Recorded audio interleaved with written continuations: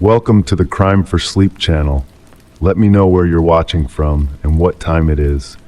And don't forget to like, comment, and subscribe. Story 1. The late afternoon light filtered through the windows of Maple Creek Cafe, casting long amber shadows across the polished wooden floors. Outside, rain had just begun to fall, creating a gentle percussion against the glass, a soft, lulling rhythm that matched the unhurried movements of the baristas and the quiet murmur of conversation. The cafe smelled of freshly ground coffee beans and warm pastries, a comforting blend that drew people in from the damp October chill. At exactly 4:17 p.m., the bell above the door chimed softly. Few patrons looked up at the sound. It was just another customer seeking refuge from the weather. A woman in a faded blue cardigan stepped inside, brushing droplets of rain from her shoulders. Her brown hair was cut in a neat bob that ended just below her ears, and she carried a small leather purse tucked under her arm. She moved with unhurried confidence to the counter, ordered a medium tea with 2 sugars, and took a seat by the window. There was nothing remarkable about her presence until Trevor Mason, the cafe's owner, dropped the mug he was holding. The ceramic shattered against the floor in a spray of porcelain and coffee. Trevor stood frozen, his face drained of color as he stared at the woman. His lips moved silently, forming a name he hadn't spoken aloud in 3 years. Rebecca. The woman who was supposed to be missing turned at the sound of her name, offered a polite smile, and waved as though she had seen him just yesterday. Rebecca Winters had vanished on November 12, 2021, leaving behind her car in the parking lot of the local grocery store. Her purse was found on the passenger seat, wallet intact with $43 and all her credit cards. Her keys were still in the ignition. Security cameras showed her entering the store at 5:36 p.m., purchasing a bottle of wine, a loaf of bread, and dish soap. She exited at 5:52 p.m. and walked toward her vehicle, disappearing from frame. By all accounts, Rebecca Winters, elementary school teacher, wife of 8 years, mother of none, had simply ceased to exist between one camera frame and the next. Detective Elaine Monroe remembered the case vividly. She had been assigned as lead investigator, her second major missing persons case since her promotion to detective. The weight of the case files had left a permanent impression on her desk, a slight indentation in the wood veneer that she unconsciously traced with her fingertips whenever a difficult case landed on her table. The Winters case had consumed her for months, the endless interviews, the search parties combing through miles of woodland, the gradually fading hope in the eyes of Rebecca's husband, Michael. 3 weeks after the disappearance, Michael had sat across from her in the interview room, his wedding ring glinting under the fluorescent lights as he twisted it around his finger. She wouldn't just leave, he had insisted for the 100th time, voice hoarse from repeating the same words to anyone who would listen. Something happened to her. Someone took her. The investigation had pulled at loose threads that unraveled into nothing. Rebecca had no enemies. Her marriage, by all accounts, was stable. Her finances showed no unusual activity. Her mental health history revealed only a brief period of depression following her mother's death 5 years prior, treated successfully with therapy. No one had a reason to harm Rebecca Winters, and Rebecca Winters had no reason to disappear. Yet disappear she had until today, when she walked into Maple Creek Cafe wearing the same blue cardigan she had disappeared in, looking not a day older than when she vanished. The call came into the station at 4:23 p.m. Detective Monroe was reviewing a case file when her phone buzzed against the metal desk, sending vibrations through her coffee mug. Monroe, she answered, already reaching for her coat at the urgency in the dispatcher's voice. Detective, we have a situation. Rebecca Winters just walked into Maple Creek Cafe. The drive to the cafe took 7 minutes. Rain had intensified, drumming against the roof of the unmarked police car as Monroe parked haphazardly near the entrance. Through the streaked windows of the cafe, she could see Rebecca sitting calmly at a table, her hands wrapped around a steaming mug of tea, looking puzzled at the attention she was receiving. Inside, Monroe found Trevor Mason standing guard near Rebecca's table, as though afraid she might vanish again if he looked away. The detective approached slowly, pulling a chair to sit across from the woman who had occupied her thoughts for 3 years. Ms. Winters, Monroe began, her voice steady despite the rapid beating of her heart. I'm Detective Elaine Monroe. Do you know why I'm here? Rebecca tilted her head slightly, confusion evident in her green eyes. I'm sorry, should I? Is there some problem? Rebecca, you've been missing for 3 years. A soft laugh escaped Rebecca's lips, incredulous rather than amused. I think there's been a mistake. I haven't been missing. I've been home the whole time. Home? Monroe removed a small notebook from her pocket, the pages slightly dampened from the rain. Could you tell me where home is? 114 Sycamore Lane, the blue house with the white shutters. I've lived there for nearly a decade. The pencil in Monroe's hand stilled. 114 Sycamore Lane had burned down in an electrical fire almost 2 years ago. The property had remained vacant, a charred skeleton surrounded by overgrown grass and police tape that neighbors eventually removed when it began to flutter sadly in the wind. Rebecca, could you tell me what you did yesterday? The woman's brow furrowed slightly as she considered the question. I graded papers for my 3rd grade class, made a casserole for dinner, watched that new drama series everyone's been talking about, nothing special. And today? I had the day off, school holiday. I did some reading, took a walk because the weather was nice until the rain started. Then I came here for tea, like I often do.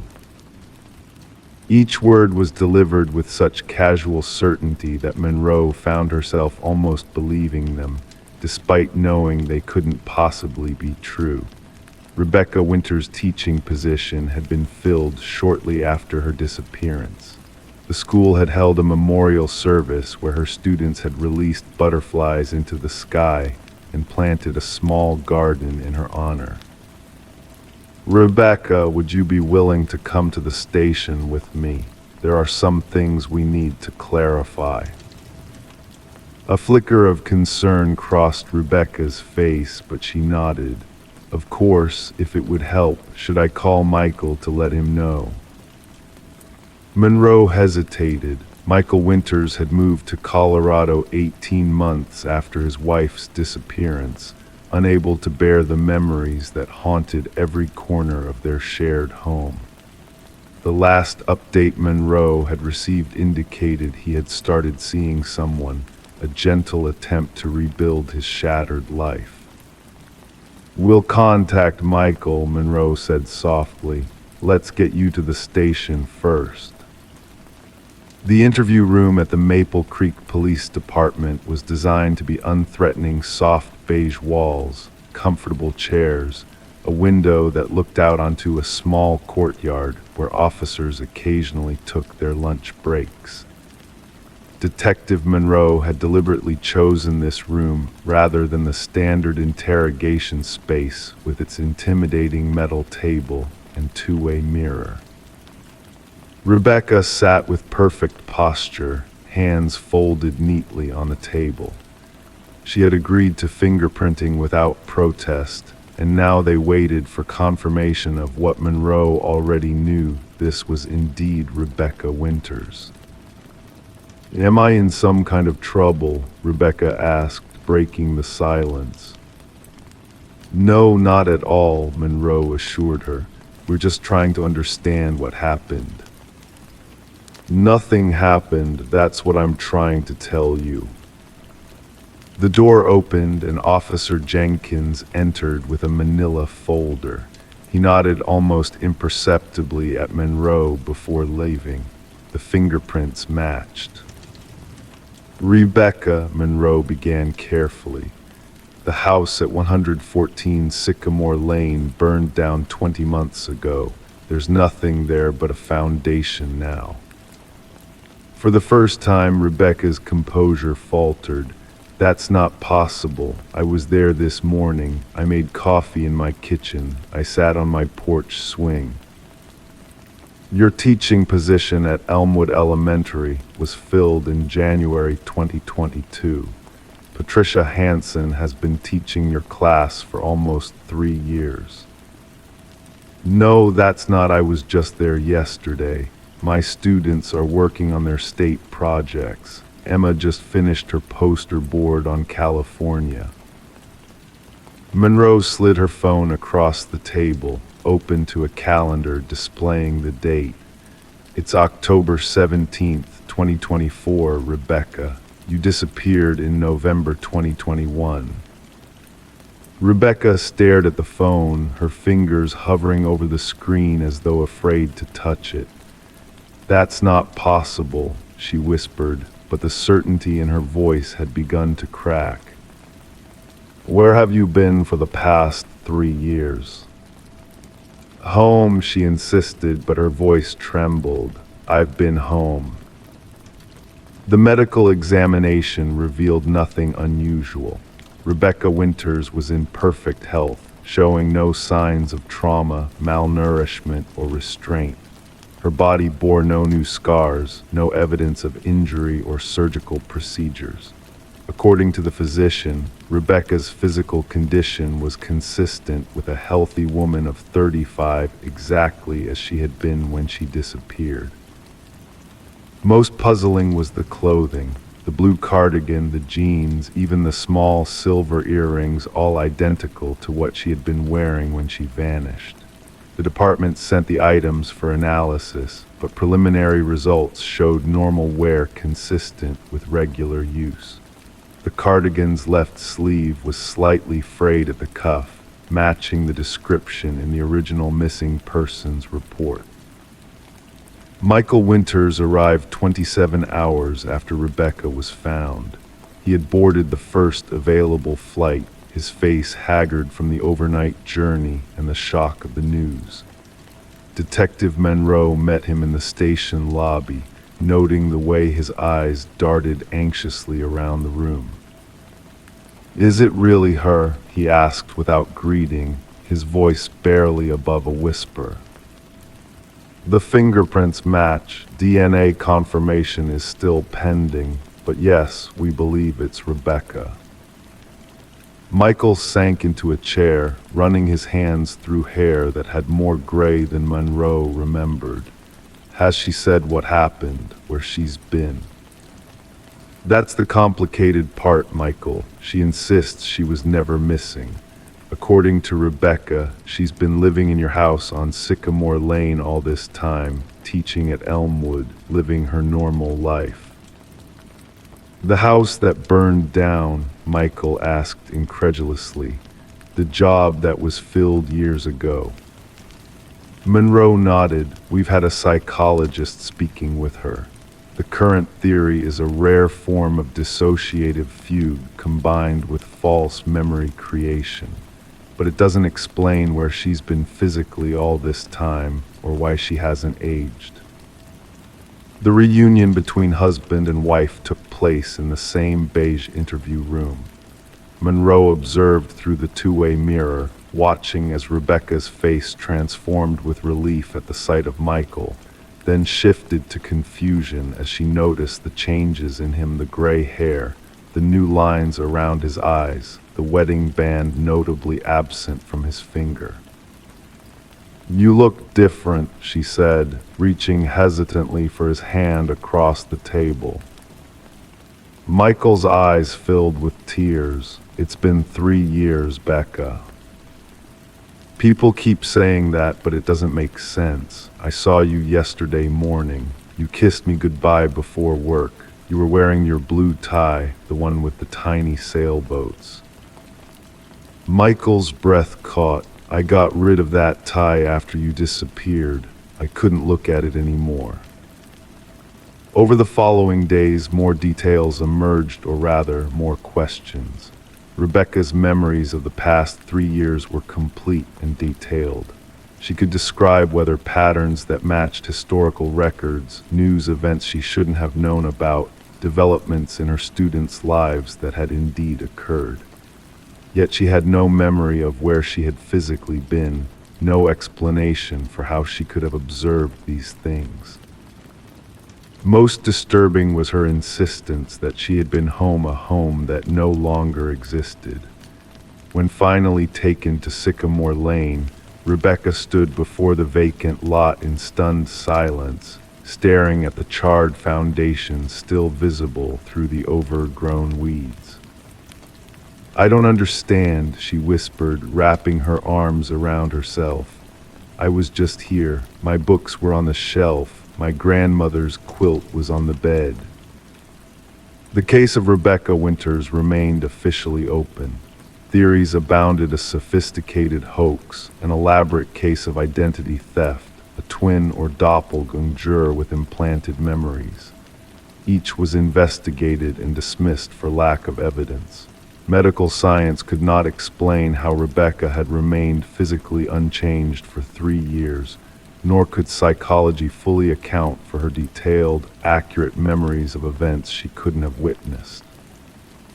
Michael eventually returned to Colorado, to the new life he had painstakingly built.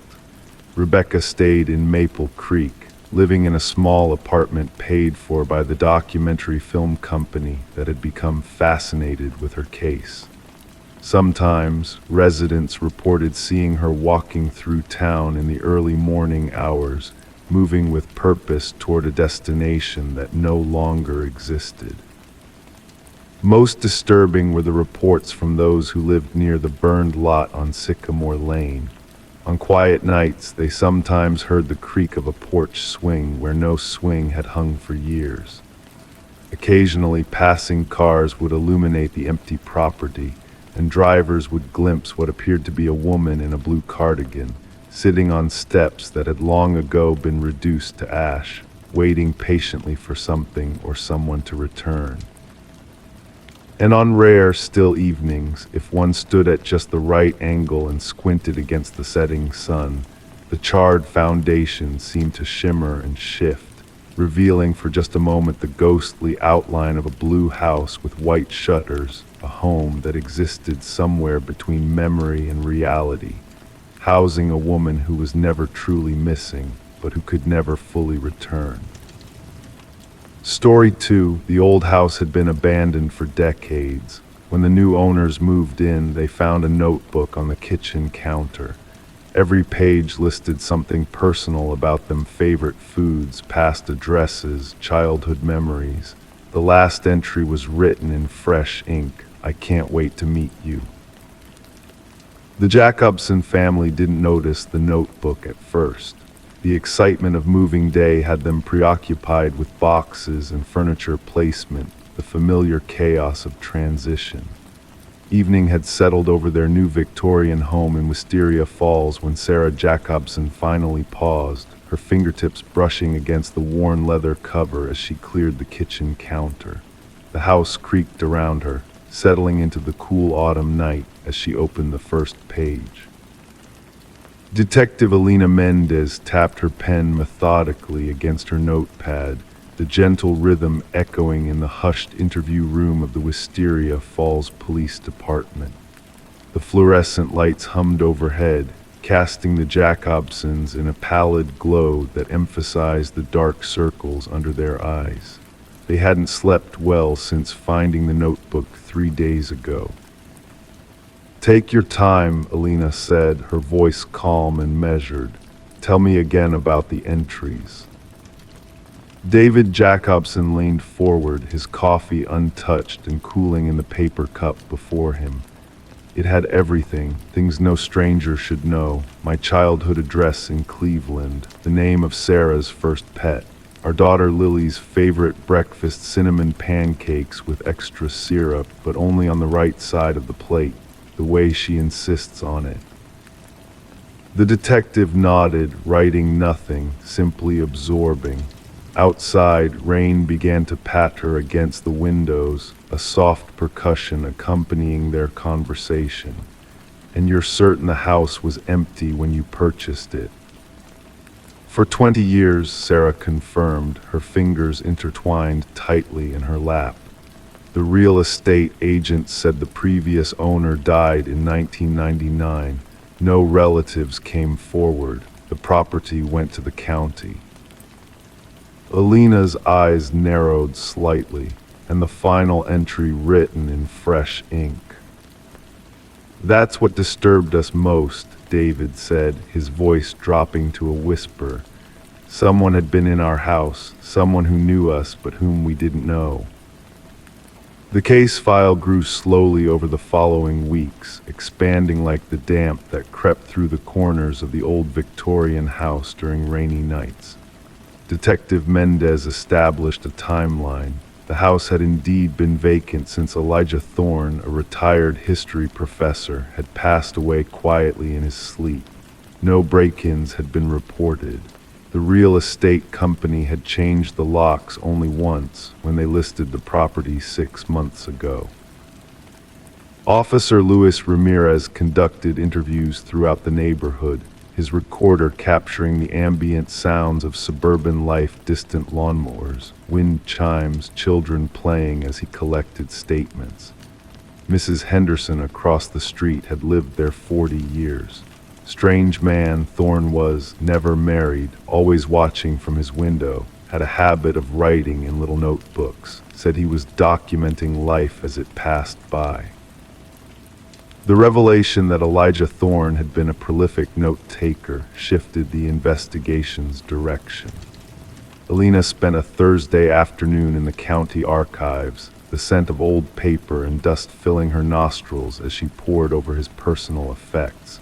Dozens of notebooks filled with observations of neighbors, cataloging their comings and goings, their habits and routines. Nothing illegal, merely the observations of a lonely man with too much time and too little connection. But none of it explained the notebook the Jacobsons had found. We've swept the house twice, Alina told her captain, the evening shadows lengthening across his office as the sun set. No hidden cameras, no listening devices, but someone knew things about this family before they even moved in.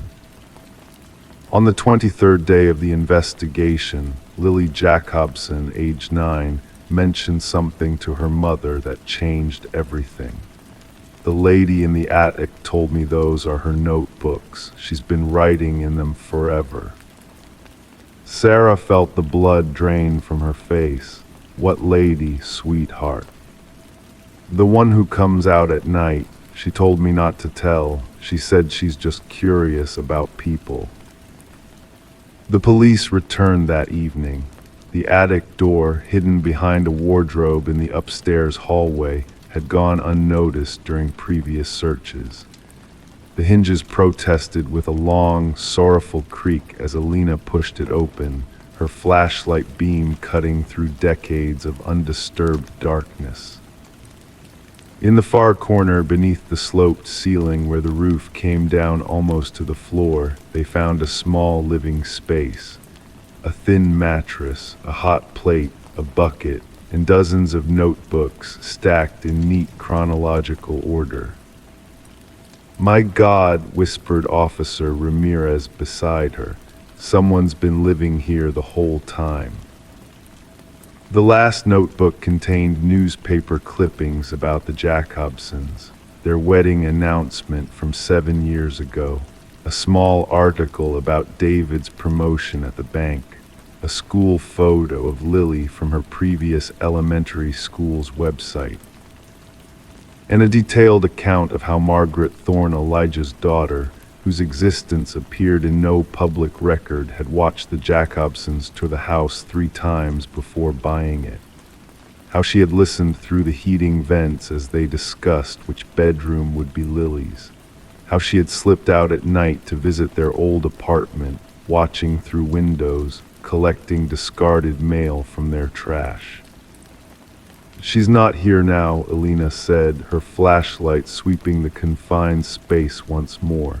"But she can't have gone far." The Jacobsons stayed in a hotel that night, a patrol car stationed outside. Alina returned to the station, the weight of the investigation pressing down on her shoulders as she reviewed the evidence under the solitary pool of her desk lamp.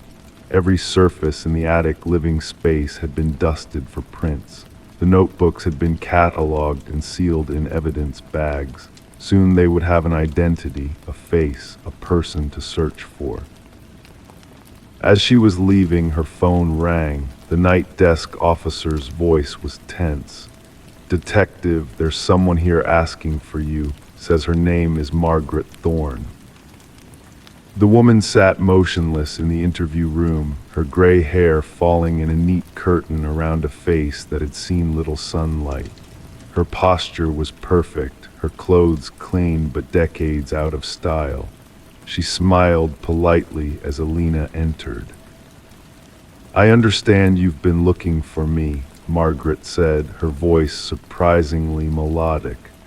"I thought it would be simpler if I introduced myself properly." "You've been living in that house since your father died," Alina stated, not a question. Margaret's smile remained unchanged. "He didn't die, detective. That was the story we agreed upon. It's easier to observe people when they think no one is watching." The room seemed to grow colder. "Your father is alive." "Oh yes, he's quite elderly now, 97 last month. He stays in the basement. The entrance is behind the furnace. You didn't find that either." She tilted her head slightly. "We've watched 7 families come and go over the years, none as interesting as the Jacobsons." Alina's training kept her face neutral, though her pulse quickened. "Why them?"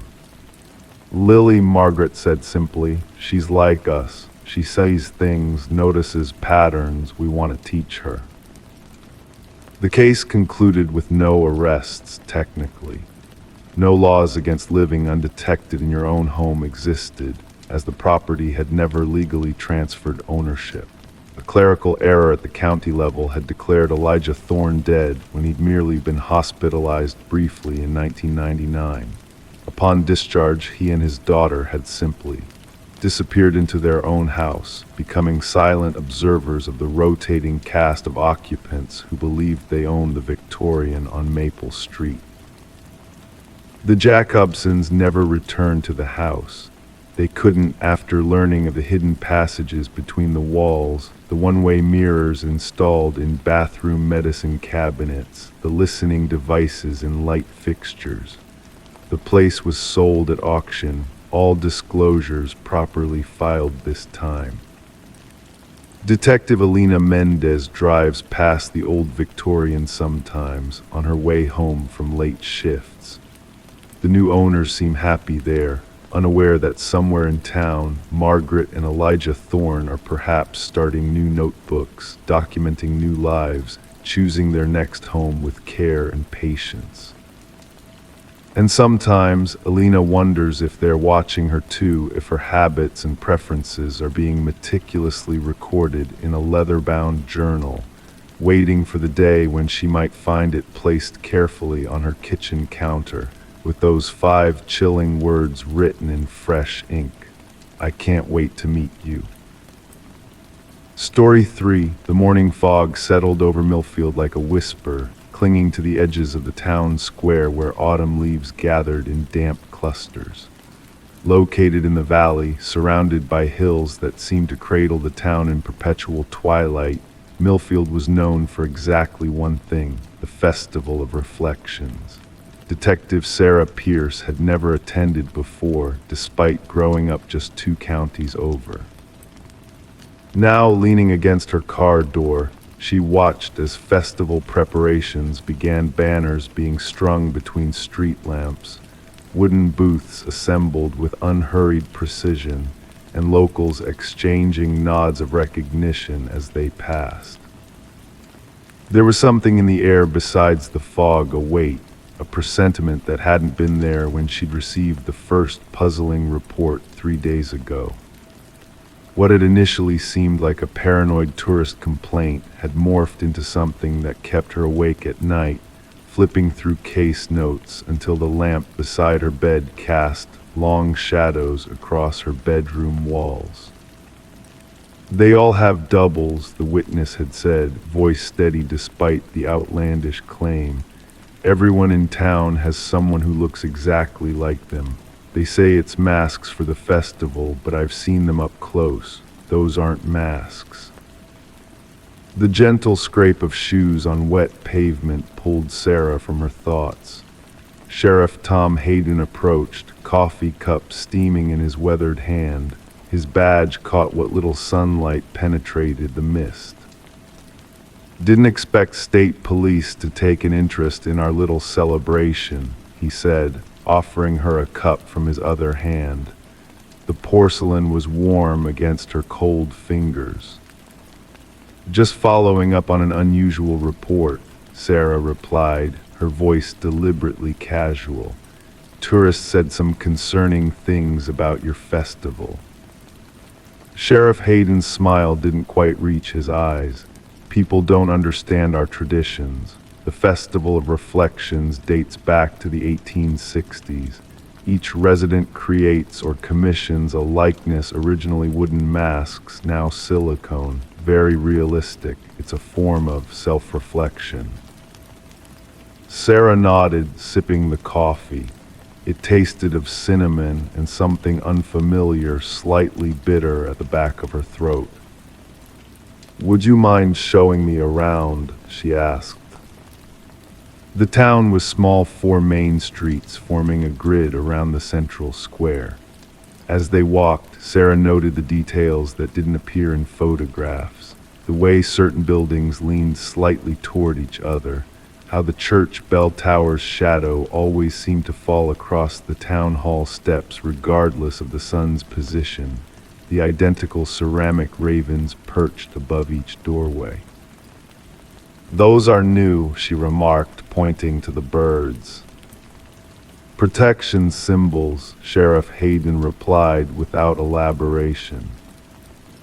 They passed a row of shops, each with proprietors arranging displays in windows. Sarah paused at a dress shop where mannequins wore garments of a distinctly old-fashioned cut. A woman inside adjusted a flowing gown on a faceless form, then turned toward the window. Behind her, partially visible through a doorway to a back room, stood what appeared to be the woman herself, same height, build, hair motionless, watching. The shopkeeper raised her hand in greeting, a slow, deliberate movement that made Sarah's skin prickle with unease. "That's Ellen Marsh," Sheriff Hayden said, "third-generation shopkeeper. Her grandmother started the place." "And in the back?" Sarah asked quietly. "Just her festival double. We all keep them year-round now. Traditions changed over time." As they continued their tour, Sarah observed more of these doubles standing in shadows, sitting in back rooms, always partially obscured yet unmistakably present. She made notes in her small leather-bound notebook, the scratch of her pen against paper providing comfort in its normalcy. The county records office was housed in a stone building with narrow windows and floors that groaned under their weight. The clerk, a thin man whose spectacles magnified his eyes to unsettling proportions, retrieved the records of population statistics Sarah had requested. Interesting, she murmured, trailing her finger down columns of numbers. Your population has remained exactly 512 for over 40 years. No variation at all. Perfect equilibrium, the clerk replied, his voice as dry as the pages she turned. For every birth, a death. For every arrival, a departure. And tourism, Sarah asked. Visitors come for the festival. Some stay longer than others. Sarah spent the afternoon reviewing missing persons reports from surrounding counties. There was no pattern immediately apparent: different ages, genders, backgrounds. The only commonality was timing. Each disappearance occurred within 2 weeks after the festival of reflections, spread over decades. Never enough from one place or time to trigger suspicion. Just isolated cases that would now be covered in dust in various county archives. As dusk approached, the town's transformation accelerated. Residents emerged from homes with their doubles, perfect silicone replicas, according to Sheriff Hayden, though Sarah had yet to examine one up close. The pairs moved in curious synchronicity, preparing for the evening's festivities. You should stay for the opening ceremony, Sheriff Hayden suggested, appearing beside her as she sat on a bench reviewing her notes. It's quite something to witness. The town square filled as darkness fell. Lanterns were lit, casting a golden glow over the gathering. Sarah positioned herself at the edge of the crowd, observing as residents and their doubles formed concentric circles. From somewhere, music began, a single violin at first, joined gradually by other strings, creating a melody that seemed to twist and turn upon itself. The outer circle began to move clockwise, the inner counterclockwise. As they passed each other, residents and doubles would exchange places so seamlessly that Sarah found it increasingly difficult to track who was who. The music intensified, the circles moved faster, and the detective felt a strange dizziness overtake her. A soft voice spoke beside her. Disorienting, isn't it? Sarah turned to find a young woman, perhaps in her late 20s, watching the ceremony with obvious detachment. I'm Emma, the woman said, not from here originally. When did you arrive? Sarah asked. 3 years ago, came for the festival like everyone does at first. Emma's eyes never left the circles. I was researching folklore for my dissertation, planned to stay 3 days. But you're still here. Emma nodded slowly. Once you understand, it's hard to leave. Understand what? The young woman finally turned to Sarah, her expression unreadable in the flickering light. The festival isn't about doubles, it's about replacement. A chill ran through Sarah that had nothing to do with the evening air. Replacement. They need new blood the town sustains itself by, replacing one visitor each festival, selected carefully, usually someone who won't be immediately missed. Sarah's hand moved instinctively toward her concealed weapon. Are you saying they're kidnapping people? Emma's laugh was hollow. No, detective, it's something else entirely. They don't take people against their will. They offer a choice, a new life, a perfect reflection of yourself, but unburdened. The circles continued their rotation, faster now. Sarah noticed that some doubles moved with more fluidity than their human counterparts, while some residents showed the slight stiffness she had attributed to the doubles. How do you know all this? Sarah asked, her voice barely audible above the music. Because I was given the choice. Emma's eyes reflected the lantern light. 3 years ago, I stood in that circle.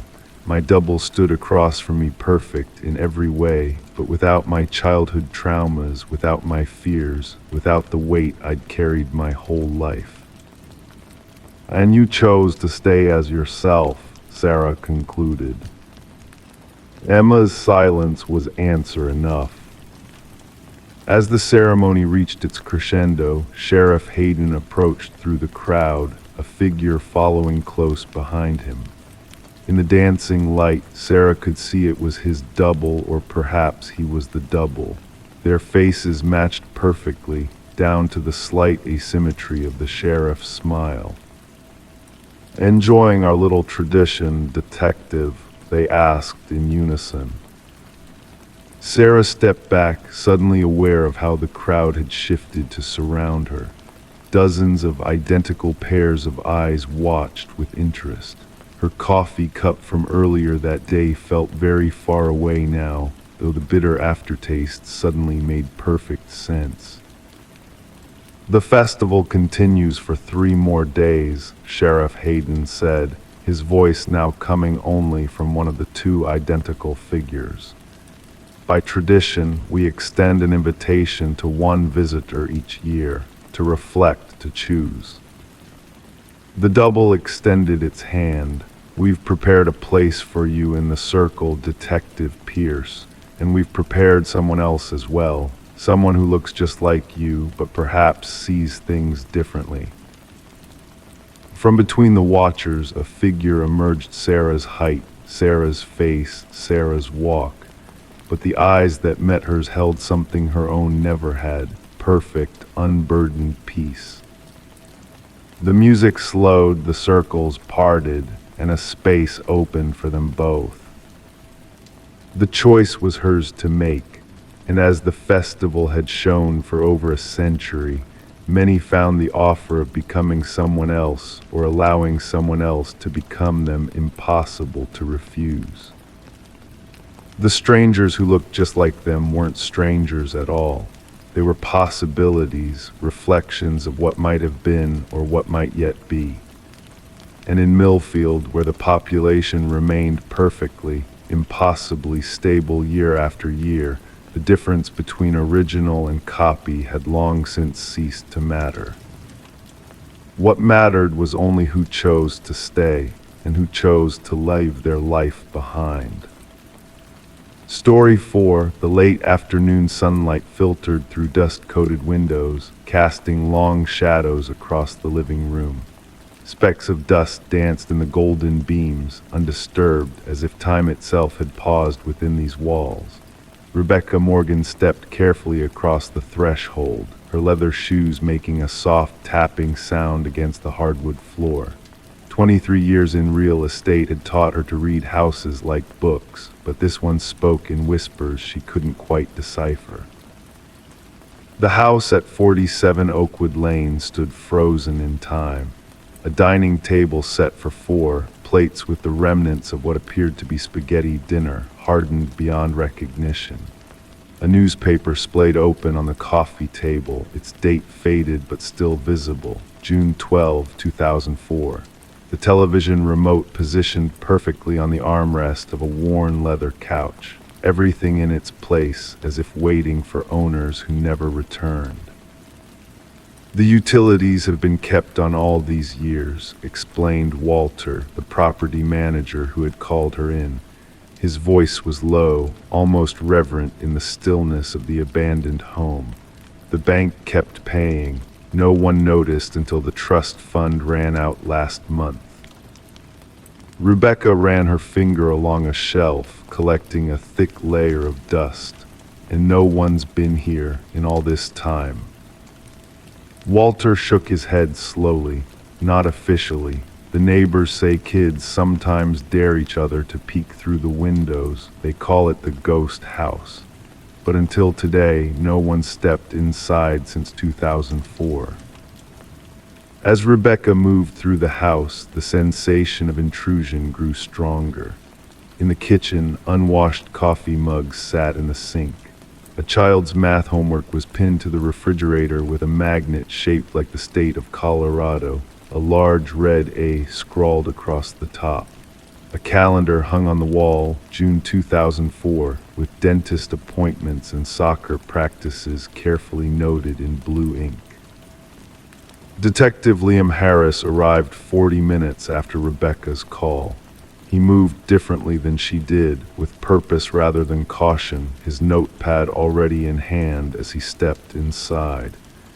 The afternoon had deepened into evening, and he flicked on lights as he went, illuminating spaces that had known only darkness for 2 decades. "The Winters family," he murmured, reading from a file he'd pulled up on his phone.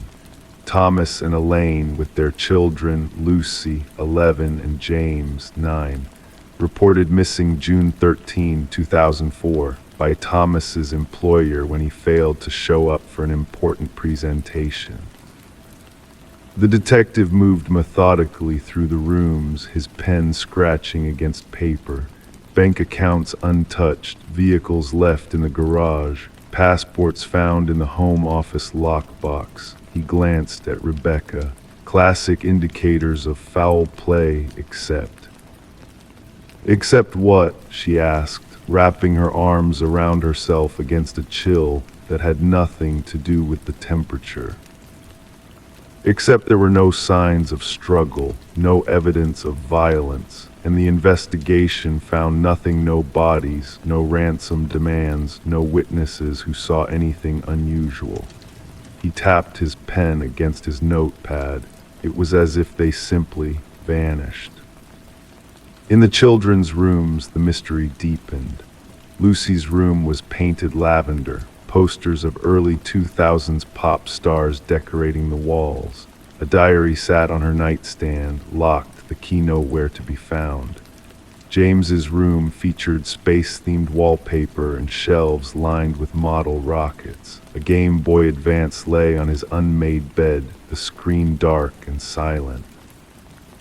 The original investigators thought it might be a cult, Detective Harris explained as they stood in the upstairs hallway. The house creaked around them, settling into the night. Thomas had recently been engaging with an online spiritual group, but they tracked down the group just harmless meditation enthusiasts. Rebecca opened the door to the master bedroom. The king-sized bed was made, but there were indentations where someone had sat on the edge. A novel rested on one nightstand, a bookmark placed halfway through. On the other, a pair of reading glasses and a half-empty glass of water, the water long evaporated, leaving a ring of mineral deposits. "What about family, friends?" Rebecca asked, her voice barely above a whisper. Both Thomas and Elaine were only children. His parents had passed away. Hers lived in Australia and hadn't spoken to her in years following some kind of falling out. Friends reported nothing unusual, though one mentioned that Thomas had seemed preoccupied in the weeks before they disappeared. In the walk-in closet, clothes hung neatly, shoes lined up below. Elaine's jewelry box sat on a small vanity, containing modest pieces, nothing extraordinarily valuable missing or left behind. Thomas's side held suits and casual wear with a row of polished dress shoes, everything in its place, waiting for owners who never returned. The bathroom told a similar story. Toothbrushes in a cup, prescription medications in the cabinet, antidepressants prescribed to Elaine, allergy medication for Lucy. A damp towel that had long since dried, stiff and slightly moldy, draped over the shower rod. As night fell completely, Detective Harris and Rebecca descended to the basement. The air was cooler here, damper. A finished recreation room held a pool table, the balls frozen mid-game. A door led to Thomas's workshop, tools hanging on a pegboard, a project involving a birdhouse left unfinished on the workbench. "The strangest thing," Detective Harris said, his flashlight beam catching dust motes in its path, "is what they didn't take. No clothing packed, no toiletries missing. Both family cars in the garage. Not even their wallets or Elaine's purse were taken. In the far corner of the basement, a second door, heavy, metal, and locked, drew their attention. It hadn't been on the house plans filed with the city. The original investigation had noted it, but after obtaining a warrant and breaking the lock, they'd found only an empty storage room with concrete walls. "May I?" Rebecca asked, gesturing to the door. Detective Harris nodded. "It's not sealed as evidence anymore. Case went cold years ago." The lock was old, rusted. Rebecca used a set of master keys provided by the bank, trying several before finding one that turned with difficulty. The door swung open with a low groan. The room beyond was small, maybe 8 by 10 feet. Concrete walls, floor, and ceiling.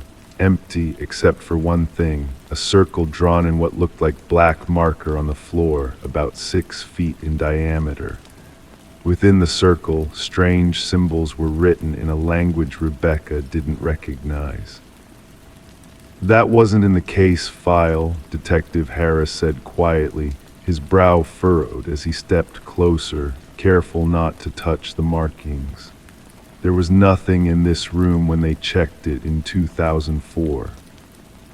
Rebecca felt a chill run down her spine. Could someone have broken in and drawn this recently? Possibly, but the lock didn't look tampered with, and how would they have relocked it from the outside? They stood in silence, contemplating the circle with its arcane symbols. Finally, Detective Harris took photos with his phone and made notes in his pad. "I'll have the department reopen the case. This is new evidence." As they climbed the stairs back to the main floor, Rebecca couldn't shake the feeling that the house was watching them, waiting, perhaps, for the return of its rightful inhabitants. In the dining room, she paused by the table with its abandoned meal, imagining the family sitting there on their last normal evening. "What do you think happened to them?" she asked. Detective Harris closed his notebook and slipped it into his pocket. "Officially, it remains an unsolved disappearance." He hesitated. "Unofficially, in 27 years of police work, I've never seen anything like this. People don't just vanish without taking anything, without leaving signs of coercion." "Unless they didn't expect to be gone for long," Rebecca suggested. "Or they didn't have a choice about what to bring." "Or," the detective said softly, "they went somewhere where they wouldn't need any of it." Later that night, after the detective had left and Rebecca had locked up the house, she sat in her car for a long moment, staring at the darkened windows of 47 Oakwood Lane.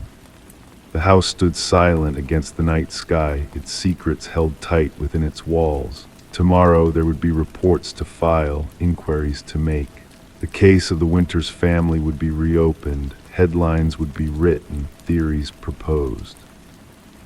But tonight, in the stillness, Rebecca couldn't help but wonder about that circle in the basement, those strange symbols, and what might have happened on that ordinary June evening 20 years ago when a family of 4 sat down to dinner, and then, somehow, stepped out of this world without packing a single bag.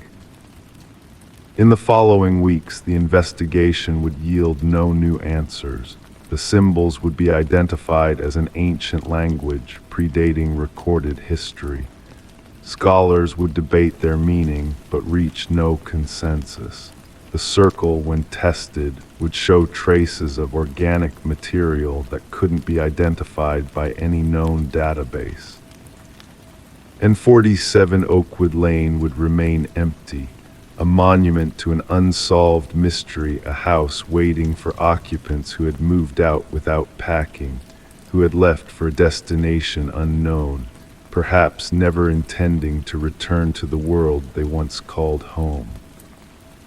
Story 5. The hospital had closed a decade ago, but the building still stood empty, decayed, forgotten.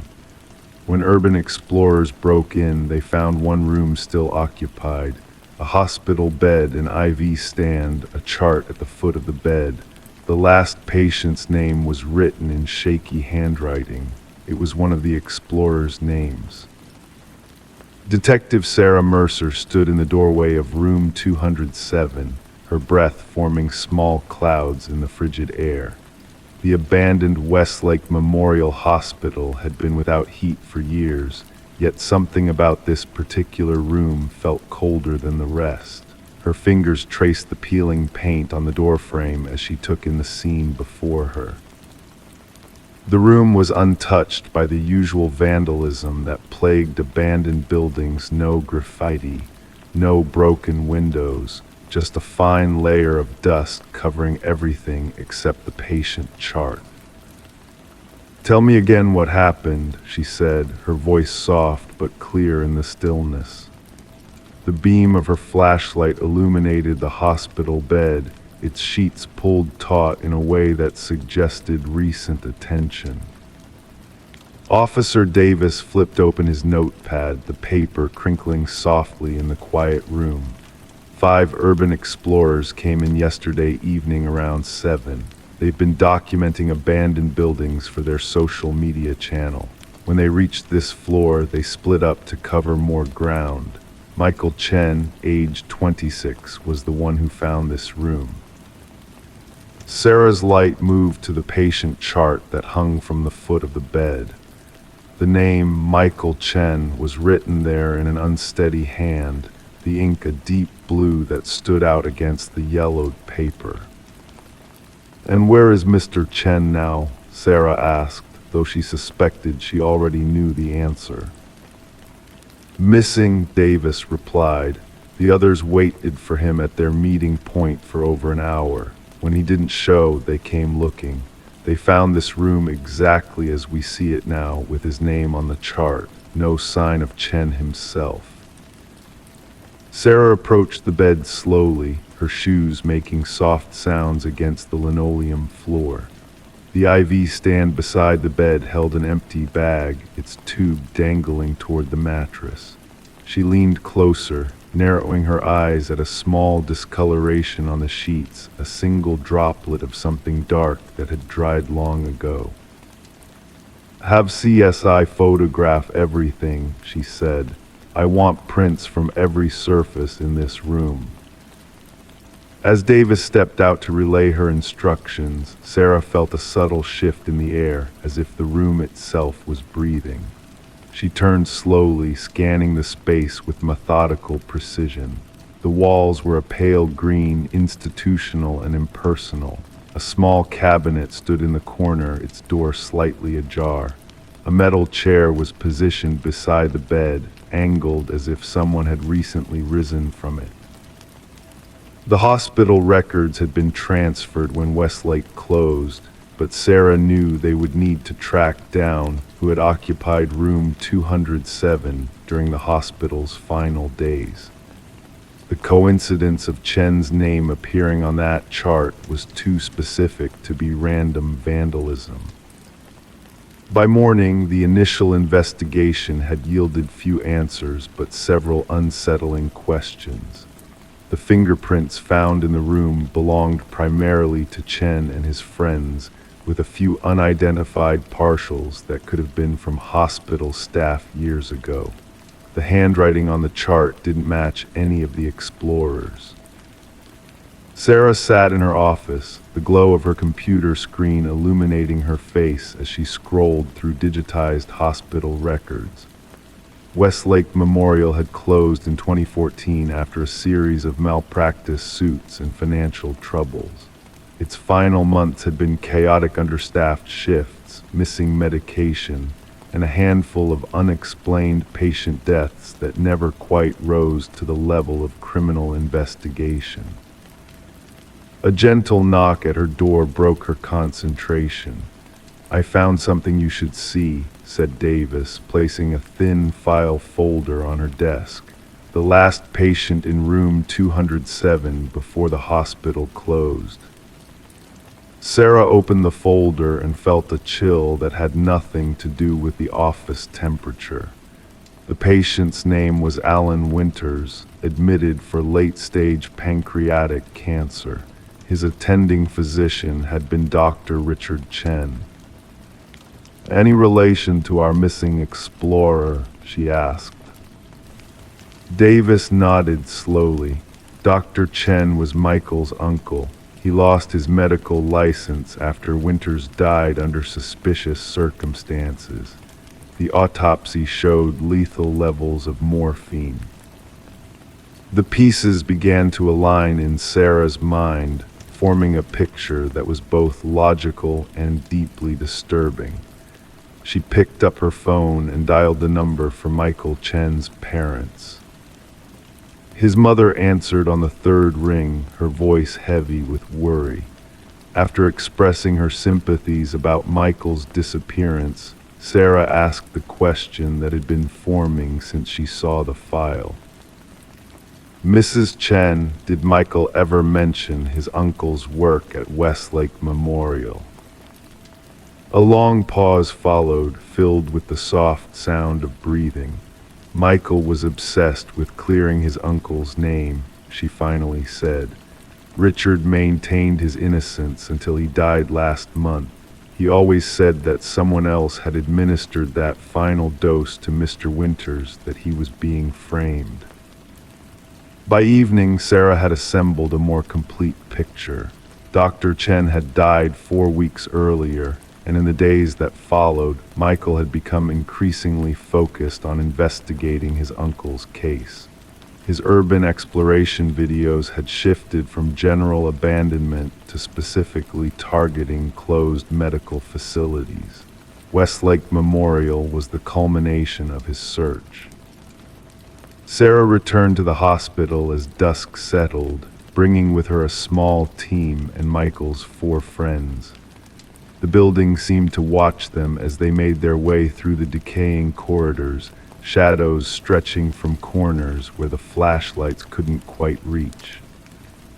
"This was supposed to be just another video," said Emma, one of the explorers. "But Michael was acting strange from the moment we got here. He kept checking a piece of paper like he was looking for something specific." When they reached room 207 again, Sarah noticed something she had missed during her first visit. A small scuff mark on the floor near the cabinet, as if it had been moved recently. With gloved hands, she pulled the cabinet away from the wall, revealing a narrow service door. The door opened with a reluctant groan, exposing a maintenance passage. The beam of Sarah's flashlight revealed footprints in the dust, leading deeper into the building's forgotten spaces. The passage wound through the hospital's skeleton, eventually opening into a small room that must have once been a storage closet. Inside, they found a makeshift desk, a piece of plywood balanced on milk crates covered with papers, and a laptop computer. And there was Michael Chen, slumped over the desk, unconscious but alive. The hospital records scattered across the desk told a story that had been buried for a decade. Alan Winters hadn't been the victim of Dr. Chen's malpractice. He had been witness to something else entirely. Notes in Winters' own handwriting detailed late-night visits from a hospital administrator, unusual changes to his medication, and conversations he had overheard about insurance fraud and experimental treatments. Michael Chen had been following his uncle's final instructions, searching for evidence that had been hidden away when investigations into the hospital had begun. What he hadn't anticipated was that someone else was watching the hospital, to someone who had a vested interest in keeping old secrets buried. The toxicology report would later show that Michael had been drugged with the same combination of sedatives that had been found in several patients who died during Westlake's final months. The administrator, now a respected healthcare executive, had been alerted to the break-in by motion sensors he had installed years ago to protect against precisely this kind of discovery. As dawn broke over the city, Sarah watched as paramedics loaded Michael into an ambulance. He would recover, and the evidence he had found would reopen not just his uncle's case, but an investigation into multiple deaths that had been attributed to hospital negligence. The patient chart from room 207 now sat in an evidence bag on the seat beside her. The handwriting, they would later confirm, belonged to the former administrator, a message and a warning that had backfired. By trying to frighten the explorers away, he had instead confirmed that there was something worth finding. Sarah's phone rang, displaying her captain's number. As she answered, she took one last look at the hospital's silhouette against the morning sky. The building seemed smaller somehow, less ominous now that its secrets were beginning to come to light. But even as the case moved toward resolution, Sarah couldn't shake the feeling that had settled over her in room 207, the sensation that some spaces retain the echo of what has happened within their walls, an invisible record of pain and truth that waits patiently to be discovered. Some patients never truly check out, and some stories refuse to be discharged into silence. Story 6, in the quiet town of Millfield, Massachusetts, where autumn leaves cascaded like copper rain across historic brick buildings, the Harrison Public Library stood as a monument to time itself. Built in 1887, its weathered stone facade and stained glass windows had witnessed generations of readers come and go.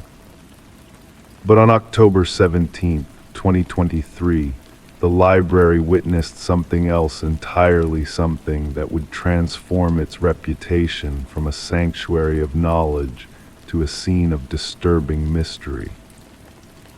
Rebecca Thorne, a 32-year-old doctoral candidate in literature, had driven from Boston to Millfield that Tuesday afternoon.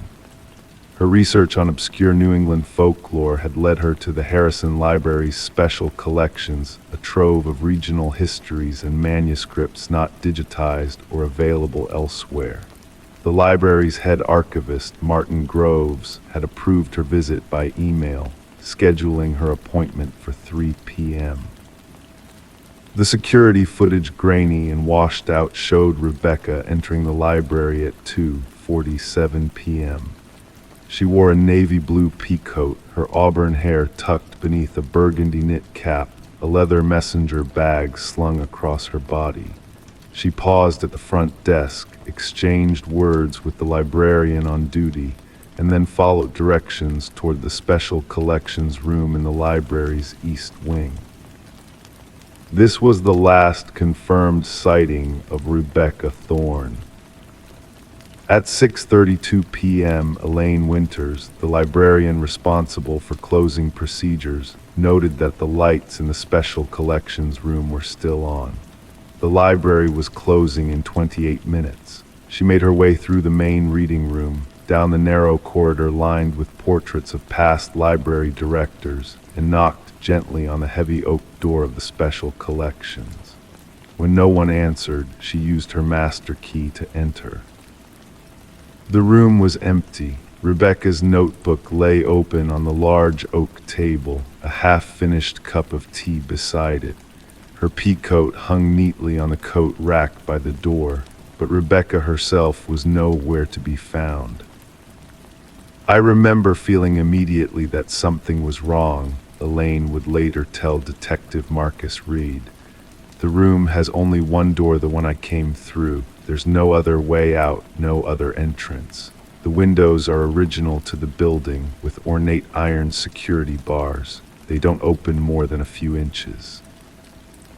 A thorough search of the library revealed nothing. Rebecca's car, a silver 2018 Honda Civic, remained in the parking lot. Her phone was discovered in her coat pocket, its battery dead. The last text she'd sent was to her roommate at 3:22 p.m. "This place is incredible. Found some fascinating material on the Blackwood legends. Might be late getting back." Detective Reed arrived at 7:15 p.m. A soft-spoken man with 23 years on the force, Reed had investigated missing persons cases before, but never one that defied physical explanation. "People don't just vanish from locked rooms," he told his partner as they examined the special collections. "There has to be a rational explanation." The security system at Harrison Library was outdated. Cameras monitored the main entrance, the parking lot, and the rare book section, but not the special collections room itself. The footage showed Rebecca entering the library but never leaving. As days passed, the investigation broadened. Rebecca's laptop, recovered from her apartment in Boston, revealed extensive research into local legends, particularly the story of Elizabeth Blackwood, a woman accused of witchcraft in 1692 who reportedly escaped execution by walking through walls. Rebecca had been particularly interested in Blackwood's journal, rumored to be part of the Harrison Library's collection. She had been asking about the Blackwood journal, Martin Groves confirmed when interviewed. The elderly archivist's hands trembled slightly as he spoke. "I told her we didn't have it cataloged, but there were several uncatalogued boxes from that period she was welcome to examine." A week into the investigation, Detective Reed made a discovery that sent a chill through the investigation team. While reviewing security footage from previous days, he noticed Rebecca had visited the library before 3 times in the past month, though she had only officially requested access to special collections once. More disturbing still were the photographs found in Rebecca's research notes.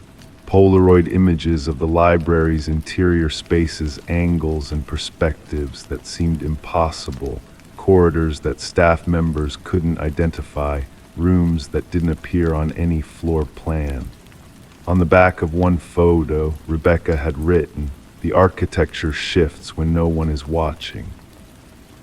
Then came the most unsettling development. During a thorough search of the special collections room, crime scene technician Paula Martinez noticed something odd about the bookshelf covering the east wall. "The measurements didn't add up," she explained. The internal dimensions of the room were approximately 8 feet shorter than the external measurements would suggest. Careful examination revealed a hidden door seamlessly integrated into the bookshelf. It had no handle, no visible mechanism, just a small indentation where decades of fingers had worn away the wood's finish. When pressed, the section swung inward, revealing a narrow passageway extending into darkness. The passage led to a small, windowless room that, according to all official building plans, should not have existed. Inside, they found a desk, a chair, and walls covered with photographs, hundreds of them, spanning decades. Photos of library patrons, staff members, visitors. And among them, dozens of photos of Rebecca Thorne taken from angles she couldn't possibly have recognized. In the center of the desk sat a leather-bound journal, its pages yellow with age. The name Elizabeth Blackwood was inscribed on the cover in faded ink. The journal was open to an entry dated September 9, 1692. "I have found the way between spaces. The library holds the key. When the walls shift, a path appears. Those who follow never return as they were." But of Rebecca Thorne herself, there was no trace. No fingerprints in the hidden room, no DNA evidence, no sign of struggle or violence. Nothing to indicate what had happened after she discovered the passage, or if she had discovered it at all. The case remains officially open. The Harrison Public Library was temporarily closed for renovations, though some locals whisper that the construction crews were really searching for other hidden passages. When it reopened 3 months later, the special collections had been relocated to the main floor and the east wing permanently sealed off. Detective Reed still visits the library occasionally during quiet hours when few patrons are present. He walks the stacks slowly, running his fingers along the spines of books, listening for sounds that shouldn't be there. Sometimes he swears the walls look different than they did on his last visit. Shelves moved, corridors rearranged. And sometimes, when the library is nearly empty and the afternoon light slants through the stained glass windows, casting kaleidoscope patterns across the wooden floors, visitors report seeing a woman with auburn hair browsing the folklore section. But when they approach, she's gone vanished between the shelves, like someone who knows secret paths through the architecture of reality itself. The library that didn't have an exit had become a place where exits might exist everywhere, invisible doorways to places unknown, waiting for the curious to discover them. And in Millfield, parents now warn their children not to spend too long among the bookshelves of the Harrison Library, lest they find themselves in a story from which there is no return.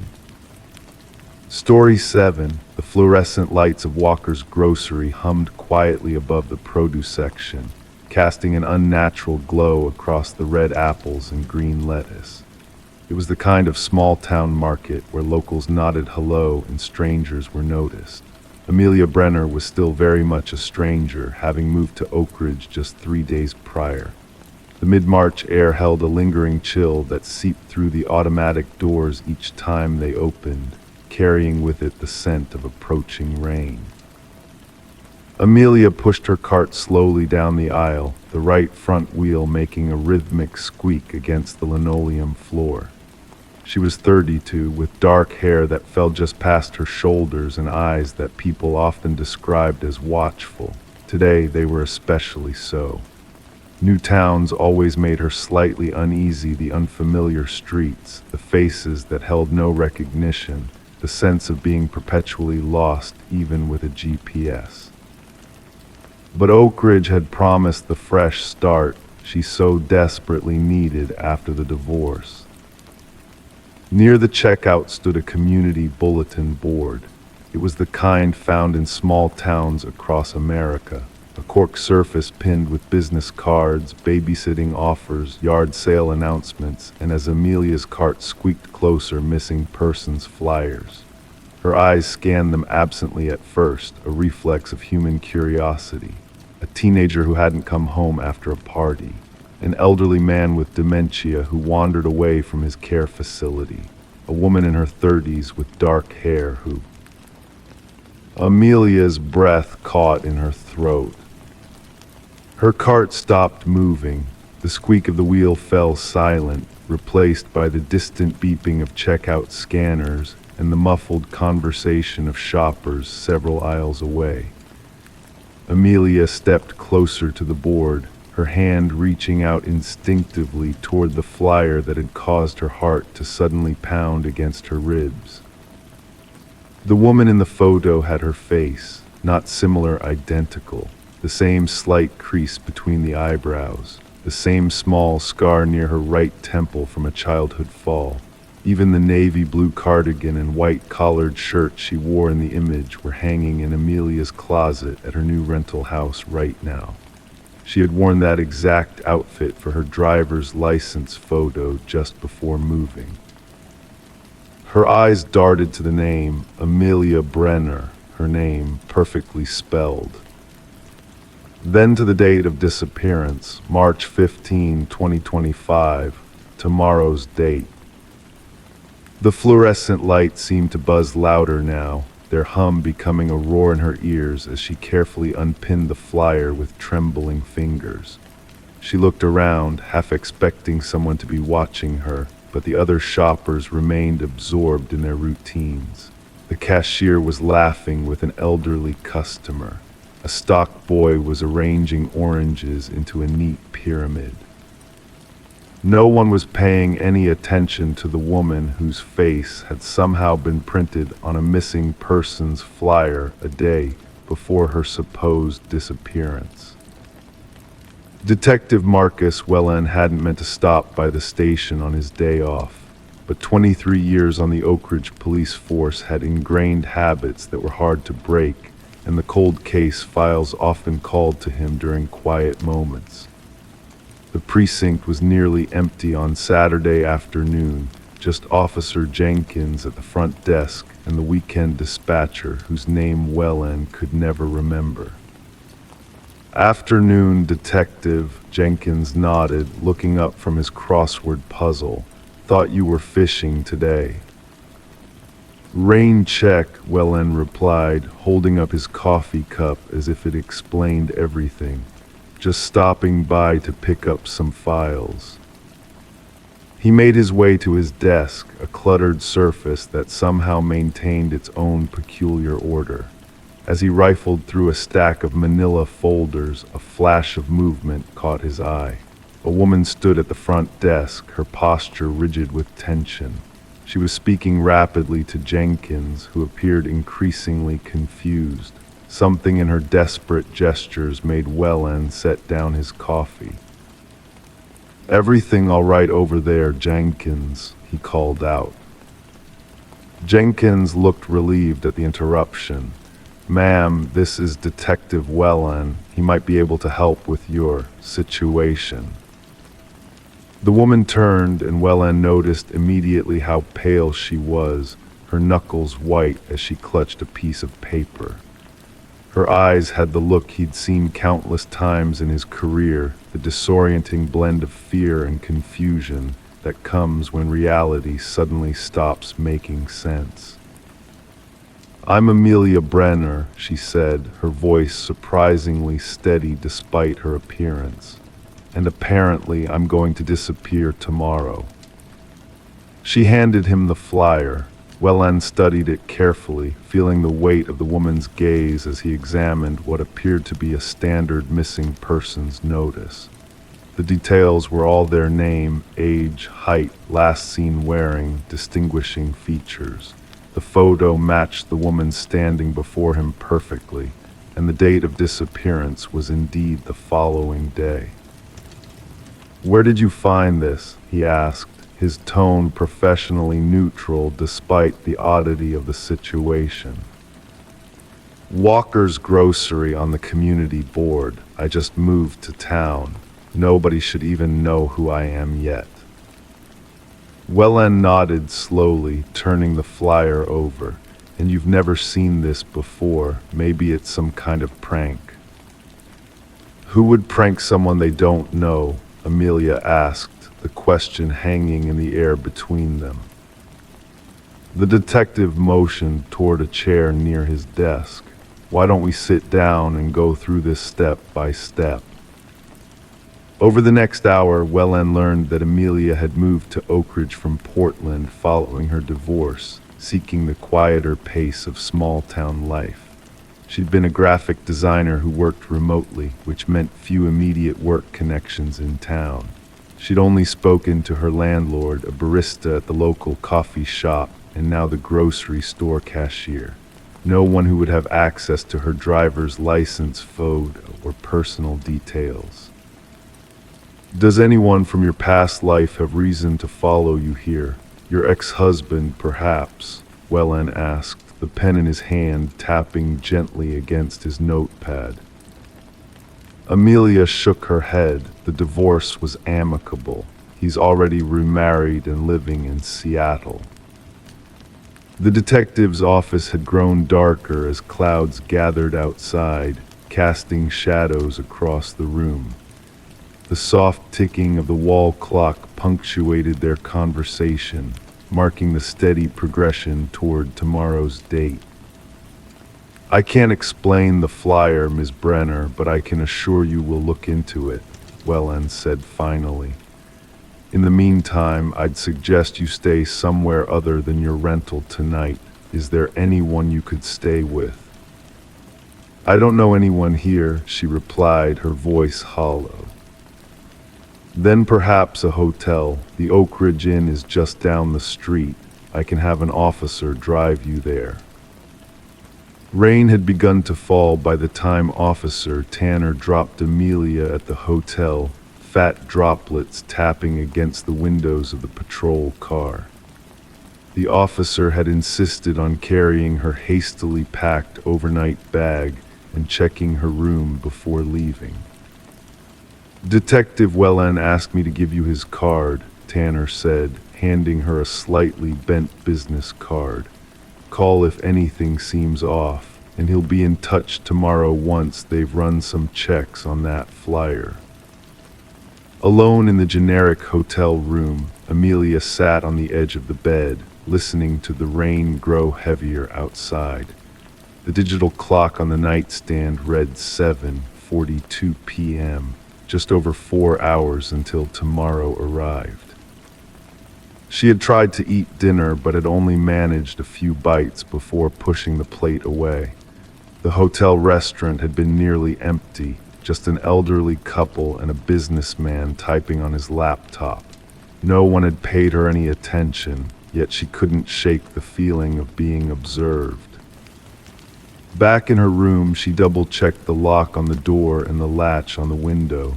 The flyer lay on the desk where she had placed it, her own face staring back at her. She turned it face down. Detective Wellen, meanwhile, had remained at the station long after his intended quick visit. The flyer had been run for prints, revealing only Amelia's and likely those of whoever had pinned it to the board. There was no record of it being printed at any local copy shops. More concerning was that there was no digital record of Amelia Brenner in any of their systems prior to her driver's license registration 3 days ago. It was as if she had appeared in Oak Ridge fully formed, with no past and, according to the flyer, possibly no future.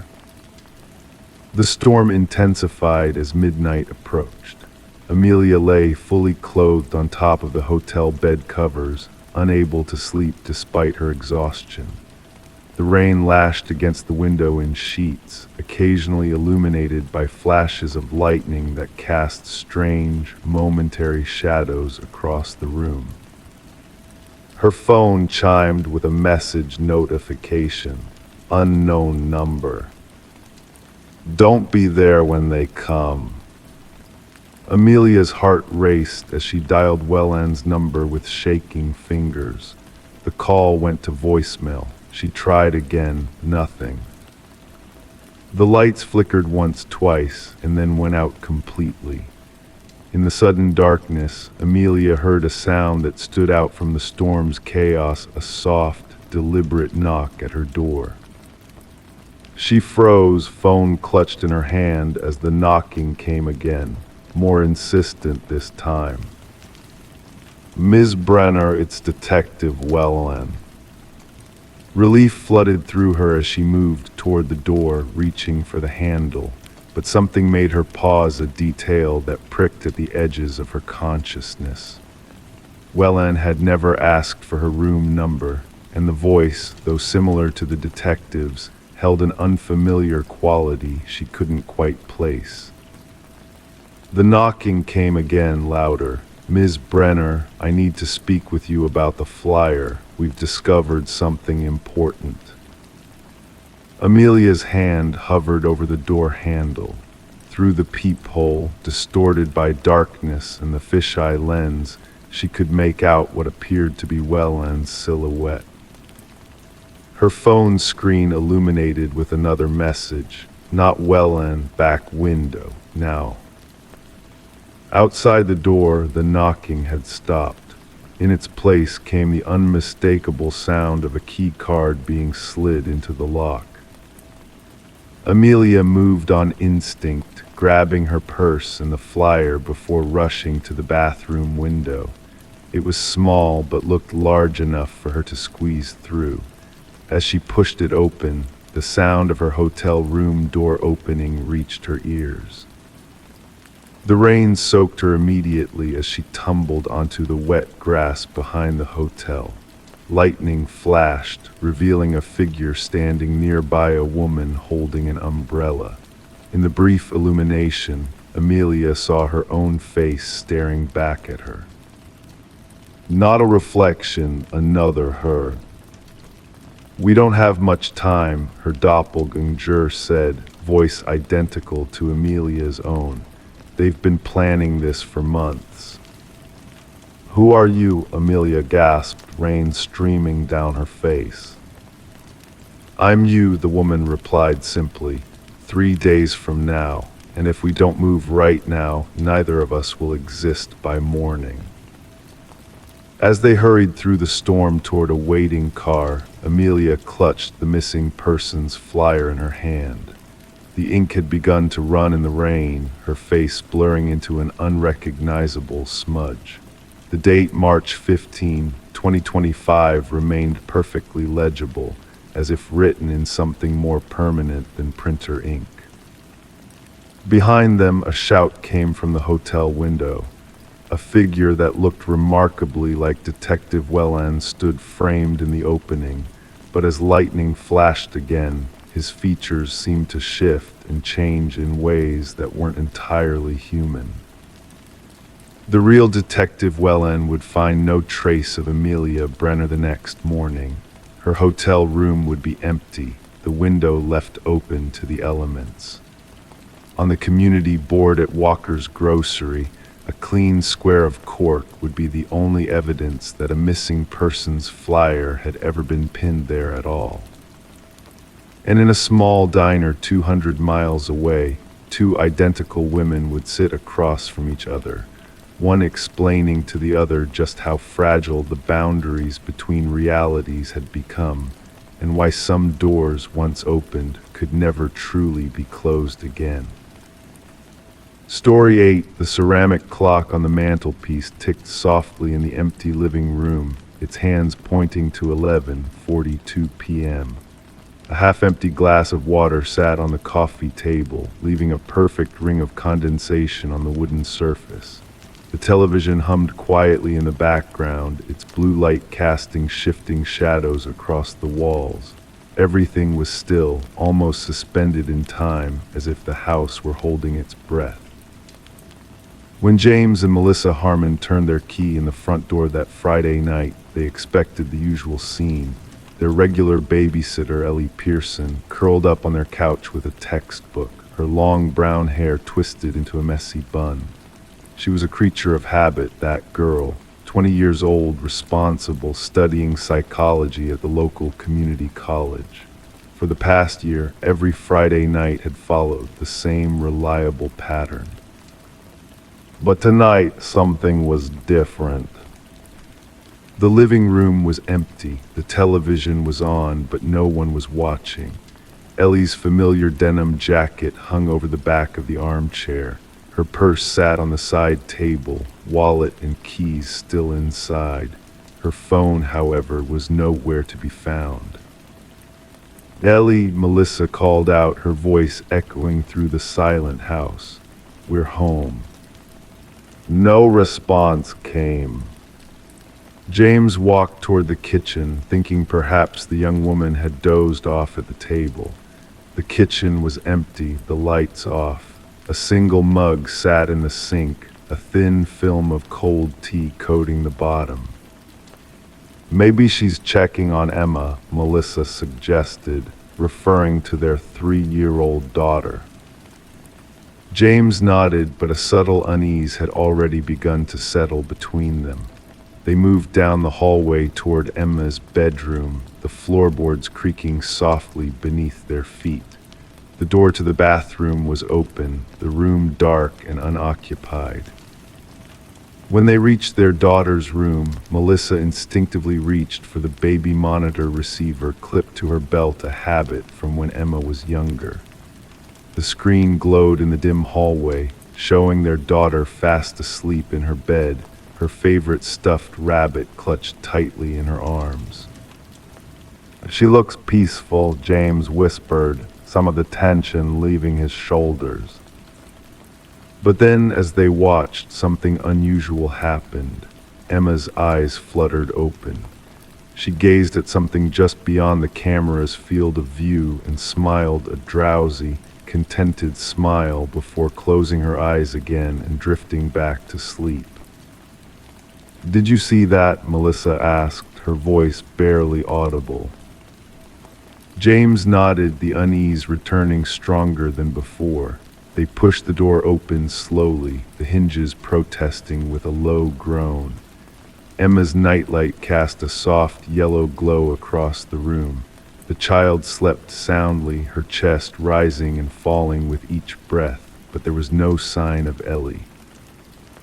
"This doesn't make sense," Melissa said, surveying the room. She wouldn't just leave Emma alone. Detective Sarah Chen arrived at the Harmon residence 30 minutes later, her sedan pulling up silently to the curb. The neighborhood was quiet, most windows dark, the residents long since retired for the night. A light drizzle had begun to fall, giving the street a glossy sheen under the street lamps. "When did you last communicate with Ellie?" Detective Chen asked, her pen poised over her small, leather-bound notebook. Her voice was calm, methodical, as she sat across from the Harmons at their dining room table. "I texted her around 8:30 to check in," Melissa replied, scrolling through her phone messages. She said everything was fine, that Emma was already asleep. The detective nodded, making a note, and nothing seemed unusual about her response. "No," Melissa shook her head, "it was just normal." Detective Chen's eyes moved to the jacket and purse. "May I?" she asked, gesturing toward Ellie's belongings. With the Harmon's permission, she carefully examined the items. The jacket was slightly damp, as if it had been worn outside briefly. The purse contained all the usual items: wallet with ID and credit cards, keys, lip balm, a small notebook with class schedules. Nothing appeared to be missing except the phone. "We've tried calling her," James explained. "It rings, but she doesn't answer." Detective Chen moved through the house with deliberate steps, her trained eyes noting every detail. The back door was locked from the inside. All windows were secure. There was no sign of forced entry. In the kitchen, she lingered by the sink, examining the mug. "Did Ellie typically drink tea when she watched Emma?" she asked. "Sometimes," Melissa replied, "but usually only 1 cup." The detective made another note, and when Emma woke up and smiled at something off camera, what time was that exactly? 11:47, James answered promptly. "I checked the time on the monitor." As dawn broke over the quiet suburban street, the Harmon house had become the center of a growing investigation. Yellow police tape cordoned off the property, and officers in uniform moved methodically through the yard and surrounding area.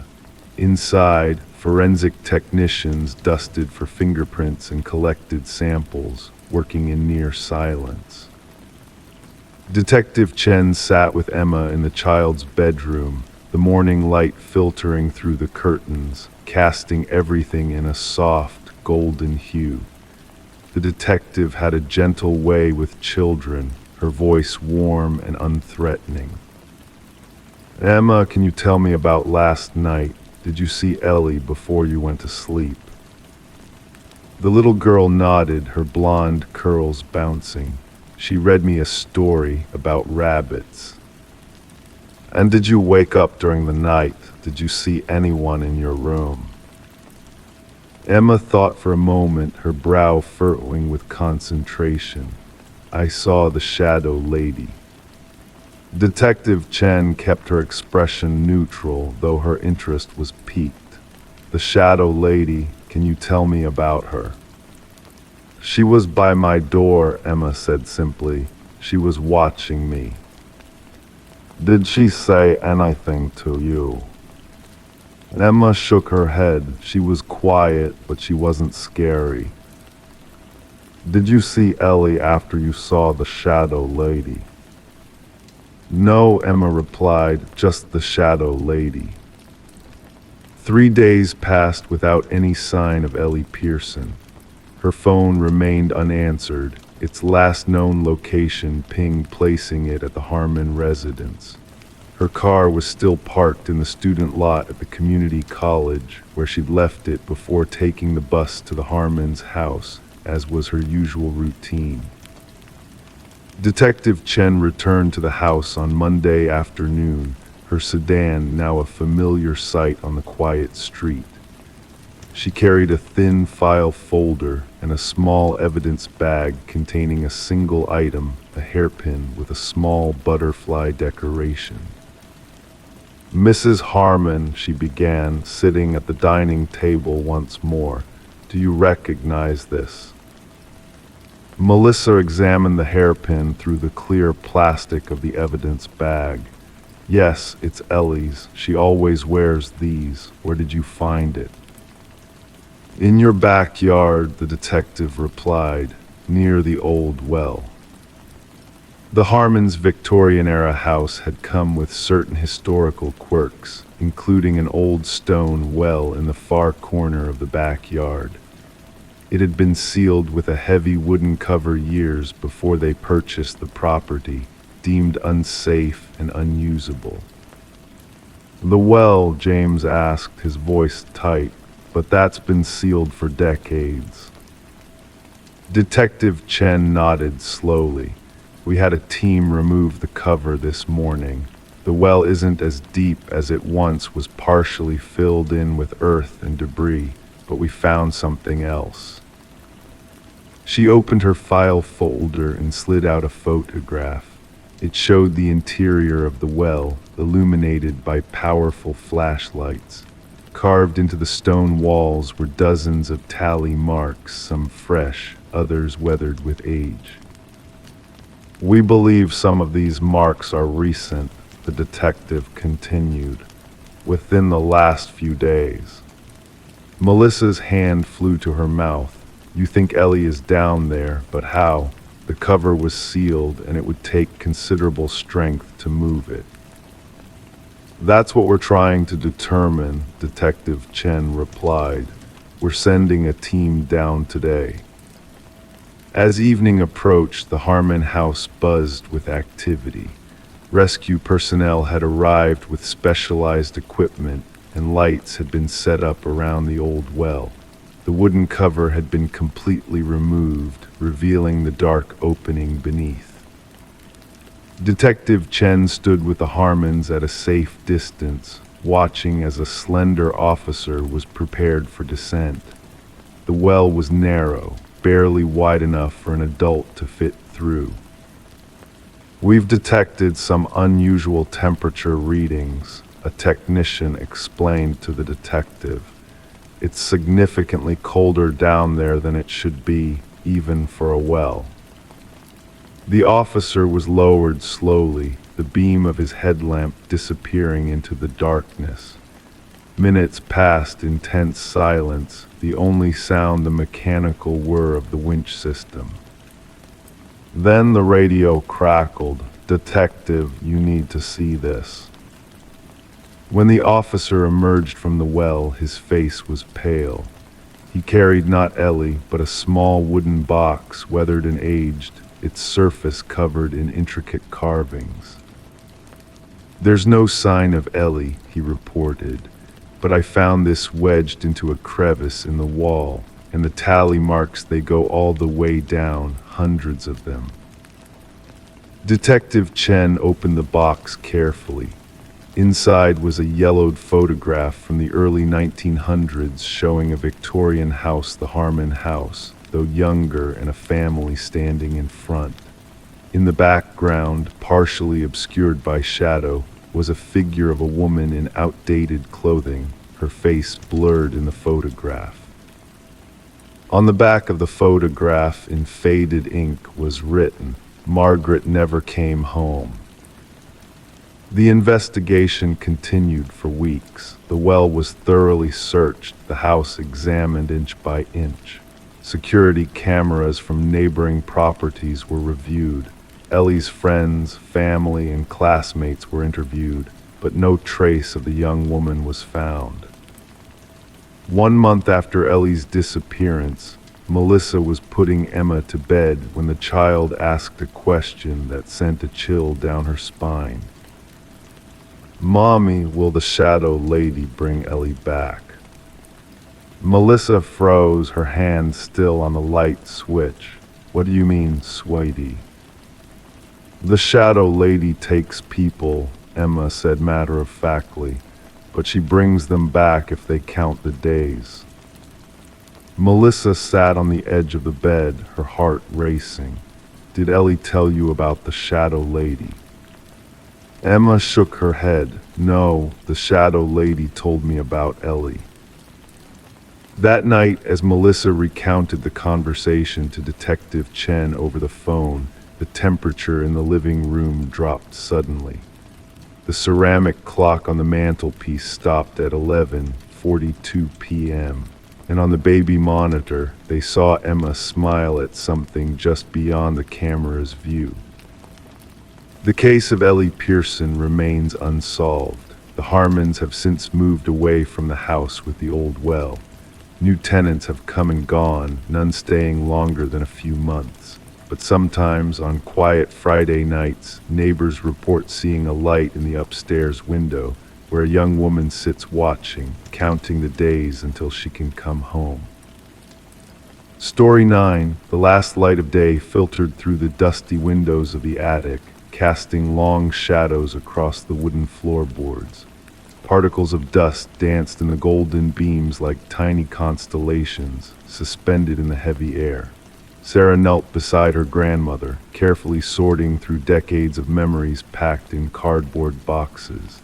The attic had a particular scent, a mixture of aged paper, mothballs, and something indefinable that spoke of time itself.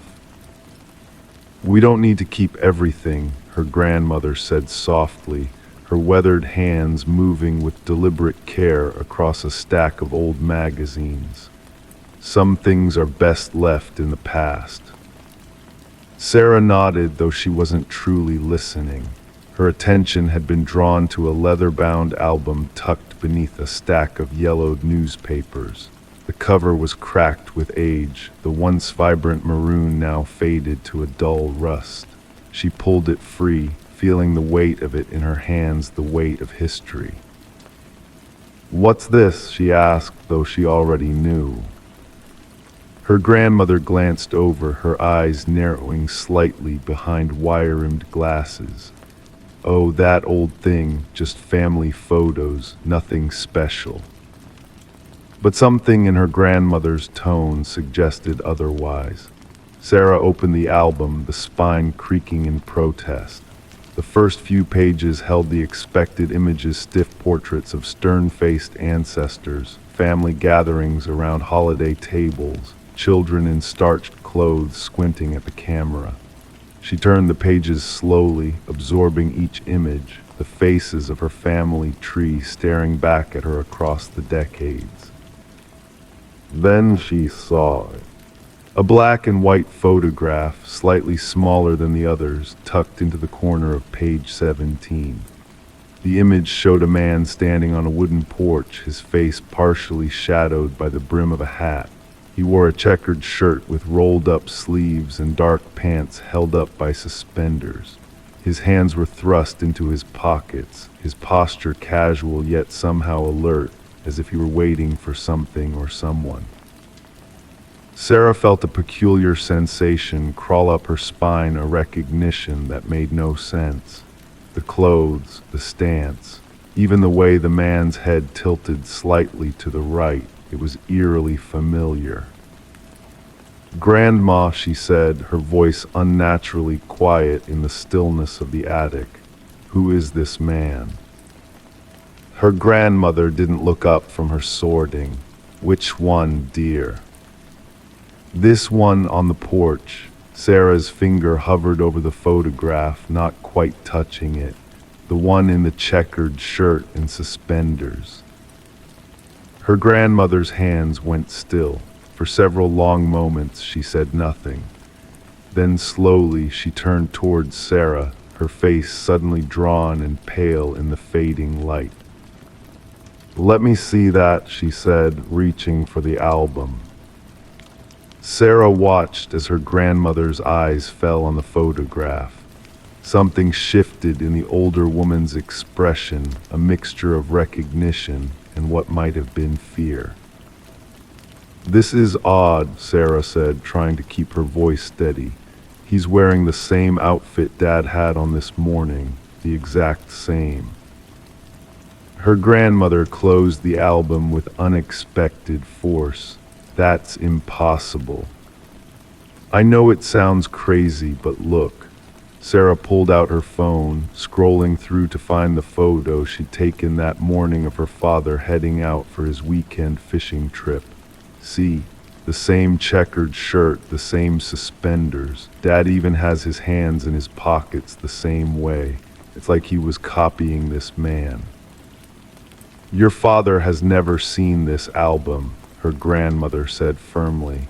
"No one has looked at these photos in decades." "Then how do you explain it?" Her grandmother didn't answer. Instead, she stood with difficulty, the album clutched tightly against her chest. "I think that's enough cleaning for today. I'm feeling tired." Something in her grandmother's reaction made Sarah hesitate to press further. But as they descended the narrow attic stairs, questions multiplied in her mind like shadows at dusk. Detective Marcus Reed had been with the Oakville Police Department for 22 years, the last 15 in a cold case division. He developed a reputation for patience, the kind of slow, methodical approach that could unravel mysteries that had remained knotted for decades. His office was a testament to this patience, walls lined with meticulously organized files, each representing a life interrupted, a story unfinished. On this particular Tuesday morning in late September, Reed sat at his desk, a cup of coffee cooling beside him as he reviewed the case that had arrived on his desk the previous afternoon. The file was thin, unusual for a cold case containing only a handful of documents and a single photograph. The case had been reopened because of a young woman named Sarah Callahan, who had walked into the station 3 days earlier with a strange story and a family photograph from 1957. The photograph showed a man standing on a porch. According to Sarah, this man was wearing the exact outfit her father had worn the day he disappeared. Reed studied the photograph again. The man's face was partially obscured by shadow, but there was something in his stance that suggested confidence, even arrogance. The report stated that Sarah's father, Michael Callahan, had left for a fishing trip 12 days ago and never returned. His car had been found at Lakeview Reservoir, his fishing gear still inside, but there was no sign of Michael himself. What made this case unusual was the photograph. According to Sarah, it had been taken in 1957, showing a man named Thomas Elliott, a distant relative who had died under mysterious circumstances that same year. The uncanny resemblance between the photograph and how Michael had been dressed on the day of his disappearance had prompted Sarah to come forward. Reed opened his laptop and pulled up the recent photo of Michael Callahan that Sarah had provided. The resemblance was indeed striking, not just the clothing, but the posture, the way the man held himself. It was as if Michael had deliberately recreated the scene from the old photograph. But how could he have done so if, as the grandmother insisted, he had never seen the album? Reed picked up his phone and dialed the number for Elizabeth Callahan, Sarah's grandmother. After several rings, a fragile voice answered. "Mrs. Callahan, this is Detective Reed. I'd like to ask you a few questions about your grandson-in-law, Michael." There was a long pause before the elderly woman spoke. "I told Sarah to leave that album alone. Some things are better left undisturbed." "I understand your concern, ma'am, but I'm trying to find a missing person. Anything you can tell me might help." Another pause, longer this time. "Thomas Elliot wasn't actually a relative," she finally said, her voice barely above a whisper. He was someone my mother knew, someone she was involved with before she met my father." Reed leaned forward, feeling the familiar quickening of his pulse that came when a case began to unfold. "And what happened to Thomas Elliot?" "They found him in the reservoir. They said he drowned, but my mother always believed. She always said he was pushed." Reed made a note. "And was anyone ever charged with his death?" "No, but my mother had her suspicions. She believed it was my father." The detective's pen hovered over his notepad. "Your father, the man she eventually married."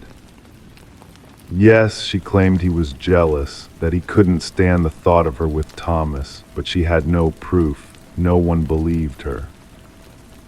"And your grandson-in-law, Michael, what was his relationship with your daughter?"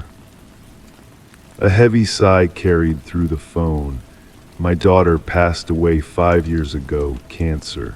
Michael took it hard, too hard perhaps. He started spending a lot of time alone looking through old family things. I think he was trying to connect with her somehow." Reed's eyes narrowed. Did he ever show interest in family history, in Thomas Elliot specifically? "Not that I know of, but," her voice trailed off. "But what, Mrs. Callahan?" "About a month ago, he asked me about the reservoir, about whether there had ever been any accidents there. I didn't think much of it at the time. He likes to fish there, so I assumed he was just curious." Reed made another note. "One last question, Mrs. Callahan. The photograph of Thomas Elliot, has it always been in your album?" "No," she said after a moment. "My mother kept it hidden. She only showed it to me once before she died. She said it was a reminder that some patterns repeat themselves." The detective thanked her and ended the call, staring at his notes. The case had taken an unexpected turn from a simple missing person to something more complex, more layered, something that reached back decades. The shore of Lakeview Reservoir was quiet as Detective Reed walked along the water's edge, his shoes sinking slightly into the damp earth. The morning mist still clung to the surface of the water, giving the landscape an otherworldly quality. This was where Michael Callahan's car had been found, parked in the small gravel lot that served as a makeshift parking area for fishermen. Reed had brought both photographs with him, the old one of Thomas Elliot and the recent one of Michael Callahan.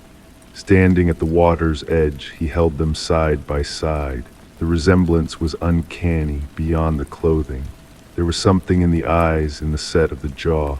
Not a family resemblance. These men were not related by blood, but something else, something intentional. As he stood there, piecing together the fragments of a story that spanned generations, Reed became aware of a figure standing further down the shore. A man in a checkered shirt and suspenders, his hands thrust into his pockets, watching Reed with an intensity that seemed to cut through the morning mist. For a moment, Reed thought it was Michael Callahan found at last, but as he took a step forward, the figure turned and walked away, disappearing into the trees that lined the reservoir. Reed followed, his pace quickening as he entered the wooded area.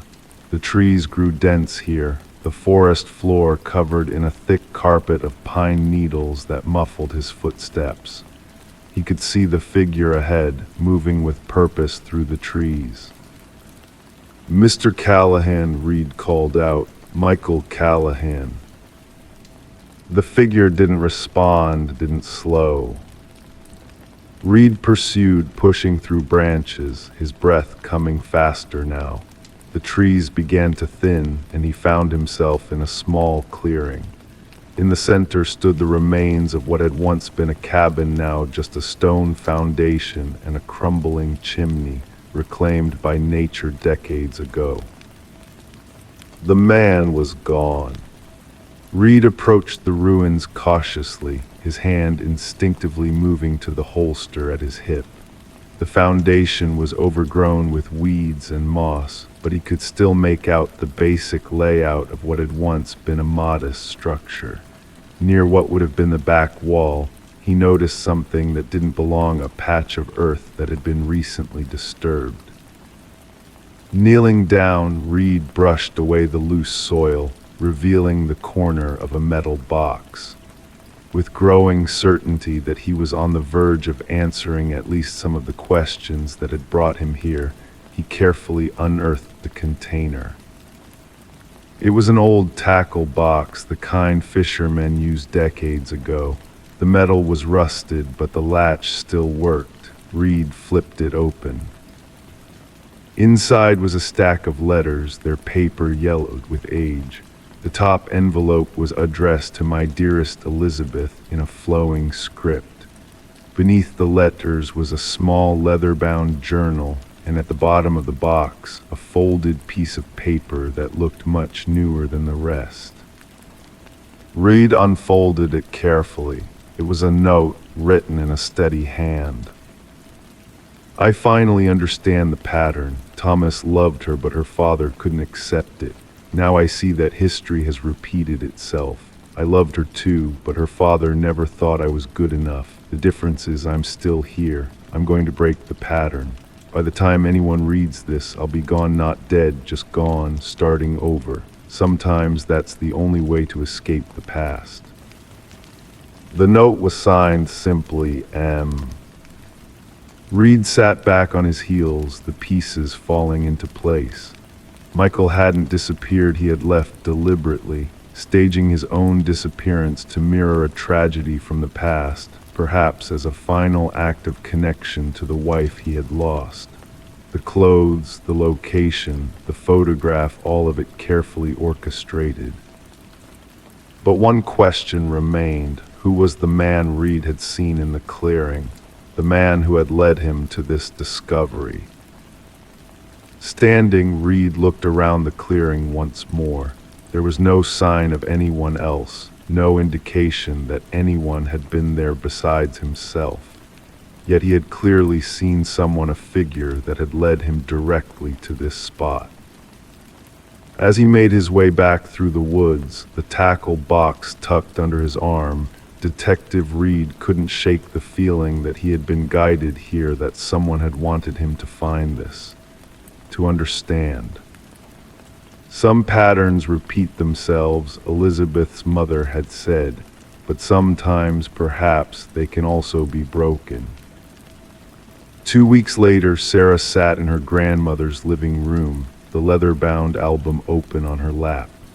The page with Thomas Elliott's photograph was now empty. The detective had kept it as evidence, though he had explained that there would likely be no charges filed.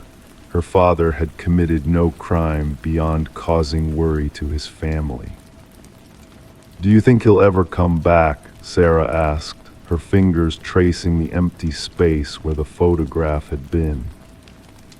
Her grandmother shook her head slowly. "I don't know. Your father, he loved your mother very deeply. When we lose someone like that, sometimes we lose ourselves too." Sarah nodded, thinking of the note Detective Reed had shown them.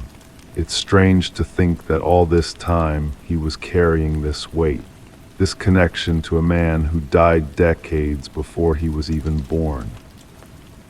"We all carry the past with us," her grandmother said softly, "some more heavily than others." As they sat in companionable silence, Sarah couldn't help but glance out the window at the gathering dusk. In the fading light, she thought she saw a figure standing at the edge of the garden, a man in a checkered shirt and suspenders, his hands thrust into his pockets. But when she blinked, he was gone. Some patterns repeat themselves, but sometimes perhaps they can also fade away like shadows at the coming of night. Yet Sarah couldn't shake the feeling that somewhere in some form the man in the old photo was still watching, still waiting for what she didn't know, perhaps for someone to finally understand the story that had been waiting all these years to be told. A story of love and loss, of patterns repeated and broken, of the past that never truly leaves us. A story that, like the man himself, had been hiding in plain sight all along. Story 10. The new tenants thought it was just peeling wallpaper, but as they stripped it away, the layers beneath told a different story. Scrawled in ink over and over was a name, the same name filling every inch of the wall, written in frantic, uneven script. It wasn't the name of the previous owners. It wasn't in any of the records. But when they searched it online, they found a single result, a missing persons case from decades ago. And the worst part, the woman in the photo looked exactly like the one who had sold them the house. Michael and Sarah Klein never intended to renovate the Victorian-era home immediately. The charming old residence came at a surprisingly reasonable price, and the previous owner, a quiet, elegant woman with silver-streaked dark hair, had seemed eager to sell, mentioning she was relocating across the country. The couple had been drawn to the home's character, its ornate woodwork and high ceilings telling stories of another era. It started with a simple water stain in the master bedroom.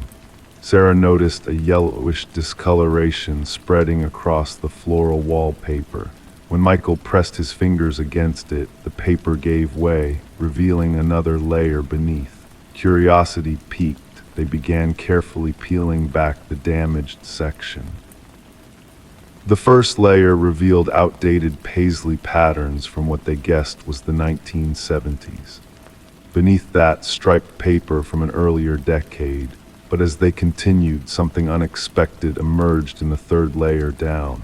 Writing, dark ink against faded beige paper. Not random scribbles, but a name, Elena Winters, written over and over, the handwriting becoming increasingly desperate and erratic across the wall. "Who's Elena Winters?" Sarah whispered, her fingers tracing the manic script. The discovery unsettled them both. That night, Michael sat at their kitchen island, laptop open, searching property records. The house had changed hands several times over the decades. No Elena Winters appeared in any documentation. The woman who sold them the house was listed as Margaret Cavendish. Sarah joined him, coffee mug in hand. Try searching just the name. The internet search yielded sparse results until they found an archived newspaper article, digitized from microfiche.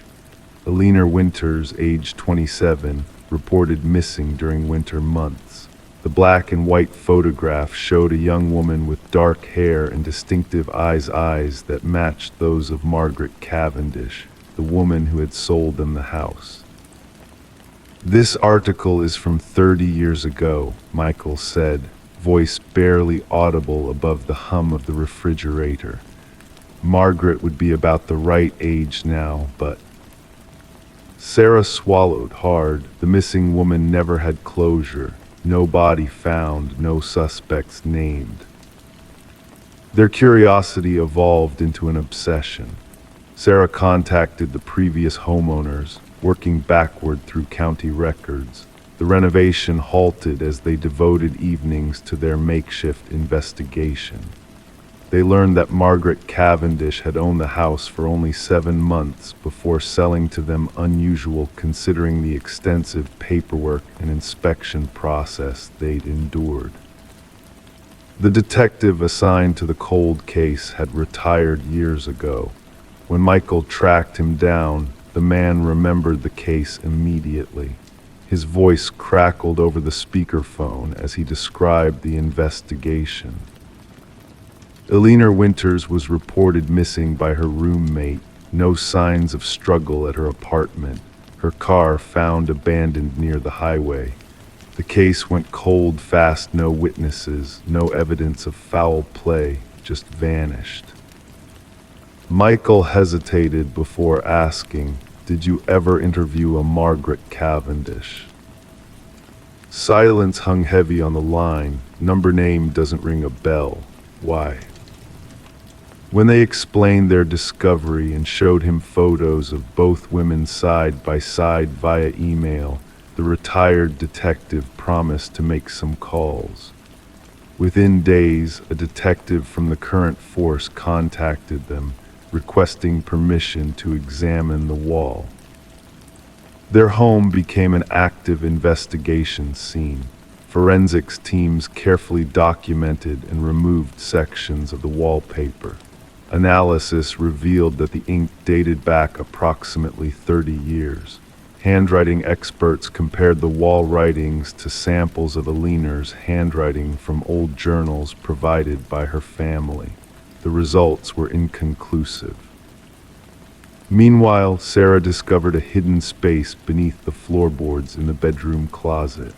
Inside lay a driver's license belonging to Eleanor Winters, alongside several other identification cards bearing different names. All featured the same face with subtle variations: hair color, glasses, expressions. The final ID, Margaret Cavendish, matched their home cellar. When police attempted to locate Margaret using the forwarding address she'd provided, they discovered it non-existent.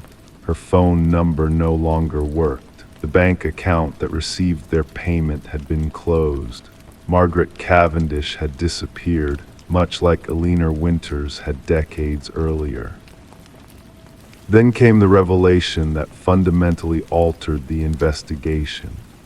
DNA analysis of hair strands recovered from deep within the wall cavity matched Eleanor Winters, but fingerprints lifted from the writing itself matched another profile entirely, one belonging to a psychiatric patient named Rebecca Eldridge, who had been committed to a mental institution shortly after Eleanor's disappearance. Rebecca Eldridge had been diagnosed with severe dissociative identity disorder. She had escaped from the institution multiple times over the years. Her medical records revealed something chilling. One of her documented alternate personalities called herself Eleanor. The investigation uncovered that Rebecca had been Eleanor's childhood friend, obsessed with her to the point of emulation. When Eleanor rejected her increasingly disturbing advances, something in Rebecca fractured. She had taken Eleanor's identity literally and figuratively and created an elaborate web of personalities to maintain the illusion. The scrawled name represented Rebecca's desperate attempt to maintain her grip on reality, to remember who she truly was beneath the assumed identities. The wall had become both confession and prison, a physical manifestation of her fractured psyche. Sarah and Michael watched from their front porch as forensic teams excavated specific sections of their backyard, guided by ground-penetrating radar that had detected anomalies beneath the surface. The cold case had suddenly become very warm. The remains recovered from beneath the garden belonged to Eleanor Winters. Rebecca Eldridge, known to Michael and Sarah as Margaret Cavendish, was eventually apprehended attempting to cross the border with yet another identity. When confronted with evidence, the personality presenting as Margaret collapsed, and another emerged, one who confessed to killing Eleanor in a jealous rage.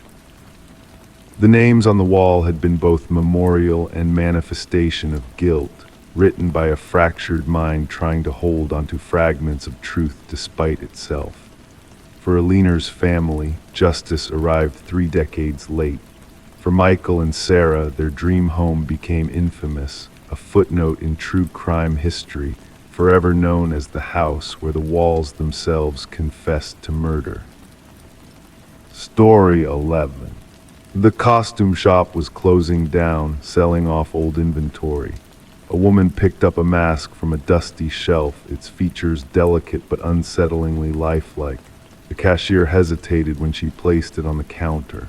"That's not ours," he muttered. Confused, she checked the tag. There wasn't one. Shrugging, she took it home. That night she woke up to a soft sound, a whisper of fabric shifting. The mask was no longer on the dresser where she had left it. It was sitting on her nightstand, facing her.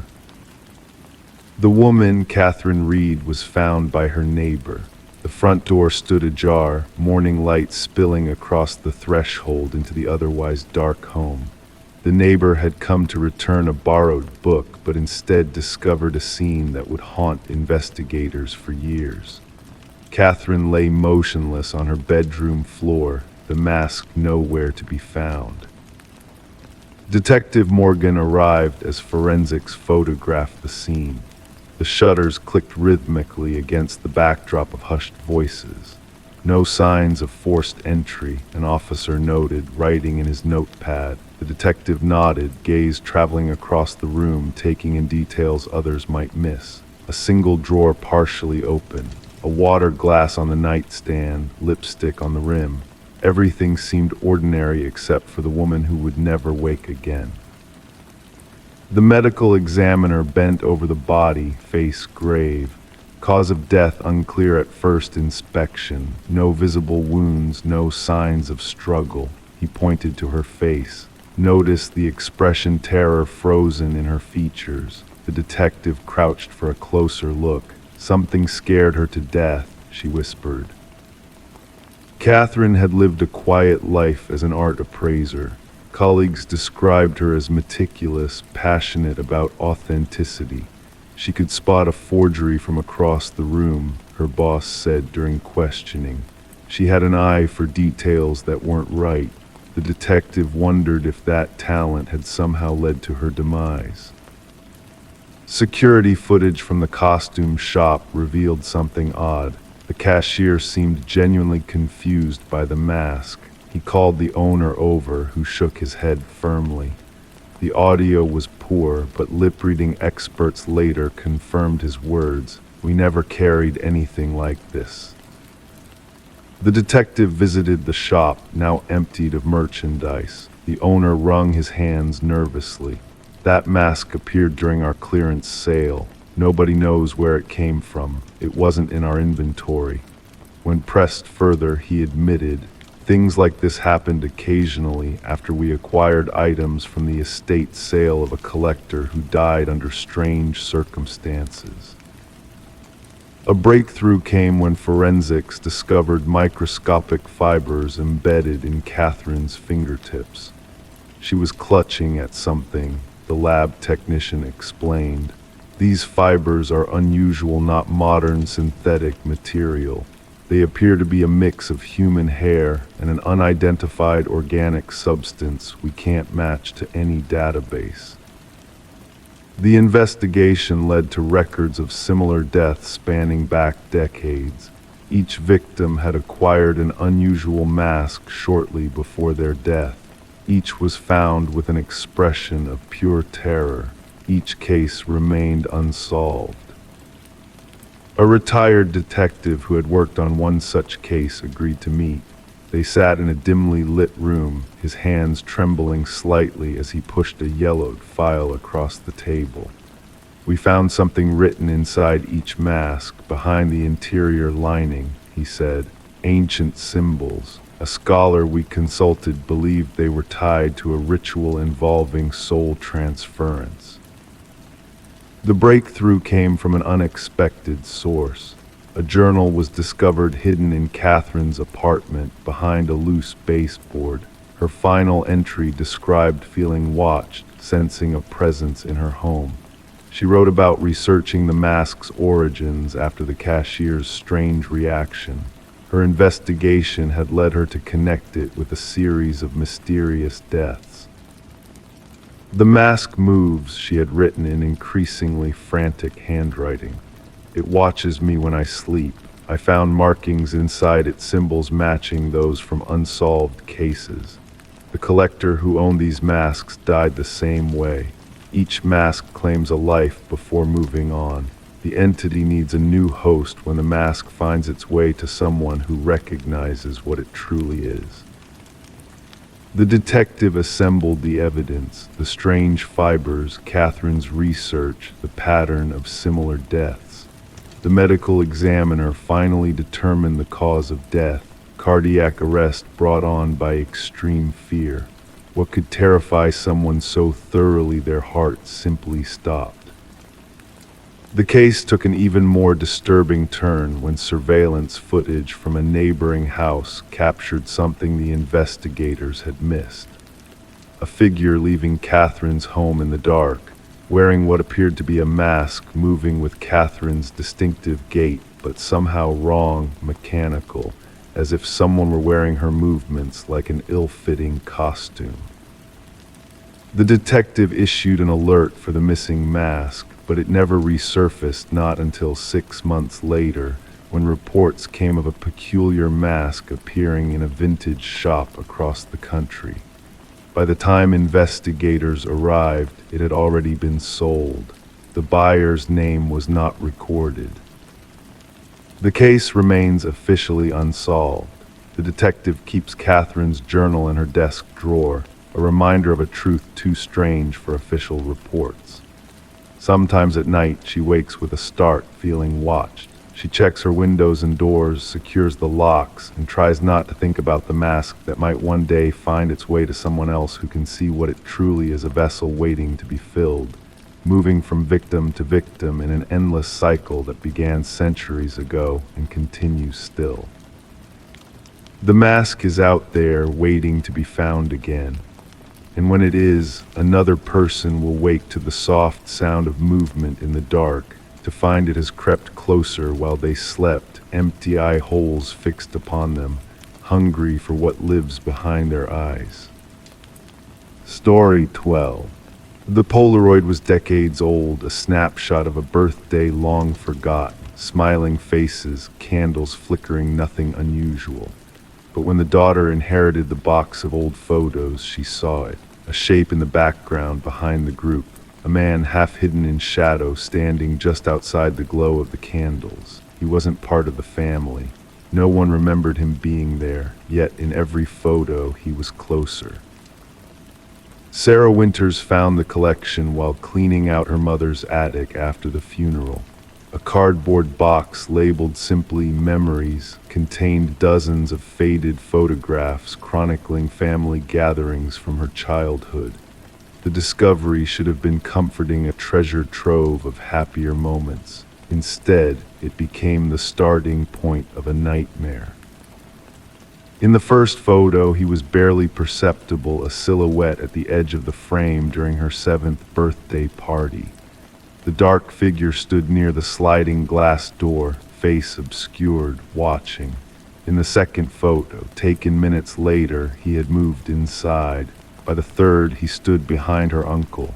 No one in the photos seemed aware of his presence. Sarah called her father, voice trembling as she described the discovery.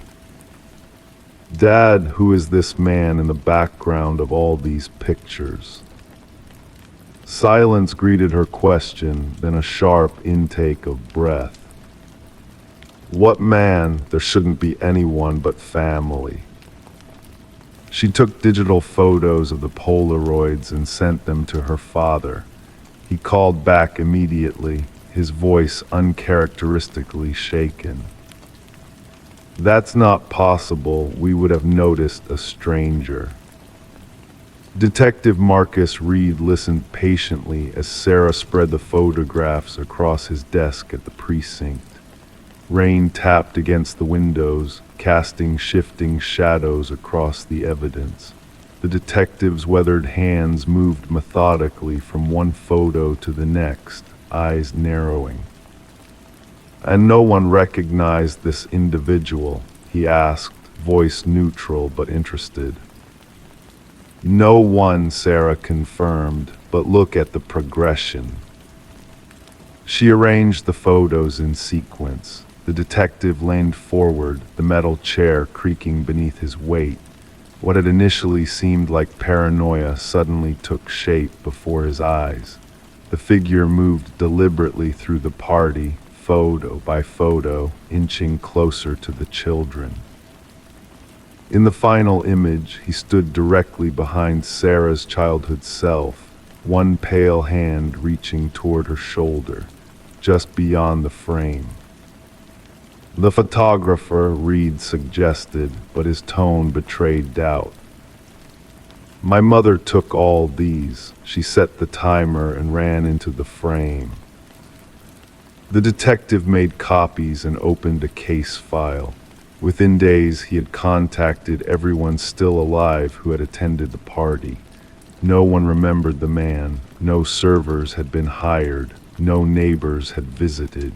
The property had been remote, a countryside rental specifically chosen for privacy.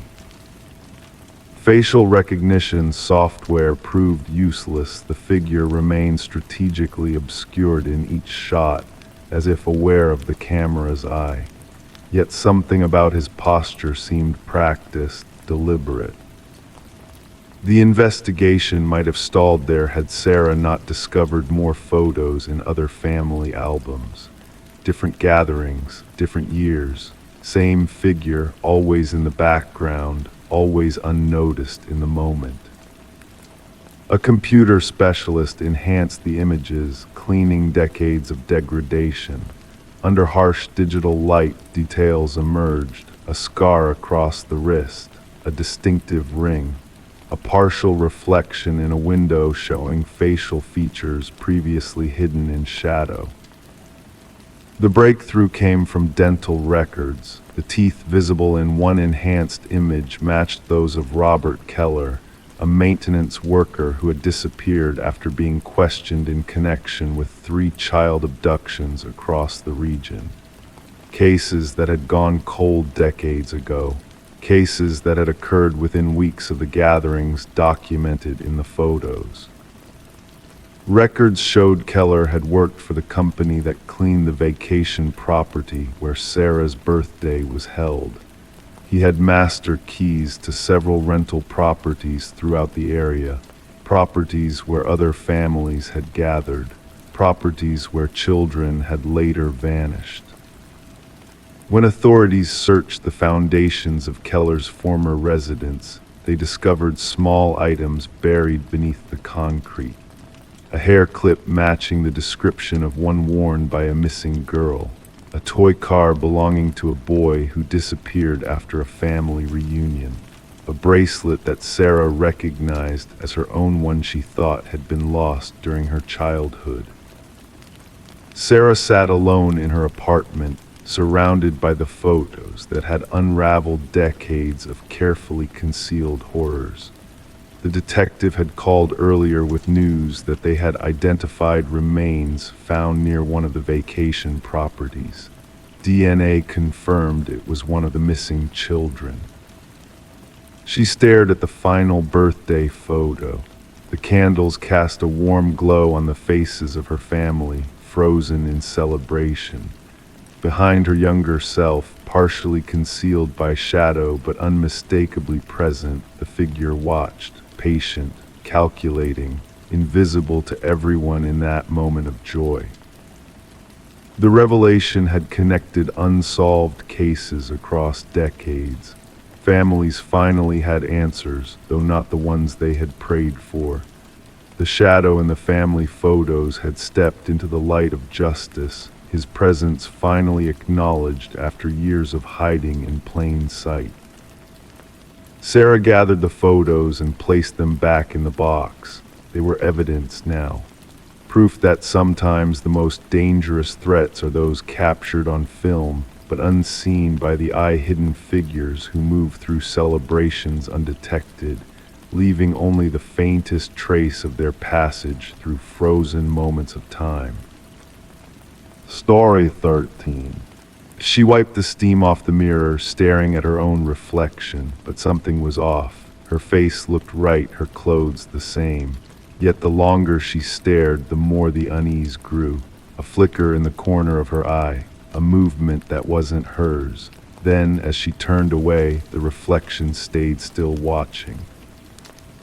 The case of Rebecca Thorne began with that unsettling moment in her bathroom.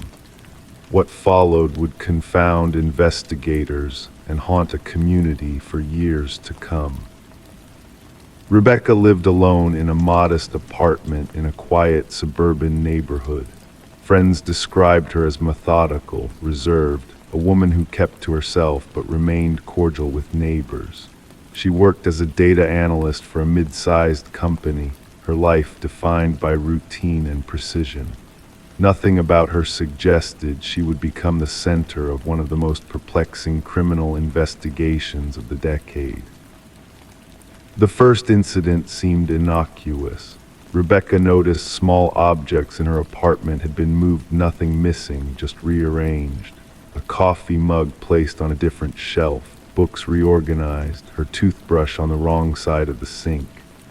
She dismissed these oddities as moments of absent-mindedness, the natural result of working long hours under fluorescent lights, staring at spreadsheets until her vision blurred.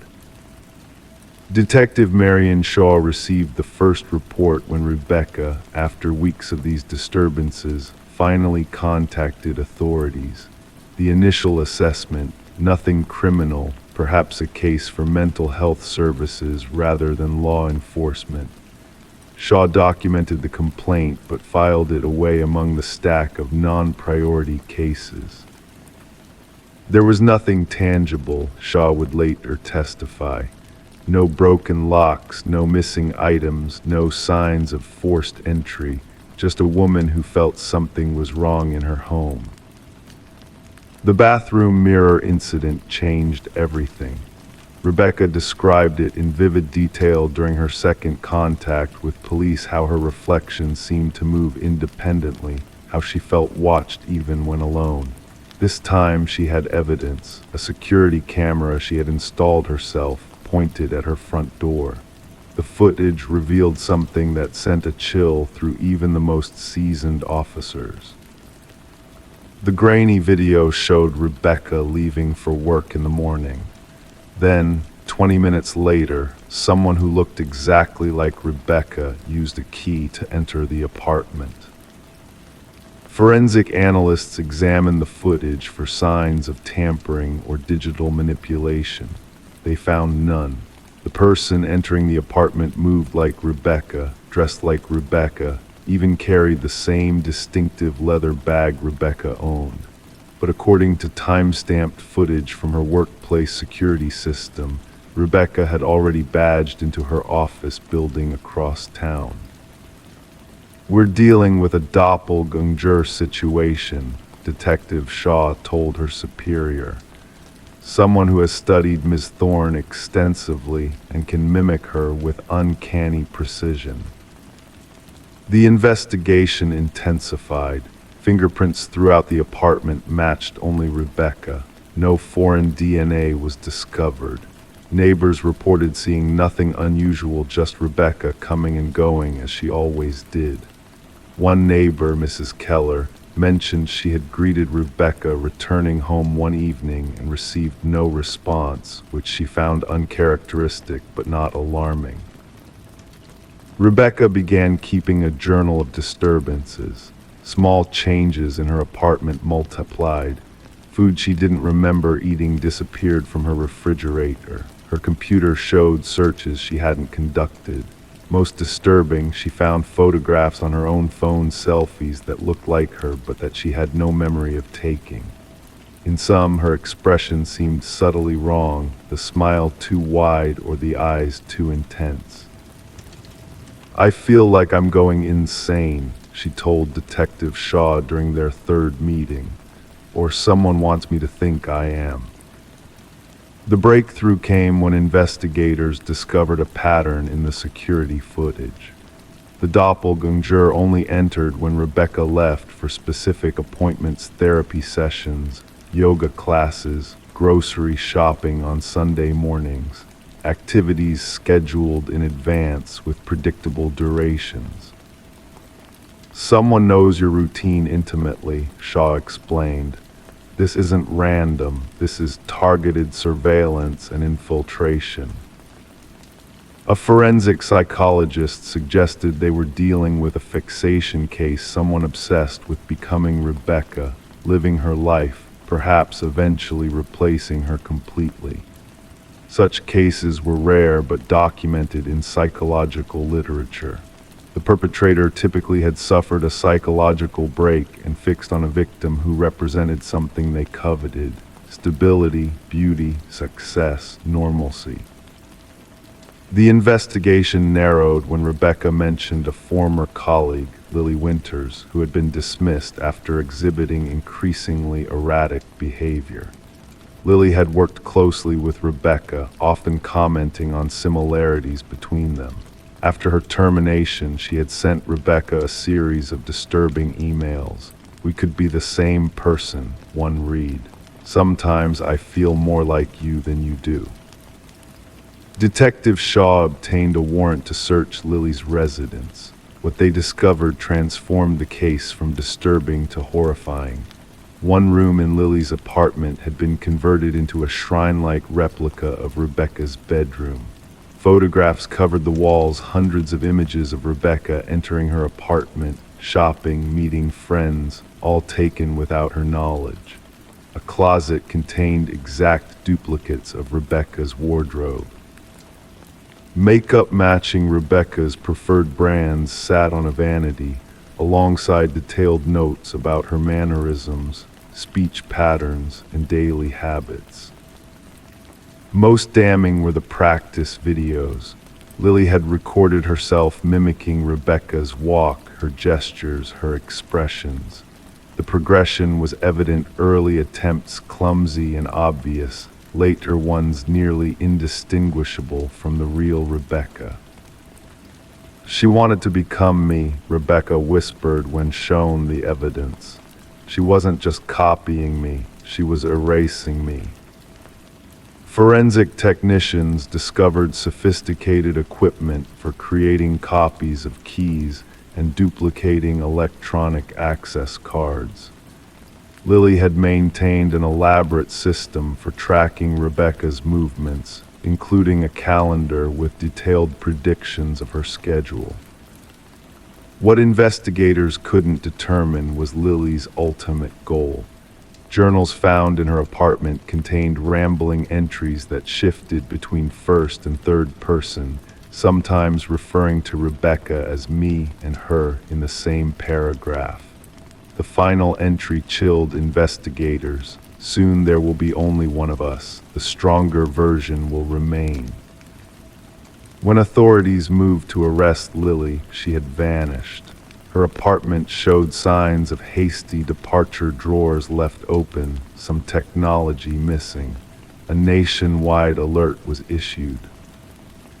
Rebecca entered protective custody, relocated to a secure location with continuous surveillance. For 3 weeks, authorities monitored every location associated with her prior life. Lily never appeared. The case took its final, disturbing turn when a security guard at Rebecca's former workplace reported something unusual. Rebecca had been seen entering the building despite being on leave. Security footage confirmed it. Someone who looked exactly like Rebecca had accessed the building using a valid ID card, proceeded to her former desk, and spent 40 minutes going through her files before leaving. Rebecca, still under protection at a guarded safe house, couldn't have been at the office. The implications became clear. Lily hadn't fled, she had made her move. She was now living as Rebecca, stepping into her life while the real Rebecca remained in hiding. The case remains officially open. Lily Winters has never been apprehended. Rebecca Thorne never returned to her former life, instead creating a new identity in an undisclosed location. Detective Shaw keeps a photograph on her desk, two women who look remarkably similar. One is Rebecca Thorne, the other is Lily Winters. Sometimes she studies their faces, looking for the differences, the tells that would distinguish one from the other. The truly terrifying part, Shaw often tells new detectives on the force, isn't that someone could look like you or sound like you. It's that they could want to become you so badly that they erase themselves in the process. Identity isn't just what we show the world, it's what we guard most carefully. And sometimes we don't realize its value until someone tries to steal it. Story 14. The old library was set to be demolished. The workers were nearly done when one of them stumbled upon a hidden latch in the bookshelf. With a soft click, the entire case swung open, revealing a narrow passage leading to a hidden room. The air inside was thick, untouched for decades. There was no furniture, just a chair in the center, bolted to the floor. And on the wall, scratched over and over, the same phrase repeated, "I am still here." The construction foreman radioed for the police. What began as a routine demolition quickly transformed into something far more sinister. The responding detective, Morgan Walsh, had seen his share of unusual crime scenes during his 20 years on the force, but nothing quite like this. He stood in the doorway, flashlight beam cutting through the darkness, illuminating the disturbing message that covered the walls. "Secure the scene," Walsh instructed the officers, his voice echoing in the confined space. "No one touches anything until forensics arrives." The history of the building painted an intriguing background. The library had been privately owned by the Harrington family, prominent figures in the community who had donated the building to the public after the unexplained disappearance of their daughter, Rebecca. She had vanished during her final year of college, leaving behind no trace except her abandoned car found near the woods. The case had gone cold despite extensive searches and interviews. The prevailing theory suggested she had run away to start a new life, though her family never accepted this explanation. They had insisted something more sinister had occurred.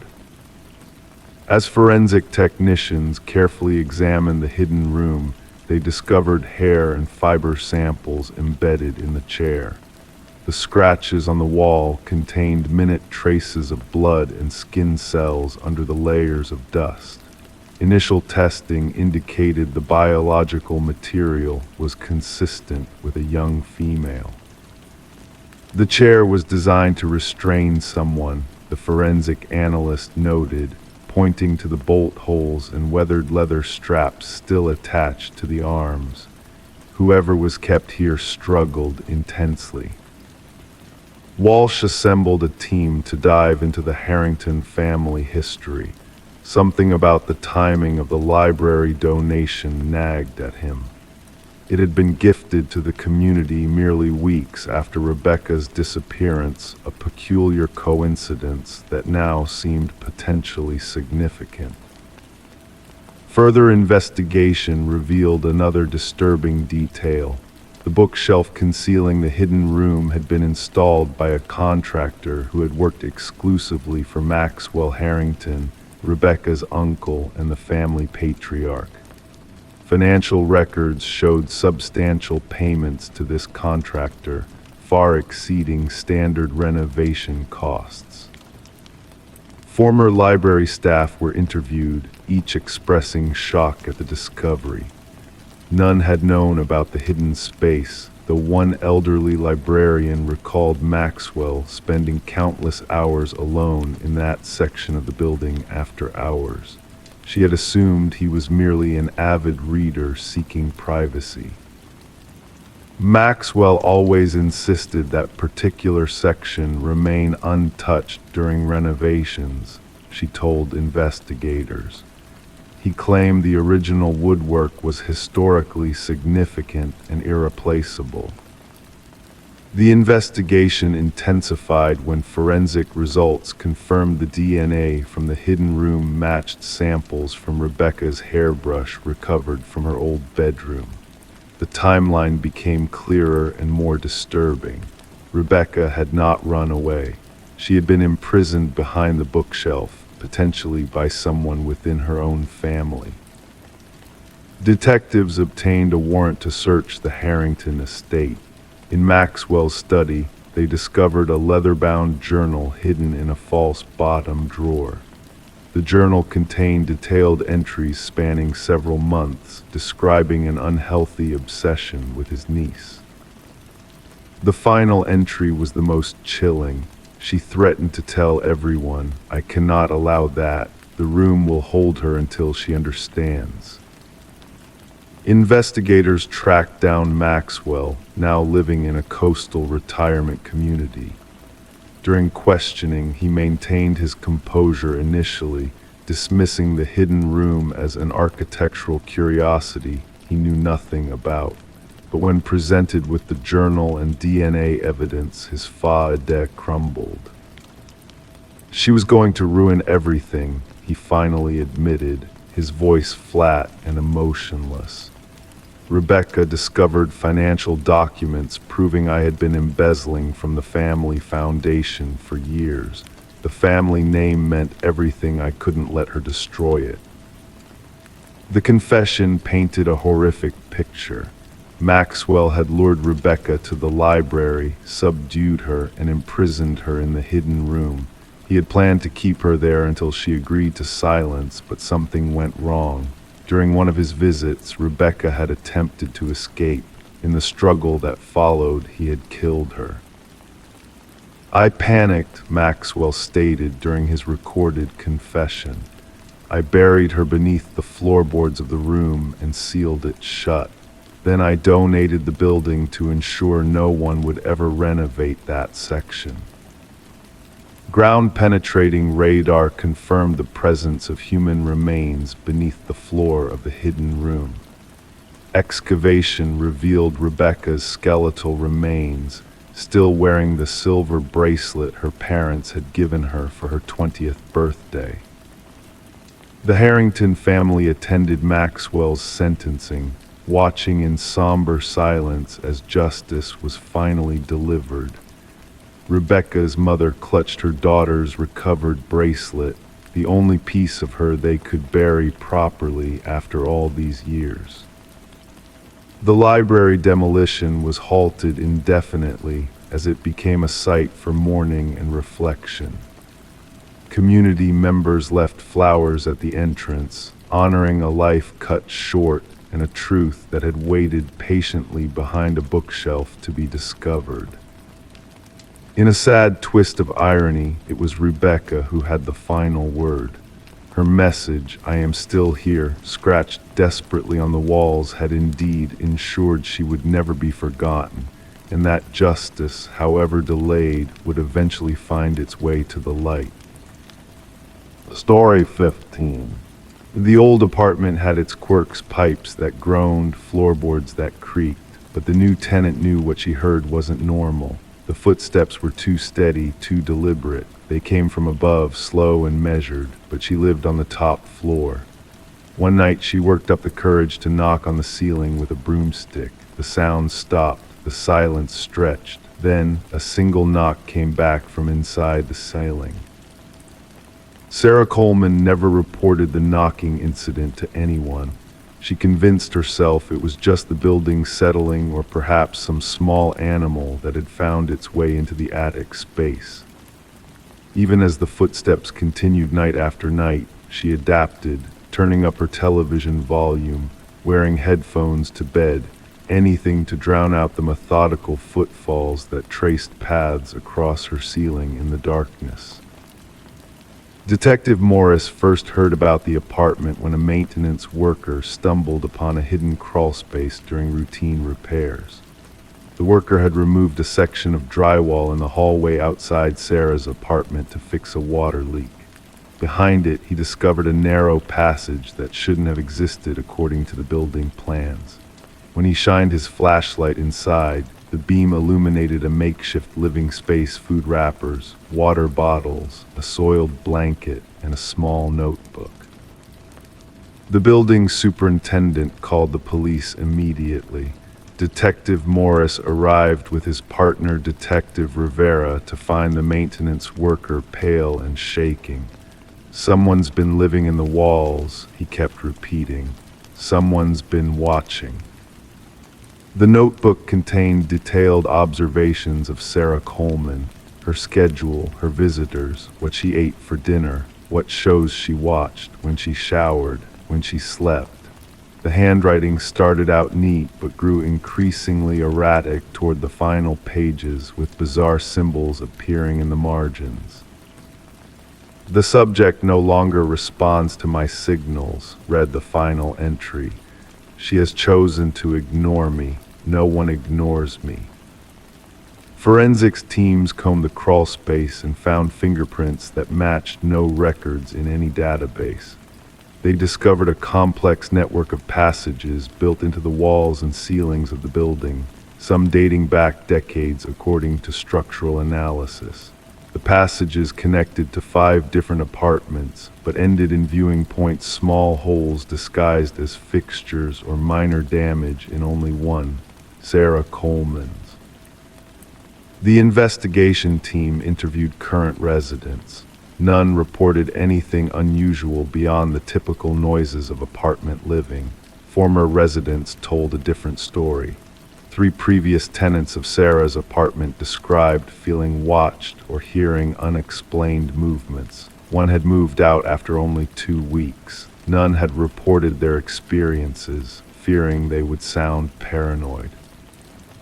The break in the case came when forensics discovered microscopic blood spatter in one of the crawl spaces. DNA testing matched it to Martin Weaver, a former resident who had disappeared without explanation 4 years earlier. His family had filed a missing persons report, but the case had gone cold. He had lived in the apartment directly below Sarah's.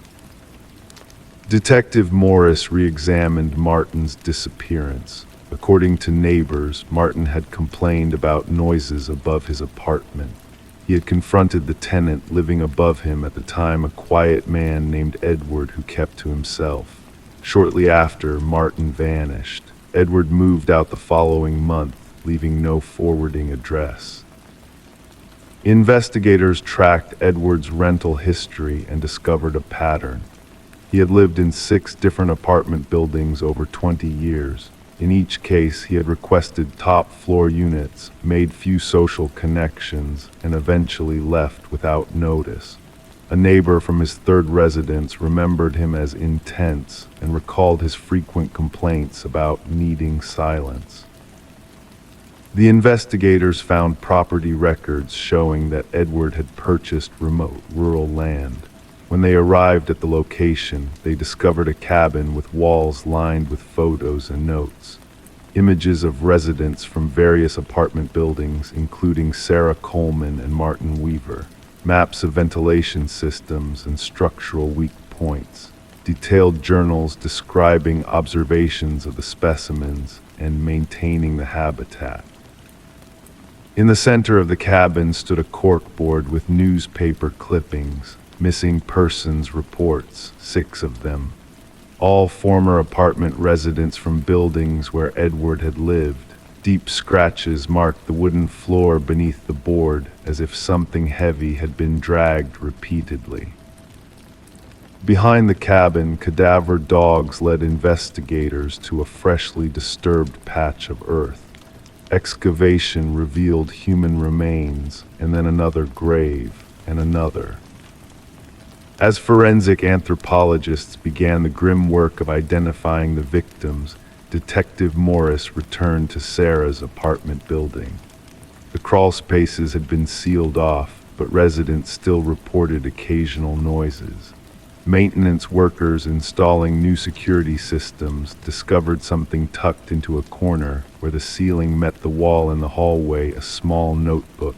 newer than the first one found. The first page contained only one line: "They found my old nest, but not my new one."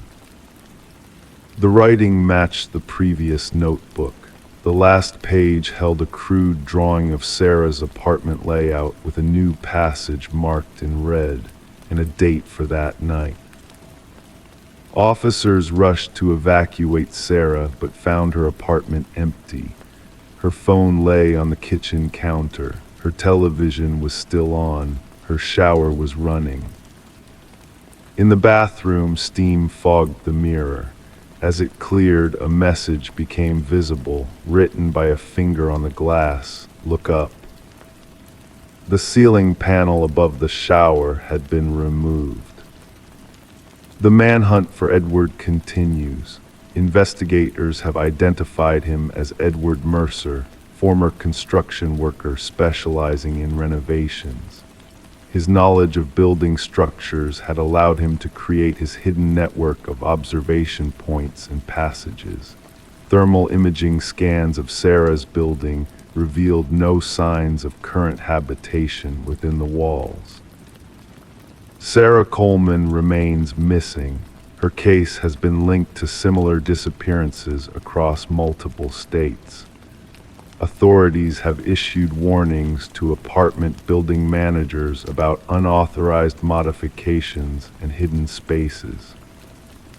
The image that haunts Detective Morris most is not the graves or the journals or even the photos of unsuspecting residents. It's the thought of Sarah, night after night, hearing those footsteps above her in an apartment with no upstairs neighbor. The footsteps that stopped when she knocked and then knocked back. Sometimes at night, alone in his own home, Detective Morris finds himself looking up at his ceiling, listening, waiting, and wondering who else might be listening too. Story 16. They found it in the attic, hidden beneath a tattered blanket, a porcelain doll, delicate and old, its painted blue eyes wide and unblinking. Neither of them had ever seen it before. They laughed it off, just another forgotten antique. But that night, as they settled into bed, something felt off. The air was heavier, the silence stretched, and in the morning the doll wasn't in the attic anymore. It was sitting at the foot of their bed. The young couple, Sarah and Michael, had purchased the Victorian house at auction, enchanted by its ornate woodwork and mysterious charm despite rumors about its troubled past. They were drawn to the history embedded in its walls, not knowing they would soon become part of it. Detective Rachel Winters received the call on a crisp autumn morning. The female victim had been found in the master bedroom, her body arranged in an unnatural pose, arms and legs bent at precise angles. Her eyes were open wide, a look of terror frozen on her face. The male victim was discovered in the hallway as if he had been trying to escape. The scene was immaculate, no signs of forced entry, no evidence of a struggle beyond the final moments. The positioning is deliberate, Detective Winters noted, speaking quietly into her recorder as crime scene photographers captured every detail. The female victim appears posed, like a doll removed from a display case. The investigation began with thorough interviews of neighbors. One elderly woman recalled seeing a shadow moving behind an upstairs window when the couple should have been at work. Another mentioned hearing what sounded like a child's laughter coming from the empty house during the night. Each account added another layer of unease to the growing case file. The forensic team uncovered microscopic fibers throughout the house, vintage cotton and silk, consistent with materials used in antique doll clothing, most concentrated around the victims' bodies and the attic space. More disturbing was what they didn't find. No fingerprints besides the victims, no DNA from any intruder, no footprints in the dust that shouldn't have been there. It's as if whoever did this was never physically present, the lead forensic analyst remarked. The investigation turned to the history of the property. Records revealed a pattern: 3 previous owners over 6 decades had died under mysterious circumstances. Each case remained unsolved, with files noting strange inconsistencies. One family reported finding antique toys in rooms they had just cleaned. Another documented hearing footsteps when no one else was home. Detective Winters discovered a newspaper clipping from decades earlier. A renowned doll maker had once lived in the house with his daughter. The child had died under suspicious circumstances, and the father was questioned but never charged. Before taking his own life, he had completed one final doll said to be a perfect replica of his daughter.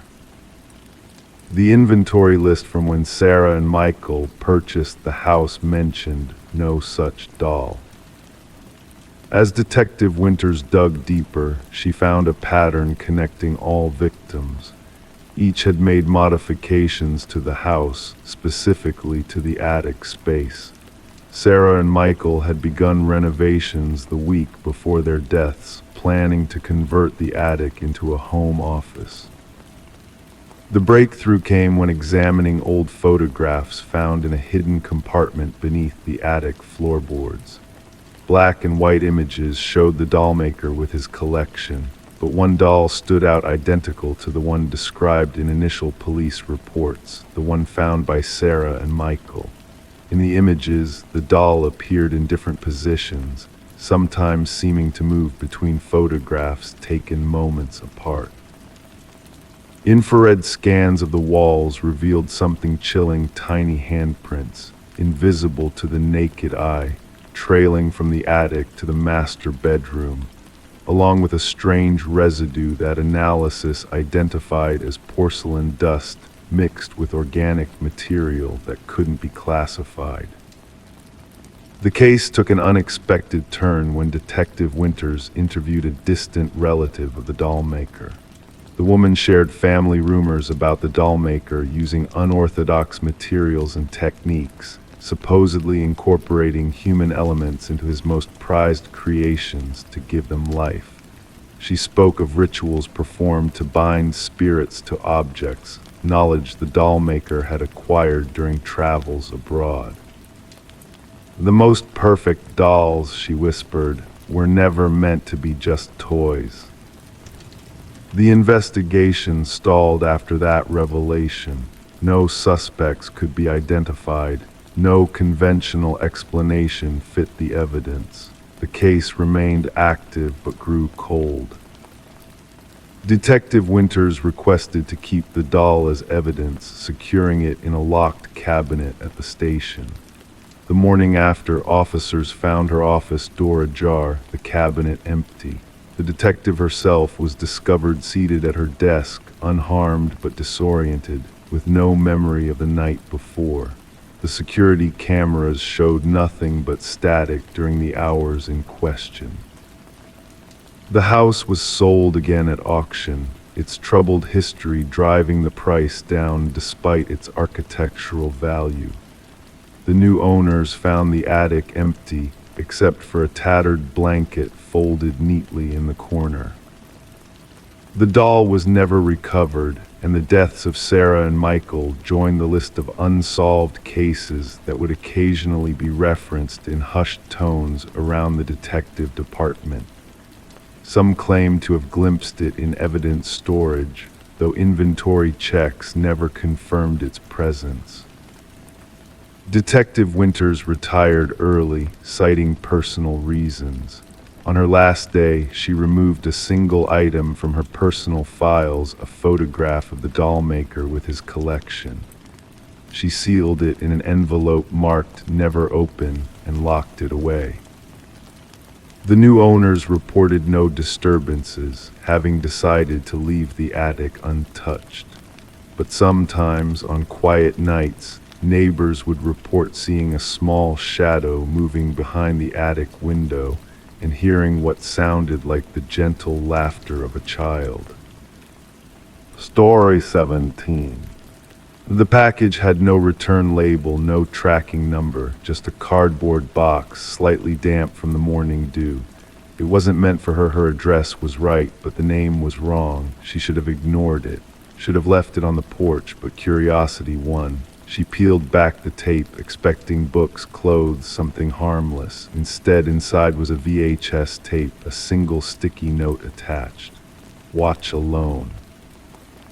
Sarah Miller stared at the black plastic rectangle resting in her palms. The weight felt wrong, somehow heavier than it should be, as if bearing the gravity of something forbidden. Her fingers traced the worn edges of the tape, feeling the small imperfections in the plastic casing. The handwritten note bore the pressure marks of someone who pushed the pen too hard against paper, urgency in every stroke. The suburban neighborhood around her continued its mundane symphony, a dog barking in the distance, children playing somewhere beyond her fence, the mechanical hum of a lawnmower cutting through the morning air. Normal life carried on, unaware of what had just been delivered. Sarah brought the package inside, setting it on her kitchen counter while doubt crept into her mind. The name on the box, Daniel Whitaker, meant nothing to her. She had lived in the house for nearly 4 years and never received mail for anyone by that name.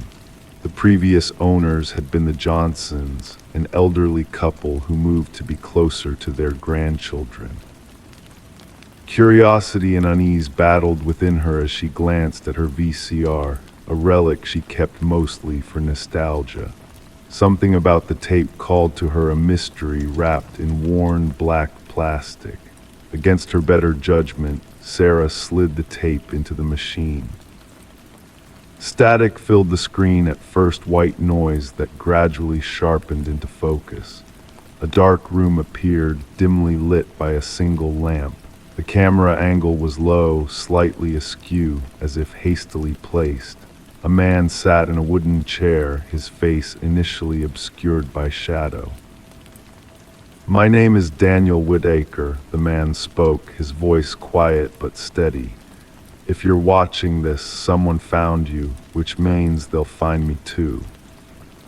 He leaned forward, revealing a face marked by sleepless nights and constant vigilance, deep-set eyes, several days of stubble, hair disheveled.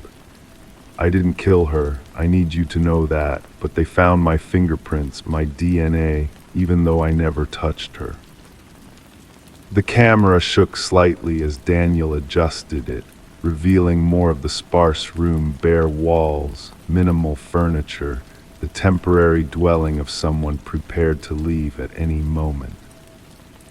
"They planted everything. The police report will say I knew her, that we argued, that witnesses heard us fighting. None of it's true. I never met Catherine Walsh until I saw her face on the news." His voice cracked slightly. "Dead, murdered in her home, and somehow my DNA was all over the crime scene." Detective Eliza Ramirez studied the identical VHS tape on her desk, the fifth one to surface. 5 tapes, 5 different recipients, all with the same desperate message from Daniel Whitaker, a man officially listed as the primary suspect in Catherine Walsh's murder. A man who had vanished without a trace the day her body was discovered. The Walsh case had been straightforward at first. Young professional woman found strangled in her bedroom. No forced entry, signs of a struggle. DNA evidence pointing clearly to Whitaker, whose fingerprints were already in the system from a minor offense years earlier. Neighbors reported seeing a man matching his description near her home several times in the weeks before. Cell phone records placed him in the vicinity on the night of the murder. Open and shut until the tapes started appearing. "The tapes complicate things," Detective Ramirez spoke into her recorder as she updated her case notes. "Whitaker is either executing an elaborate misdirection or exposing something much darker." She reviewed her evidence board photos of Catherine Walsh smiling at a company event, The crime scene photos too disturbing to dwell on, maps showing the locations where the packages had been delivered, and in the center, Daniel Whitaker's driver's license photo. His eyes seemed to follow her, pleading. The investigation took an unexpected turn when Ramirez discovered Catherine Walsh had been involved in a whistleblower case against her employer, Pharmacorp, a powerful pharmaceutical company with government contracts. Walsh had discovered irregularities in their clinical trial data, evidence that they had covered up serious side effects in a new drug rushing to market. She was going to testify, a former colleague whispered to Ramirez during an interview, constantly glancing toward the door. Catherine had documents, proof that executives knew about the problems and buried them. The trial was next week. The detective began noticing strange inconsistencies. The DNA evidence was almost too perfect, found in locations that made little logical sense for the crime. The witness testimonies about Whitaker seemed rehearsed, with identical phrasing across different statements. And most disturbing, security footage from nearby buildings mysteriously corrupted for the exact window of time surrounding the murder. Sarah Miller received a second package 3 days after the tape. This one contained documents, clinical trial reports, internal memos, email printouts, all from Pharmacorp, all bearing Catherine Walsh's digital signature, all proving she had been right. The investigation shifted. Detective Ramirez connected with recipients of the other tapes, piecing together Whitaker's breadcrumb trail. He had worked IT security for a contractor that serviced Pharmacorp systems. He had never met Catherine, but he had seen her name flagged in an unusual security protocol he wasn't meant to access. They were monitoring her, Whitaker explained in a second tape that surfaced. I saw the surveillance orders in the system. They knew she was gathering evidence, and then I found myself locked out of the network. The next day she was dead, and somehow I became the killer. The case broke when Sarah Miller noticed something on her copy of the tape that others had missed. A reflection in a window behind Whitaker showed a row of storage units.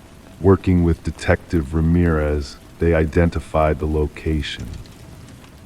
Inside Unit 217, they found everything. Daniel Whitaker's journal documenting the conspiracy, the original files Catherine had collected, and most damning, detailed plans for framing Whitaker, written in the handwriting of Pharmacorp's head of security, a former police detective with access to evidence collection protocols. Justice arrived not in a dramatic arrest, but through the steady accumulation of evidence that could not be denied. 3 executives were indicted. The head of security confessed, accepting a deal to testify against his employers. The drug was pulled from market consideration. Daniel Whitaker emerged from hiding, gaunt and changed by his time as a fugitive. The charges against him were dropped, but the experience had marked him permanently. Sarah Miller met him once when he came to retrieve his tape. They spoke briefly on her porch, the same spot where his package had first arrived. "Why me?" she asked. "Why send it to my address?" He looked at her with tired eyes. "The algorithm chose you. I needed people with no connection to me or Catherine, people they wouldn't be watching. People who might still trust their own judgment when the news said I was guilty." The former suspect and the accidental witness stood in silence, contemplating how thin the line between justice and manufactured truth could be.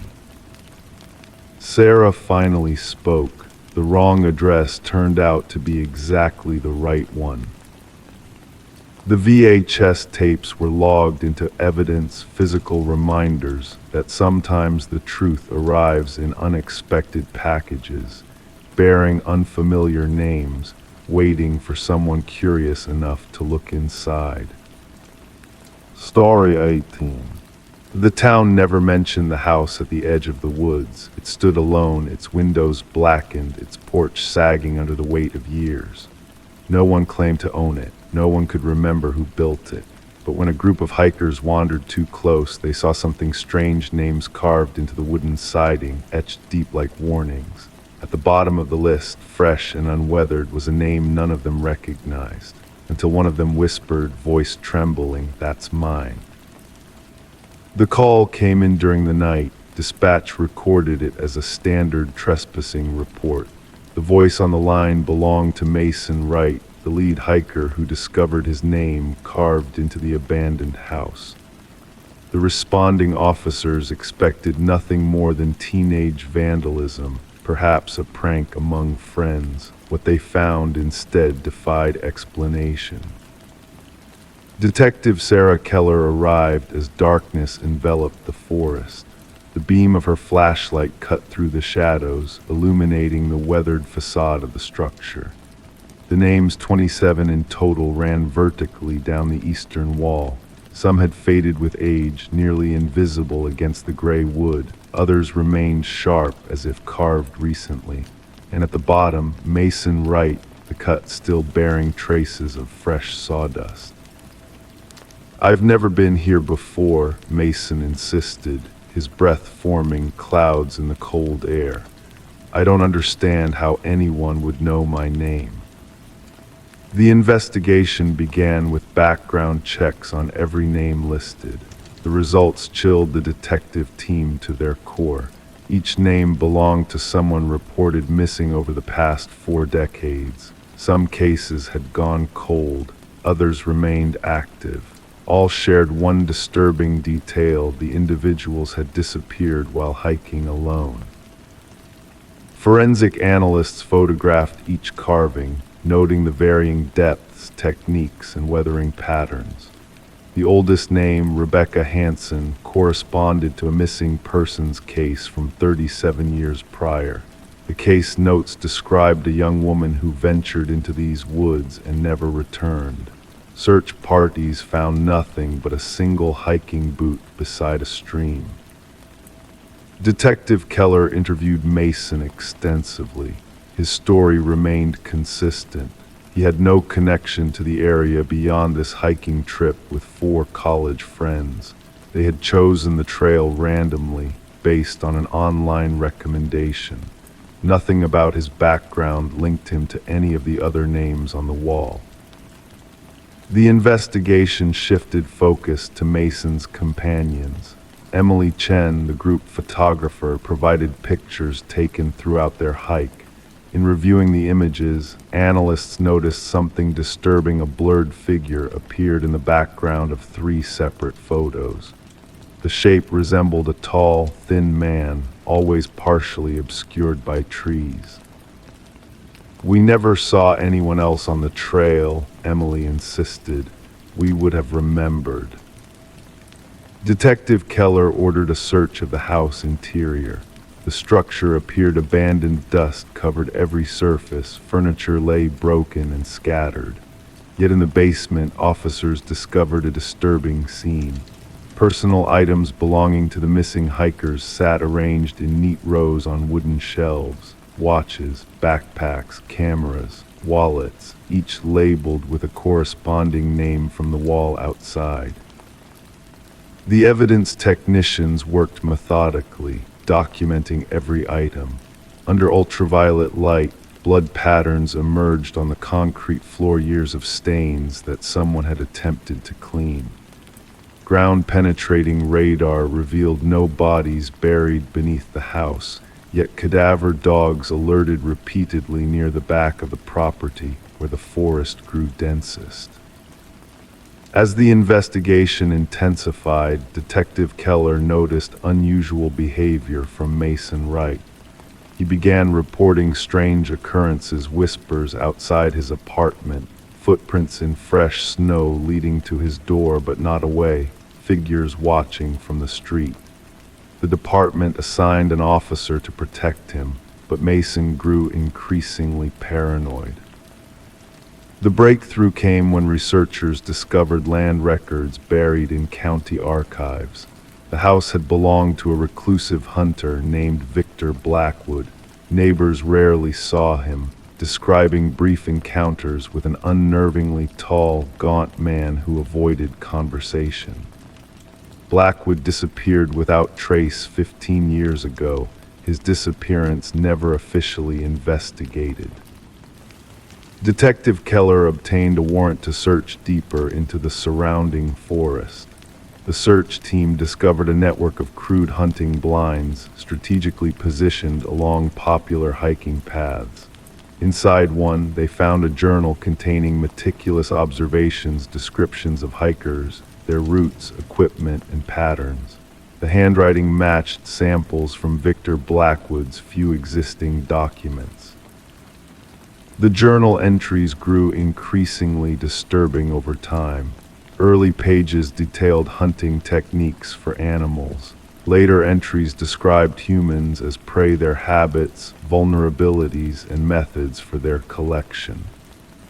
The final pages contained detailed accounts of stalking each victim on the wall, including elaborate descriptions of how he selected his targets. The manhunt for Blackwood mobilized across multiple jurisdictions. Helicopters equipped with thermal imaging scanned the forest. Tactical teams methodically searched every cave and ravine, yet no trace of the suspect emerged. Mason Wright stopped answering his phone. Officers dispatched to his apartment found the door unlocked, the rooms empty. On his bedroom wall, freshly carved, was a single line: "The hunter becomes the hunted." The search for Mason continued for weeks without success. Then, during a secondary sweep of Blackwood's house, forensic technicians made a horrifying discovery. Hidden behind a false wall in the basement, they found a small workshop containing woodworking tools, jars of wood preservatives, and a freshly carved piece of wood bearing a new name not yet mounted to the exterior wall. Detective Keller recognized the name instantly. It belonged to the lead forensic technician who had processed the house during the initial investigation. The technician had called in sick that morning and couldn't be reached by phone. Authorities established a continuous surveillance perimeter around the house. Camera systems recorded every approach. Motion sensors monitored for intrusions. The trap was set. 3 nights later, sensors triggered an alert. Security footage captured a figure emerging from the forest, impossibly tall and thin, moving with unnatural grace. The figure approached the house directly, seemingly unconcerned about the surveillance. As tactical teams closed in, the cameras briefly lost connection. When the system recovered, the figure had vanished. The house remains under constant surveillance today. Mason Wright and the forensic technician were never found. The investigation continues, with new resources allocated as similar disappearances are reported in other forested regions. The names on the wall have become legendary among criminal investigators. Some officers refuse to speak them aloud, others avoid the case entirely. And local hikers now give the house a wide berth, afraid that speaking of it might somehow add their names to that terrible list, the names no one speaks. Story 19. The realtor's listing mentioned no basement. The blueprints showed no record of it. And yet when the family pulled up the old carpet, they found a door hidden underneath. A heavy, rusted handle. It took 3 of them to pry it open. Stale air rushed up to greet them, thick with the scent of damp earth. Steps led downward into darkness. They expected storage. Instead, they found a chair, a single light bulb swaying above it. and on the wall behind, a row of photographs of them. Pictures taken from inside their own home. The Mercer family had moved into the suburban property during winter, when darkness fell early and the neighborhood trees stood bare against the cold sky. The two-story structure with its faded siding and creaking floors had character, they'd told themselves, character and history. What they hadn't anticipated was exactly how much history the house contained, or how violently it would intersect with their present. Detective Sarah Connors arrived at the property with her partner, the crime scene unit already securing the perimeter with yellow tape that fluttered in the wind. The call had come in from Mrs. Mercer, her voice trembling as she described what they'd found beneath their living room floor. "We need to document everything before anyone else goes down there," Connors instructed, pulling latex gloves over her hands with practiced precision. The camera flashes illuminated the stairwell in bursts as the forensic team captured the scene. The wooden steps groaned under their weight. The basement itself was small, roughly the size of a standard bedroom, with concrete walls painted a flat gray. The single chair sat bolted to the floor in the center of the space. Above it, the bare bulb cast harsh shadows across the room, spinning slowly from an invisible draft. But it was the wall of photographs that commanded attention, 37 images in total, meticulously arranged in chronological order. These date back nearly 4 weeks, Connor's partner noted, examining the timestamps written on the backs of the prints. "Look at this one, Mrs. Mercer asleep on the couch, Mr. Mercer at the kitchen table, the kids in their bedrooms." The investigation revealed no signs of forced entry, no broken windows or picked locks. The security system had never triggered. Nothing had been stolen. Only privacy had been taken, along with any sense of safety the family might have felt. Forensics found multiple fingerprints throughout the basement space, most belonging to previous owners of the property. Records showed the house had changed hands 6 times in the past decade, each family staying less than a year before selling at increasingly lower prices. None had mentioned discovering a basement. "We need to talk to every previous owner," Connors directed, flipping through her notepad. The case grew more disturbing as they traced the history backward. The property records showed inconsistencies, blueprints altered between sales, permits filed then withdrawn, inspection reports with entire sections redacted. The breakthrough came when they interviewed the contractor who had renovated the house 7 years prior. His face drained of color when shown photos of the basement. "That room doesn't exist," he insisted, his hands trembling. "I gutted that place down to the foundation. There was no basement, no door, nothing under the living room except dirt and concrete." Digital forensics extracted data from the memory card found hidden inside the light fixture. Hundreds more images populated their evidence boards, not just of the Mercers, but of previous families. Children sleeping, parents arguing, intimate moments, mundane routines, all captured by someone who should not have been there. The case took an even darker turn when audio files were recovered from a weatherproof box buried in the corner of the basement. Voice recordings of conversations held in the master bedroom, the kitchen, the living room.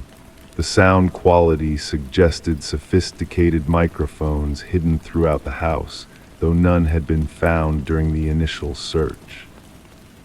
"We need to tear out every wall," Connors ordered, her voice tight with urgency. "Check inside the air vents, light fixtures, electrical outlets. Whoever did this has been watching these families for years." Behind the wall of photographs, investigators discovered a narrow passage leading to a small monitoring station. A desk, a chair, a laptop connected to a series of wireless cameras, and a journal, its pages filled with meticulous observations about each family that had lived in the house, their habits, their schedules, their arguments, their vulnerabilities. The handwriting matched samples from the property's original builder, a man named Edward Kelvin. Records indicated he had died during construction of the house, a detail that became increasingly suspect as the investigation progressed. No death certificate had ever been filed, no funeral arrangements made. Edward Kelvin had simply vanished from public records. The final entries in the journal became increasingly erratic. Phrases like "they never look down" and "they never see me" appeared repeatedly. The last page contained a single sentence: "The next family arrives tomorrow." Fingerprint analysis confirmed what detectives had begun to suspect. Edward Kelvin had never left the house he built. He had simply retreated into its hidden spaces, creating a labyrinth of observation points from which he could watch the families who believed they lived alone. The manhunt lasted 3 days. They found him curled inside a crawl space between the second-floor bedrooms, his body thin and wiry, adapted to moving through the narrow passages he had built within the walls. His eyes blinked against the flashlight beams, unaccustomed to direct light. During questioning, Kelvin spoke of the families as if they were characters in his private theater. He described watching them with the clinical detachment of a scientist observing specimens. He had never touched them, never stolen from them, never directly interfered with their lives. He had only watched, recorded, documented. "They invited me in," he told investigators, his voice soft and reasonable. "They signed the papers, they became mine." The psychological evaluation determined Kelvin suffered from severe delusions, believing himself to be a guardian of the house rather than an intruder. The families were merely temporary guests in what he considered his permanent home. The Mercer family never returned to the property. Like those before them, they abandoned their belongings, taking only what they could carry in suitcases.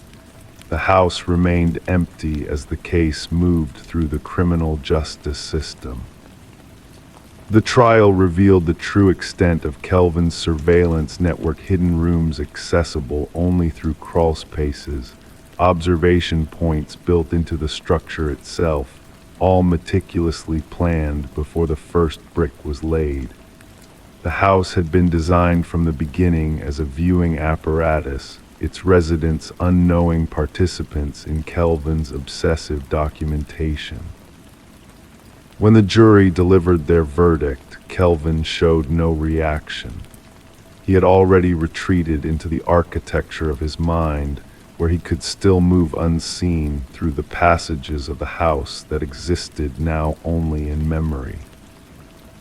The property was eventually demolished, the ground beneath it excavated and filled. But for the families who had lived there, the violation continued. They remained haunted not by what had been taken from them, but by what they had never known was there, watching, listening, recording their most private moments from within walls they had trusted to keep them safe. Sometimes in quiet moments they found themselves glancing up at air vents, light fixtures, the corners where walls met ceilings, wondering if they were truly alone now, wondering if they ever had been. Story 20. It was a pocket dial, just static and muffled sounds. The operator almost ignored it until a voice cut through. A woman whispering frantically, "He's here." He then silence. The number led to an empty house, abandoned for years. No signs of forced entry, no disturbances. But in the dust-covered kitchen, the phone sat on the counter, screen glowing. The call had been made just minutes ago. Detective Morgan Reed pressed the playback button for the 5th time. The whisper haunted her, desperate, terrified, and impossible. The abandoned property had belonged to the Sullivan family before they relocated following a house fire that consumed most of the West Wing. Nobody had lived there since. The caretaker visited monthly and swore nobody had entered in years. Background check on the number, Morgan asked her partner, Detective Walsh. Registered to Catherine Sullivan, the daughter. She died 3 years ago in a car accident. Morgan stared at the evidence bag containing the phone. The case made no sense. A dead woman's phone making calls from an abandoned house. The dust on the counter had been disturbed only where the phone sat, as if it had materialized there. The forensic team found nothing useful. No fingerprints on the device except partial smudges that couldn't be identified. No footprints leading to or from the house. The doors remained locked, windows sealed. The recording became the centerpiece of their investigation, those 11 seconds of static, breathing, and 5 desperate words. Voice analysis confirmed it matched Catherine Sullivan's voice from old videos with 98% certainty. The timestamp showed the call occurred at the exact time Catherine had died 3 years prior, down to the minute. Morgan and Walsh interviewed everyone who knew Catherine. Her father, now remarried, seemed genuinely baffled. Her mother, living alone in a small apartment, broke down upon hearing the recording. "That's my Katie," she whispered. "She sounds so scared." Catherine's boyfriend at the time of her death, Mark Jennings, had an alibi for the night of the call. He was working a night shift at the hospital, verified by multiple witnesses and security footage. Besides, the house had been empty. The call couldn't have happened, yet it did. The investigation stalled until Morgan received a call from Catherine's mother. "I found something in her old things," she said, voice trembling. "Katie kept a journal, the last entry. You need to see this." The journal contained meticulous entries about Catherine's relationship with Mark. The loving beginning, followed by controlling behavior, isolation, and eventually fear. The final entry read, "He found out I'm leaving. He's furious. If anything happens to me, it wasn't an accident." Morgan confronted Mark again. His confident demeanor cracked under questioning about the journal. "You think I hurt Katie because of what she wrote? That's not evidence."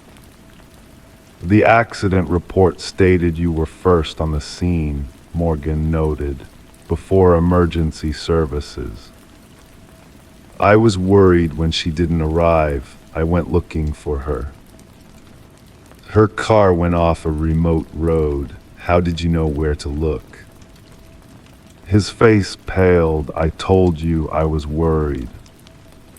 Investigators revisited the accident scene. The car had been removed years ago, but Morgan ordered ground-penetrating radar of the area. They discovered something buried 20 feet from the crash site, Catherine's actual phone.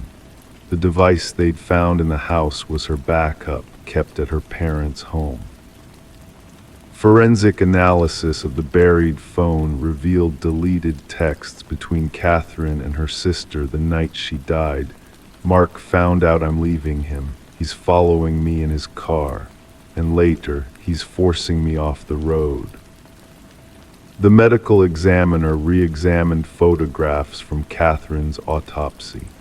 The injuries weren't consistent with the crash alone. There were defensive wounds on her hands, bruising patterns suggesting strangulation. When police arrived to arrest Mark, they found him gone. His apartment contained a shrine to Catherine photographs, belongings he'd stolen from her family, and newspaper clippings about her death. Among his possessions, they discovered an audio manipulation software and scripts showing how he'd created the ghost call, by splicing Catherine's voice from old recordings. The call had been his twisted way of revisiting his crime, a game to confuse investigators and Catherine's still grieving family. The investigation expanded to other cases where Mark had worked as an emergency responder. 2 more suspicious deaths of young women emerged, both ruled accidents. Both had been in relationships with Mark. 6 days into the manhunt, officers spotted Mark's vehicle parked outside the Sullivan house. Inside, they found him sitting in the kitchen, staring at a phone identical to Catherine's. He offered no resistance during arrest. She wouldn't stay quiet, he told Morgan during interrogation. Even after I silenced her, she kept talking, kept accusing me. I needed everyone to hear her, to think she was still somewhere out there. A ghost can't testify against me.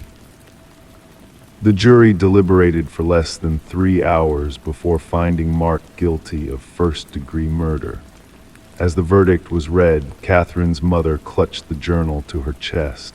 Justice had finally arrived, not through supernatural means, but through the voice Catherine had left behind in her words, her fears documented in ink, her final desperate attempts to reach safety.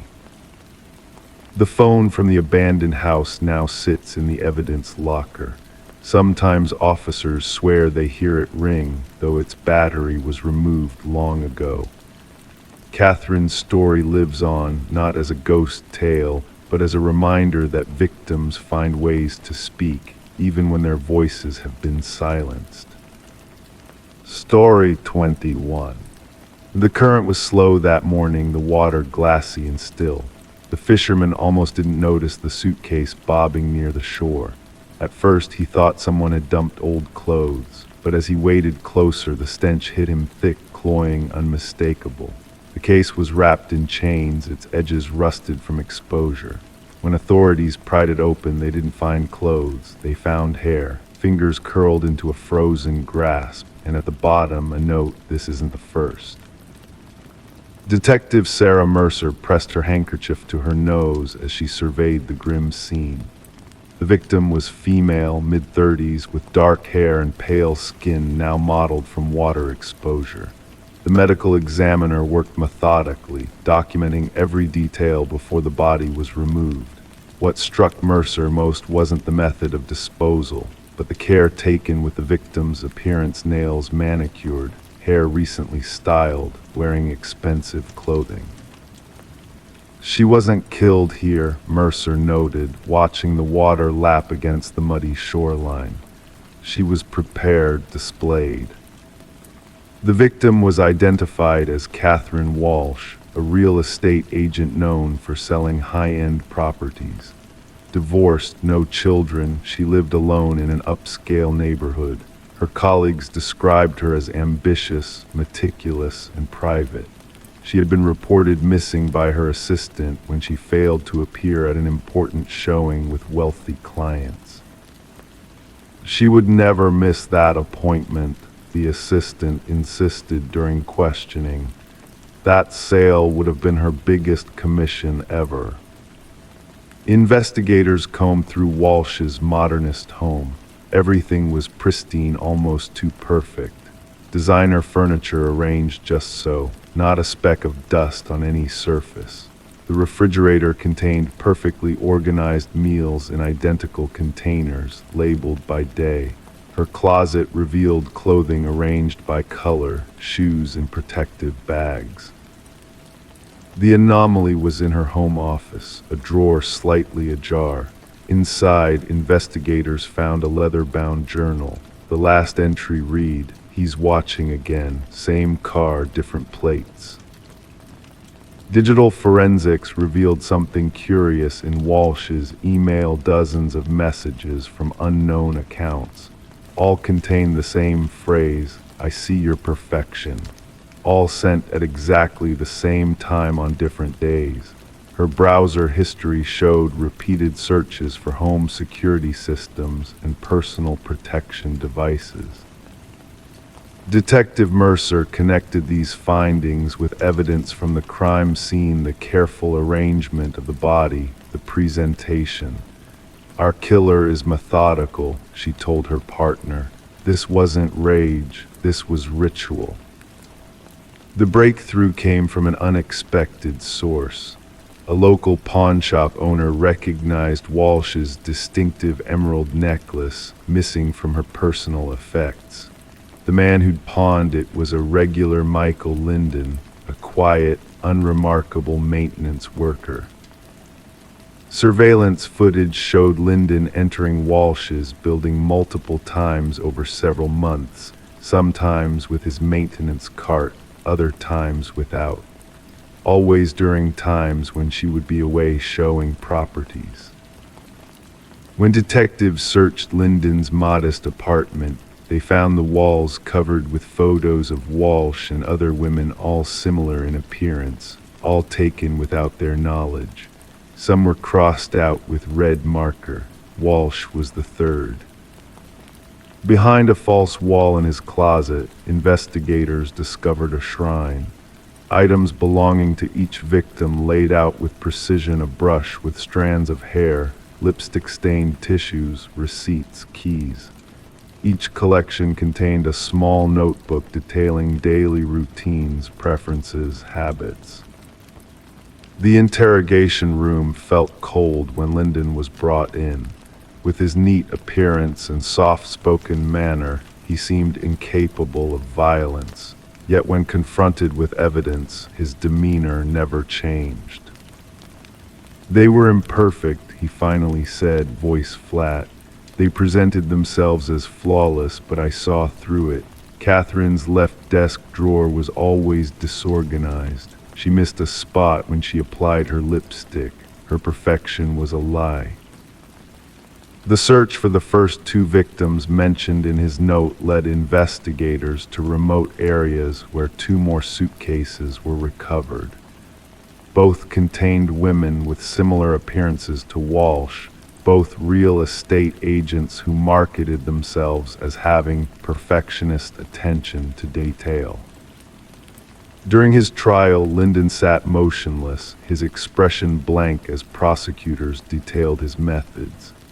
He had stalked each woman for months, learning their routines, entering their homes, studying their lives.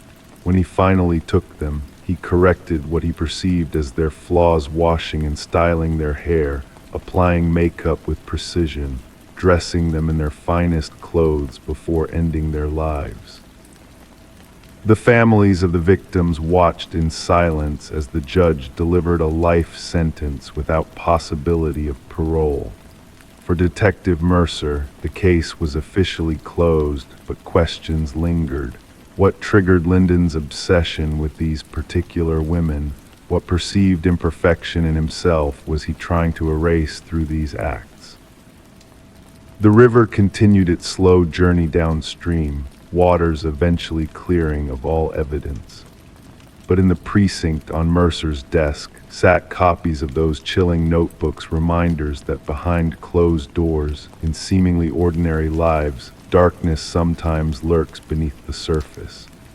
And sometimes the most dangerous predators are those hiding in plain sight, watching, waiting for a single flaw to reveal itself. Story 22.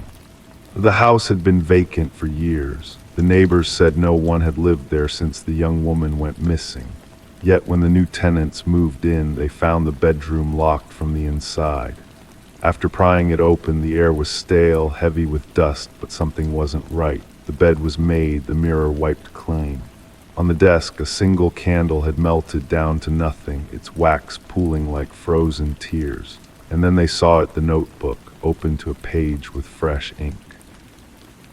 The last entry was dated the night she disappeared.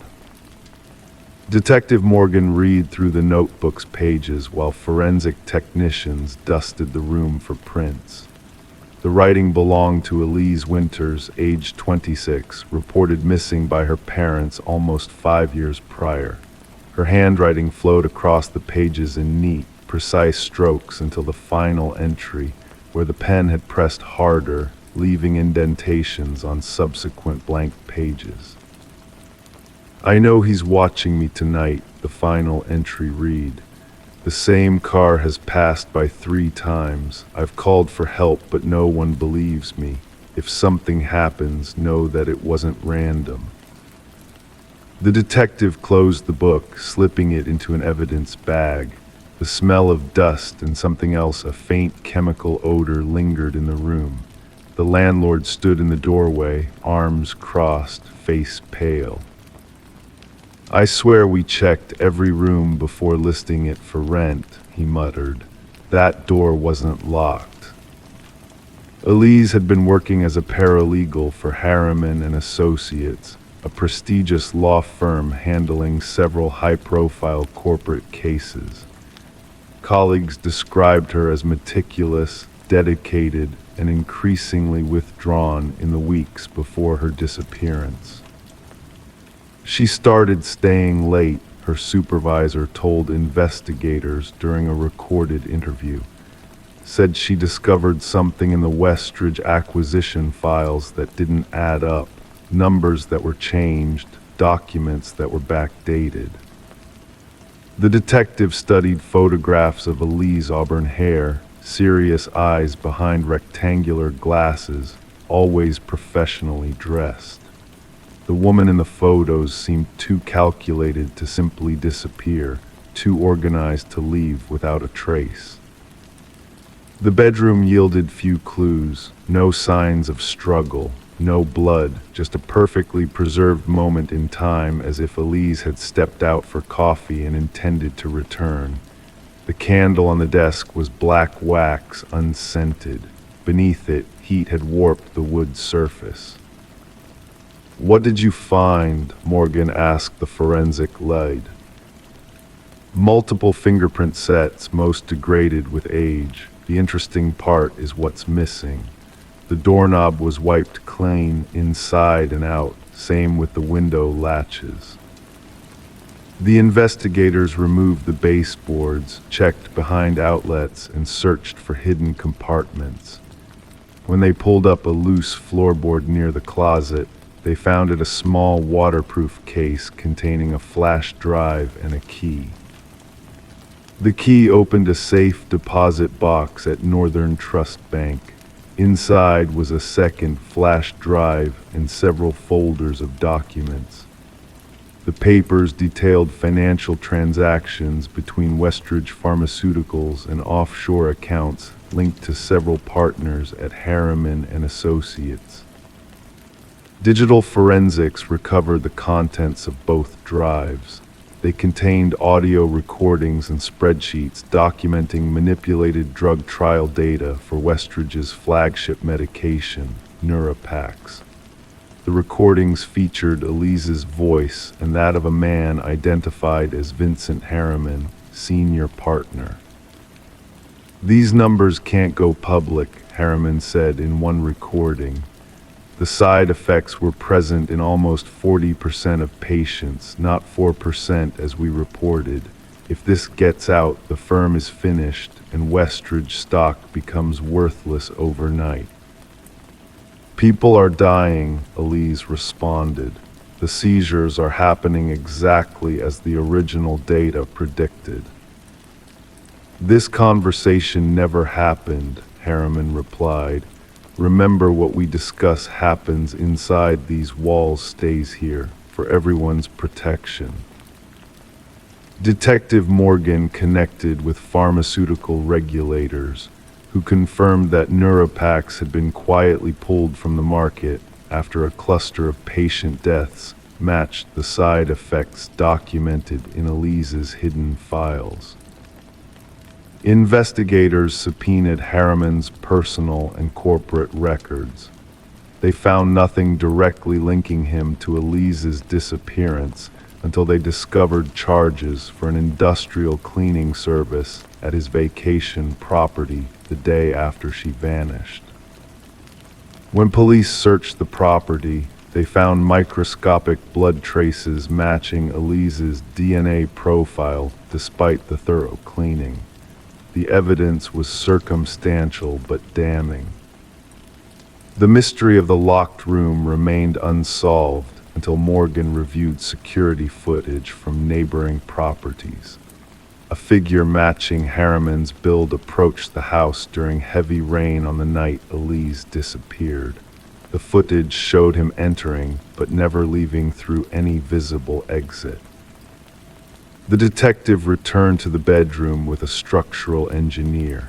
Together they discovered a hidden passage in the back of the bedroom closet, connecting to maintenance tunnels that ran beneath several blocks of older homes in the neighborhood. The passage had been sealed with new drywall and painted to match the original wall. Vincent Harriman was arrested during a board meeting. When confronted with the evidence, he maintained his innocence, claiming Elise had been planning to leave the country with the documents. She was unstable, paranoid, he told investigators. She manufactured evidence to damage the firm after we passed her over for promotion. The jury disagreed. Footage recovered from Elise's own hidden camera, tucked inside a bookend on her shelf, showed Harriman entering her room that night. The recording ended abruptly with him approaching her desk where she sat writing. Prosecutors theorized that after killing Elise, Harriman locked the door from inside using a simple trick with string and a hook, escaping through the hidden passage. He had returned years later, before the new tenants arrived, to ensure nothing remained to implicate him. In doing so, he inadvertently preserved the scene exactly as investigators needed to find it. Harriman was convicted of first-degree murder despite no body ever being recovered. The pharmaceutical executives implicated in the fraud faced separate charges. The families of patients who died from Neuropax side effects filed a class action lawsuit that exposed systemic corruption. At the sentencing hearing, Elise's mother addressed the court. "My daughter's room remained untouched, preserving the truth she gave her life to reveal. She never left that room, not really. Her pursuit of justice remained locked inside, waiting for someone to find it." The new tenants never moved in. The house stands empty once more, its secrets exposed but not forgotten. Locals avoid walking past it after dark. Some claim to see a light in the upstairs window, the bedroom where a young woman made her final stand against powerful men who thought their crimes would stay hidden forever. Justice came for Elise Winters, not in life, but in the evidence she left behind. The room she never truly left became both her tomb and her testimony. Story 23. The renovations were always bound to uncover strange things, old newspapers, broken trinkets, forgotten photographs. But when the couple pulled up the floorboards, they didn't expect to find a letter folded neatly beneath the wood. The paper was brittle, the ink faded, but the message was clear: "Don't trust the one who knocked." Before they could react, 3 sharp raps echoed through the empty house. The discovery sent chills down their spines. Sarah and Michael had purchased the Victorian-era home at an estate auction, charmed by its ornate moldings and rich history. They never imagined their renovation project would unearth something so unsettling. Detective Alina Reed arrived with her partner, the floorboards still pulled up, exposing the dark cavity beneath. Her weathered hands, marked by years of handling evidence, carefully extracted the note using gloved fingers. The couple had touched it, already unavoidable contamination. Reed studied their faces as they recounted the knocking sound. Their fear seemed genuine. Background checks revealed nothing suspicious about Sarah and Michael. Newlyweds, good credit, stable jobs. The house, however, had a more complex history. Previously owned by the Hargrove family for decades, it had been vacant for 2 years following the death of the last resident, Margaret Hargrove, an elderly widow who lived alone. Neighbors described Margaret as reclusive but pleasant, no known enemies, no suspicious circumstances around her death, natural causes, according to the coroner, yet something felt off. Forensic analysis dated the note to approximately 20 years earlier. The handwriting exhibited signs of distress, pressure points suggested fear or urgency. Margaret would have been in her 60s then, living with her husband, Franklin, who had passed away 5 years before her. Reed expanded her investigation, digging through county records and interviewing former acquaintances of the Hargroves. Franklin had been respected in the community, a retired teacher with a passion for woodworking. Several pieces of his handcrafted furniture still remained in the house. A former student of Franklin's remembered him as kind but troubled during his final teaching years. He became paranoid, the student recalled, kept mentioning someone watching him. We all thought it was early dementia. The breakthrough came when Reed interviewed Margaret's sister, now living in a nursing home. Her memory faded in and out, but certain details remained sharp. Margaret was afraid of him near the end, she whispered. Not Franklin, no. The man who came knocking, the collector. Reed leaned forward, the collector. Franklin owed money, gambling debts. The man would come knocking. 3 times, always 3 knocks. Margaret wanted to sell the house to pay him off, but Franklin refused. Reed returned to the house, this time with a forensic team. They removed more floorboards, searching the crawl space methodically. The cadaver dogs found it first beneath the foundation, wrapped in plastic. A male skeleton, skull fractured in multiple places. Dental records confirmed it wasn't Franklin Hargrove. Franklin had been cremated, his ashes scattered according to his wishes. This was someone else, someone who had never been reported missing. Further excavation revealed more, a wallet preserved inside the plastic. The ID inside belonged to Victor Mercer, known to police as a loan shark and collector for an illegal gambling operation. He had vanished 20 years ago without a trace. The case pieced itself together through forensic evidence and Margaret's diaries found hidden in the attic. Franklin had accrued substantial gambling debts. When Mercer came to collect with threats against Margaret, Franklin snapped. The workshop tools became weapons. The crawl space became a tomb. The note became a warning. Margaret had helped clean up, not out of malice, but out of fear and devotion. Her diaries revealed the torment she lived with afterward. I hear the knocking sometimes, even when nobody's there. 3 knocks, always 3. Franklin says it's my imagination. After Franklin died of a heart attack, Margaret lived alone in the house, never remarrying, never moving, keeping the secret beneath her feet. Her diary entries became increasingly paranoid. The knocking continues. I fear someone knows. The case was officially closed. The remains of Victor Mercer were returned to his remaining family. Justice, cold and delayed, had finally been served. Sarah and Michael sold the house, unable to live with its history. It remains vacant, the renovations abandoned. Local rumors claim that sometimes, in the dead of night, 3 distinct knocks can be heard echoing through the empty halls. Whether it's the settling of old wood or something more sinister remains unknown. The note remains in evidence storage, its message a chilling reminder: don't trust the one who knocked.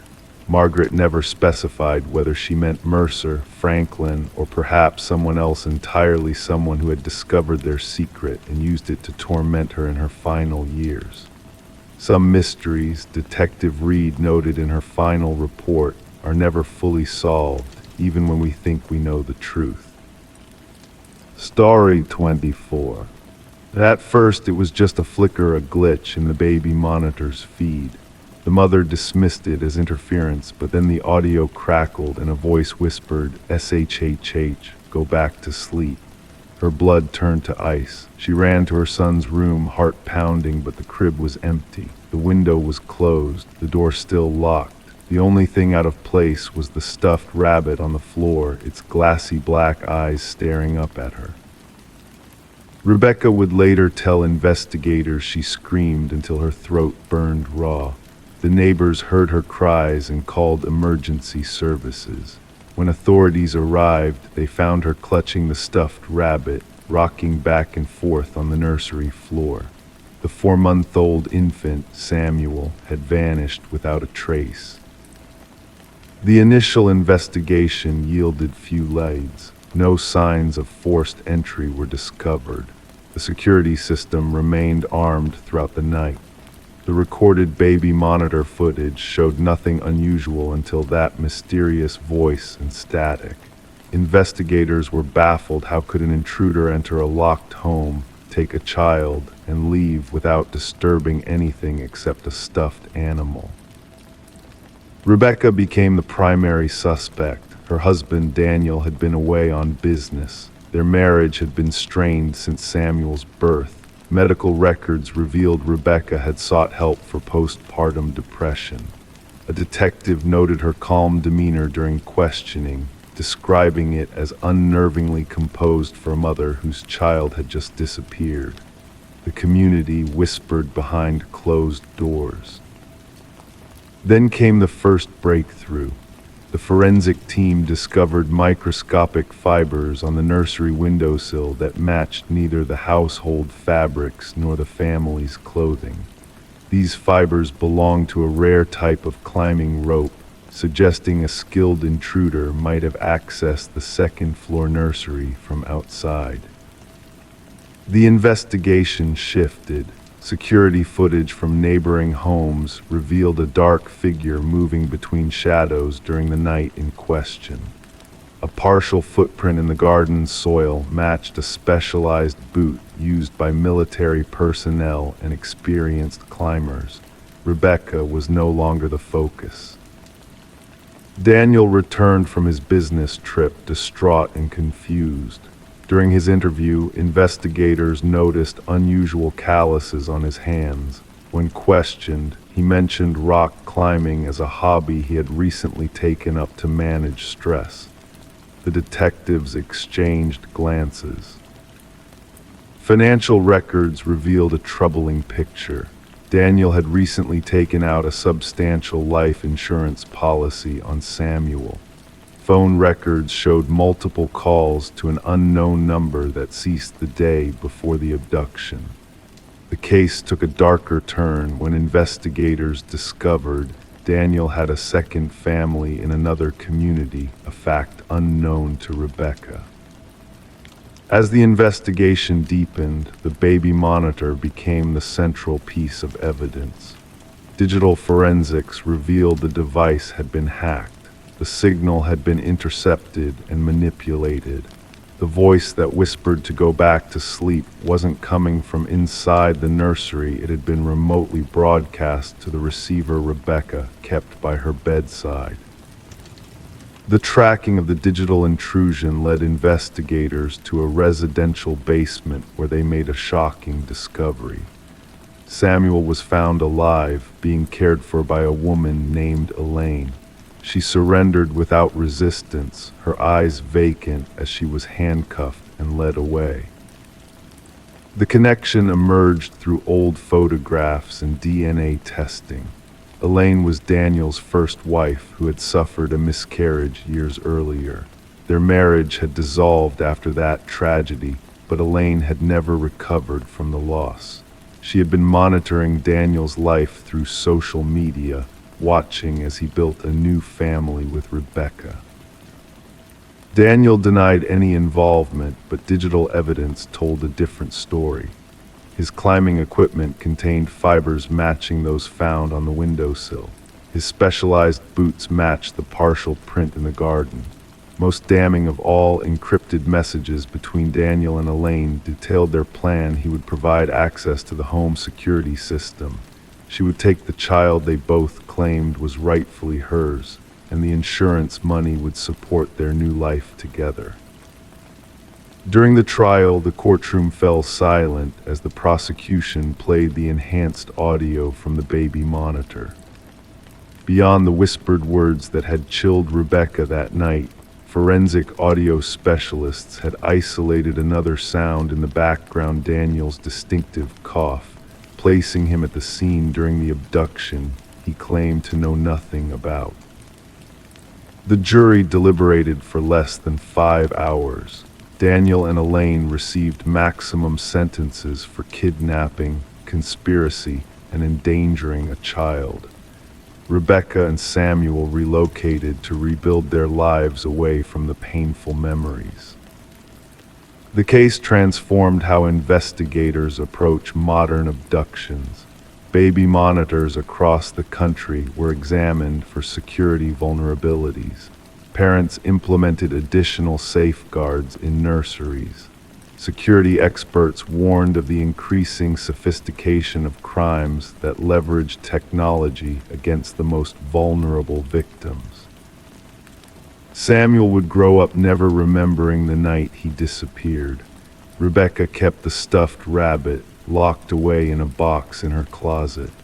She couldn't bring herself to discard it, nor could she look at those glassy black eyes that had witnessed what truly happened when the baby monitor carried that whispered voice through the darkness. The monitor never lied. It had captured the truth, just not in the way anyone expected. Story 25. The old box was buried under decades of junk in the attic, a forgotten relic of the house's previous owners. Inside were faded Polaroids, mostly of birthdays and family gatherings, normal, innocent, until she reached the last photo. It was taken in her living room, the same couch, the same curtains, but the family sitting there wasn't hers, and behind them, barely visible in the dim light, was a man standing in the hallway watching. Rebecca felt a chill creep up her spine as she studied the photograph. Her fingers trembled slightly, causing the edges of the Polaroid to vibrate.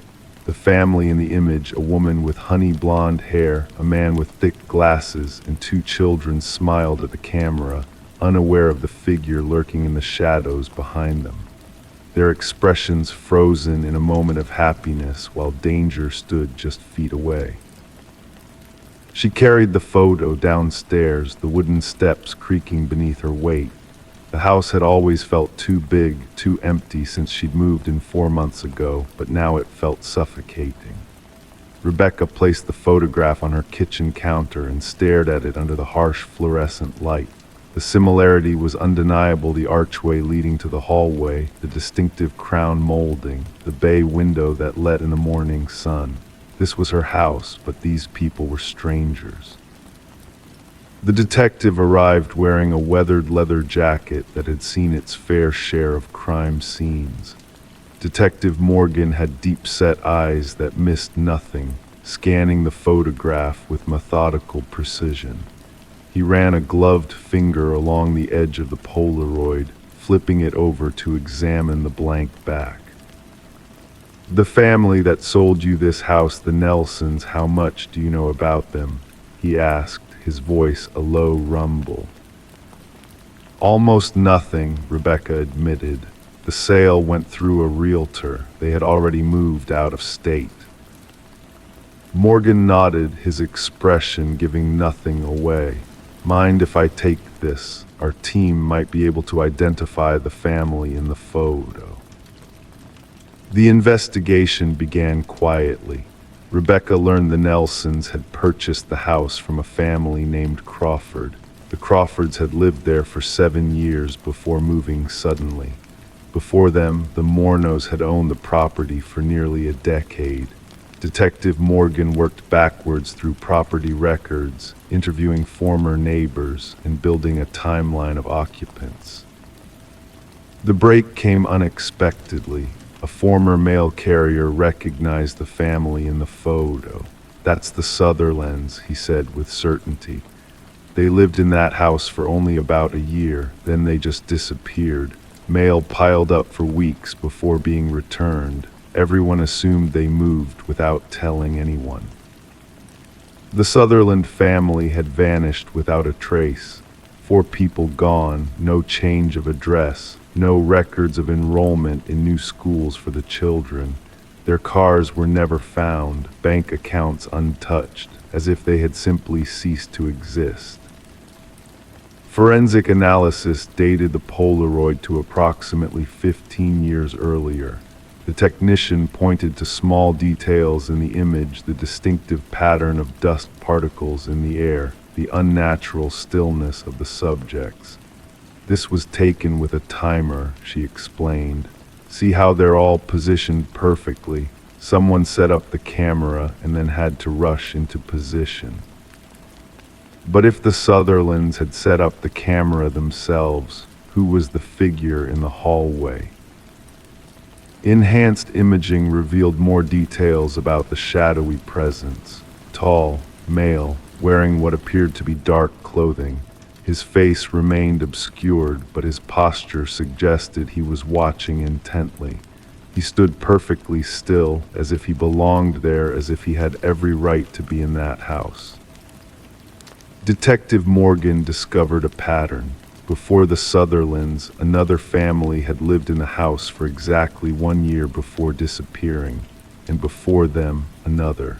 5 families over a span of 5 years, all vanishing without explanation, always after exactly 1 year of residency. Rebecca had been in the house for 4 months. The investigation uncovered building records from decades earlier. The house had been built by a renowned architect with a sterling reputation, but the project manager had disappeared near completion. His replacement, a man named Samuel Whitfield, had finished the job. Police archives contained a single photograph of Whitfield, a tall, slender man with hollow cheeks and penetrating eyes. When digitally aged and compared to the figure in the Polaroid, the match was undeniable. But Samuel Whitfield had reportedly died in a construction accident shortly after the house was completed. His body was never recovered from the collapsed foundation of another building site. The basement became the focus of the investigation. Ground-penetrating radar revealed anomalies beneath the concrete floor, inconsistencies in density that shouldn't have been there. When the jackhammers broke through the surface, the smell hit them first. Beneath layers of concrete and soil, they found them. Not just the Sutherlands, all of them. Every missing family, perfectly preserved in the cool, dry earth. Among their possessions was a camera. The same camera that had taken the Polaroid found in the attic, and dozens more photographs, each showing a different family, smiling, unaware of the figure watching from the shadows. The house was sealed off as a crime scene. Rebecca would never return. As investigators cataloged evidence, they discovered a crawlspace in the attic, hidden behind a false wall. Inside was a small cot, photography equipment, and a journal filled with meticulous observations of the families who had lived there. The final entry was dated just 3 days earlier. "The new one is different. She found my photograph too soon. I'll need to accelerate my timeline." Rebecca moved to a hotel under police protection. Her phone rang during the night, waking her from a fitful sleep. When she answered, there was only the sound of breathing, then a click, followed by the mechanical whir of a Polaroid camera ejecting a photo. The investigation continues to this day. The house stands empty, its windows dark, its secrets not fully revealed. No one has been able to locate Samuel Whitfield, if that was ever his real name. Some investigators believe he died decades ago, while others insist he simply moved on to a new location, a new identity, a new house. And somewhere in a darkened room, photographs are developing new families, new homes, new watchers in the shadows. The only certainty is that those who seek the truth about the man in the photograph are now being watched themselves. Story 26. She wanted to repaint the nursery before the baby arrived. The walls were a faded blue, the kind that held years of stories beneath its layers. As she rolled on the first coat, the white paint revealed something beneath letters, barely visible at first, then sharper, clearer. A message scrawled beneath the surface. "Don't let it hear you." Her breath caught. She stepped back, and that's when she saw it, tiny handprints in the fresh paint, too high on the wall for any child to have made. The discovery in the nursery of the Morgan residence marked the beginning of what investigators would later call the Whispering House case.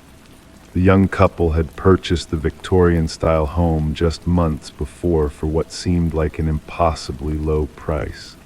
The real estate agent had mentioned minor cosmetic issues, but nothing about the property's dark history. Detective Sarah Klein pressed the doorbell, notebook in hand. A woman answered, her pregnant belly prominent beneath her paint-splattered overalls. Dark circles rimmed her eyes. She hadn't slept in days. The detective noted the woman's trembling hands as she recounted finding the message and the handprints. The previous owners moved away suddenly, the woman explained. The neighbors said they left in the middle of the night. No moving truck, just packed essentials in their car. The detective walked through the historic home, footsteps creaking against aged floorboards. Standing in the nursery, she examined the partially painted wall. The message was still visible where the new paint had been hastily abandoned. Next to it, 5 small handprints pressed into the wet paint, positioned at adult shoulder height. Back at the precinct, Detective Klein pulled records on the property. The house had changed hands 8 times in 30 years, an unusually high turnover. Each family had stayed less than 2 years. More disturbing were the child welfare reports filed for 3 of those families. Children reporting whispers from the walls and someone watching them sleep. The detective dug deeper, requesting construction records and historical documents. The house had once belonged to Eleanor Blackwood, a wealthy widow with no children of her own who had operated a small orphanage from the property during the early industrial era. Newspaper clippings referenced 5 children who had disappeared from her care. Authorities at the time suspected they had run away, common for orphans of that period.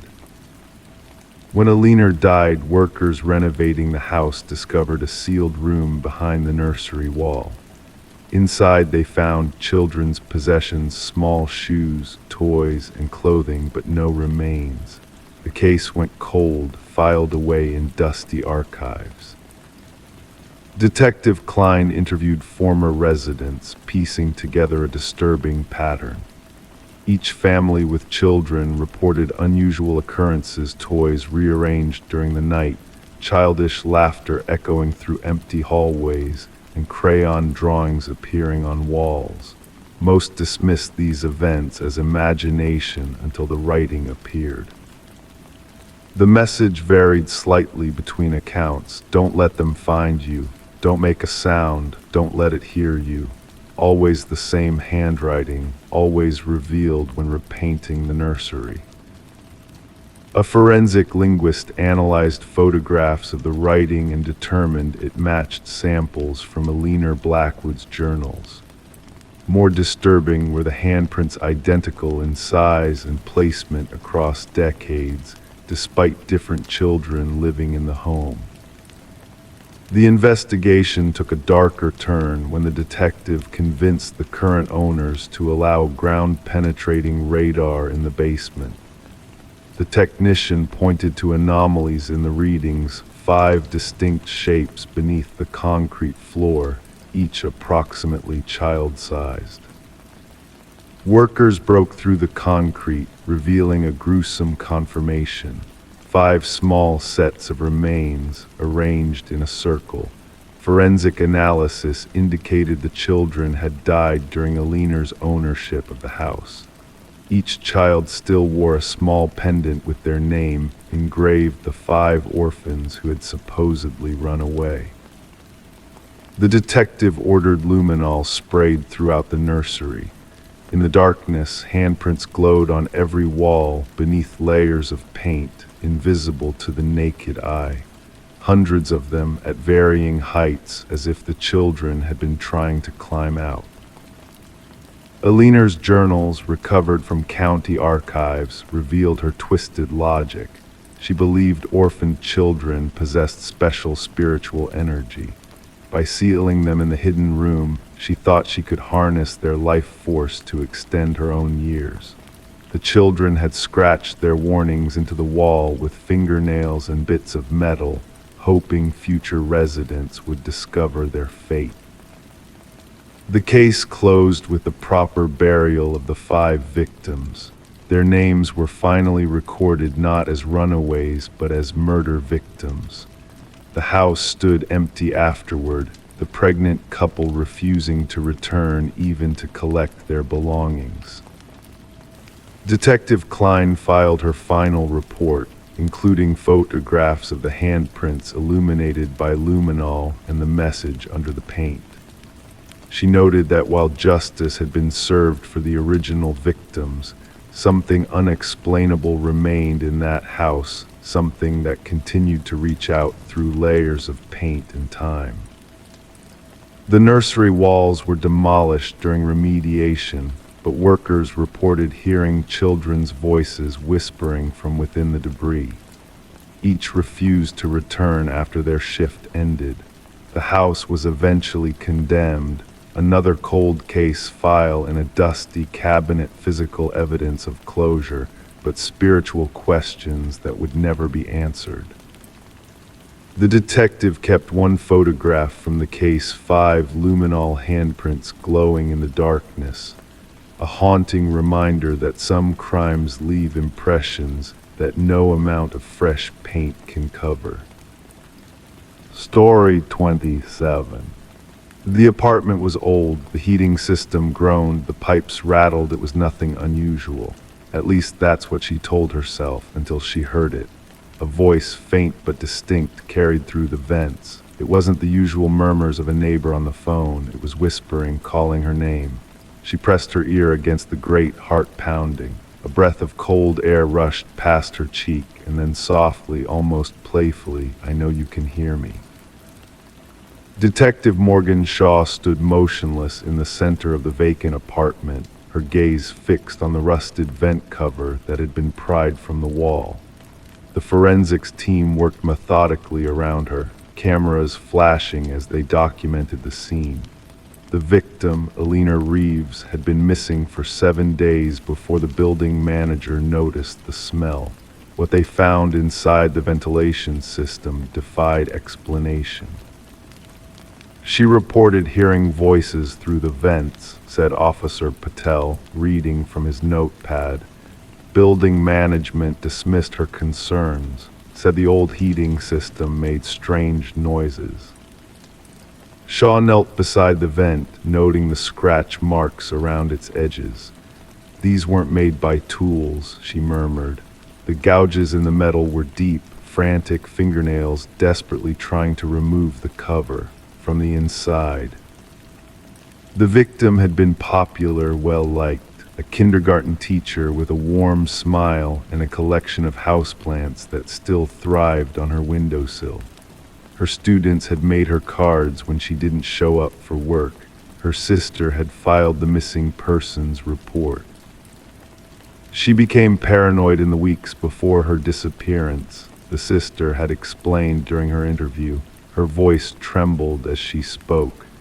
Aliner was convinced someone was watching her, speaking to her through the vents in her apartment. "I thought it was stress from work."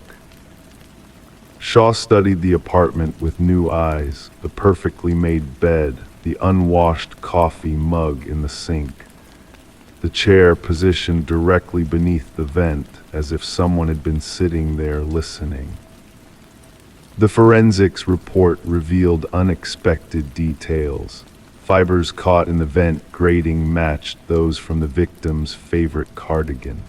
A partial fingerprint, not Aliner's, was found on the inside of the vent cover. Most disturbing were the audio recordings recovered from Aliner's phone. Shaw listened to them alone in her car, the rain drumming against the roof. Aliner's voice came first, hesitant and frightened. "If you're real, say something." Silence stretched for 20 seconds before a response came, a whisper so faint Shaw had to turn the volume to maximum. "Aliner, sweet Aliner, let me in."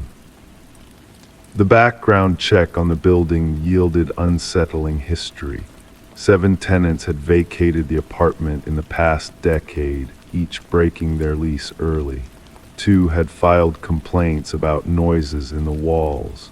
1 had been treated for carbon monoxide poisoning, claiming hallucinations of voices calling from the vents. The building superintendent, a man named Harold Weber, had worked there for 15 years. His personnel file showed no red flags, though Shaw noted he possessed keys to every apartment. During questioning, he maintained an unnerving calmness. "The building makes noises," he said with a shrug. "People get spooked. Nothing supernatural about old pipes and settling foundations."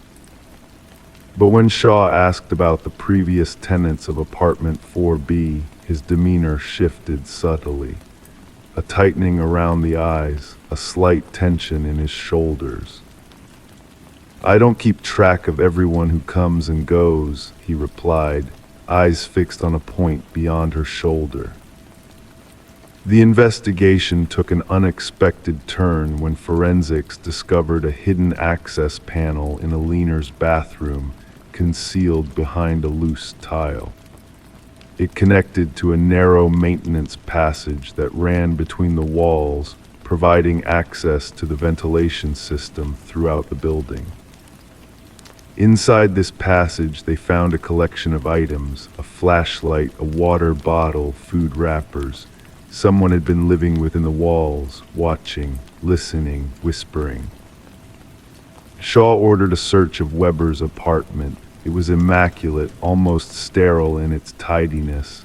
Nothing out of place, nothing personal, until they checked his computer. The files were organized by apartment numbers. Inside folder 4B were hundreds of audio recordings, conversations, phone calls, the sound of Aliner singing in the shower, pictures taken through vents and tiny holes drilled in walls. A digital journal documented his relationship with her. "She hears me now," one entry read. "She listens for me, waits for me. Soon I will invite her into the walls with me." The most damning evidence came from a small storage unit rented under Weber's name. Inside, they discovered artifacts from previous tenants, jewelry, photographs, clothing preserved like trophies, a shrine to his connections with the people he watched. Weber was arrested trying to board a bus in the dead of night. He offered no resistance, only smiled serenely as the handcuffs closed around his wrists. "They all hear me eventually," he told Shaw during interrogation. "The building speaks to them through me." The coroner determined Aliner had been alive when she entered the ventilation system, likely coaxed in through the hidden passage. Sedative traces in her system suggested she was drugged. She had become disoriented in the maze of metal ducts, her oxygen depleting as she crawled deeper into the building's lungs, following the whispers that promised safety ahead. The families of former tenants came forward after the arrest. Some reported missing items. Others described loved ones who had become anxious, paranoid, convinced they were being watched. A pattern emerged spanning years: a predator hiding within the walls, selecting his victims, studying them, speaking to them through the vents until the whispers became their reality. At trial, Weber maintained an eerie composure. His attorney pursued an insanity defense, presenting psychological evaluations describing delusions of symbiosis with the building. The prosecution countered with evidence of meticulous planning, the modified vents, the carefully maintained passages, the detailed records of his victims' habits. The jury deliberated for just 4 hours before returning their verdict, guilty on all counts. As Weber was led from the courtroom, he turned to Shaw with a smile that never reached his eyes. "They'll still hear me," he said. "The building remembers, the whispers never stop." The apartment building stands vacant now. Despite renovations, new owners, fresh paint, no one stays long. Residents report strange sounds from the vents, whispers in the walls, cold drafts that carry voices. The heating system groans, the pipes rattle, it's nothing unusual. At least that's what they tell themselves.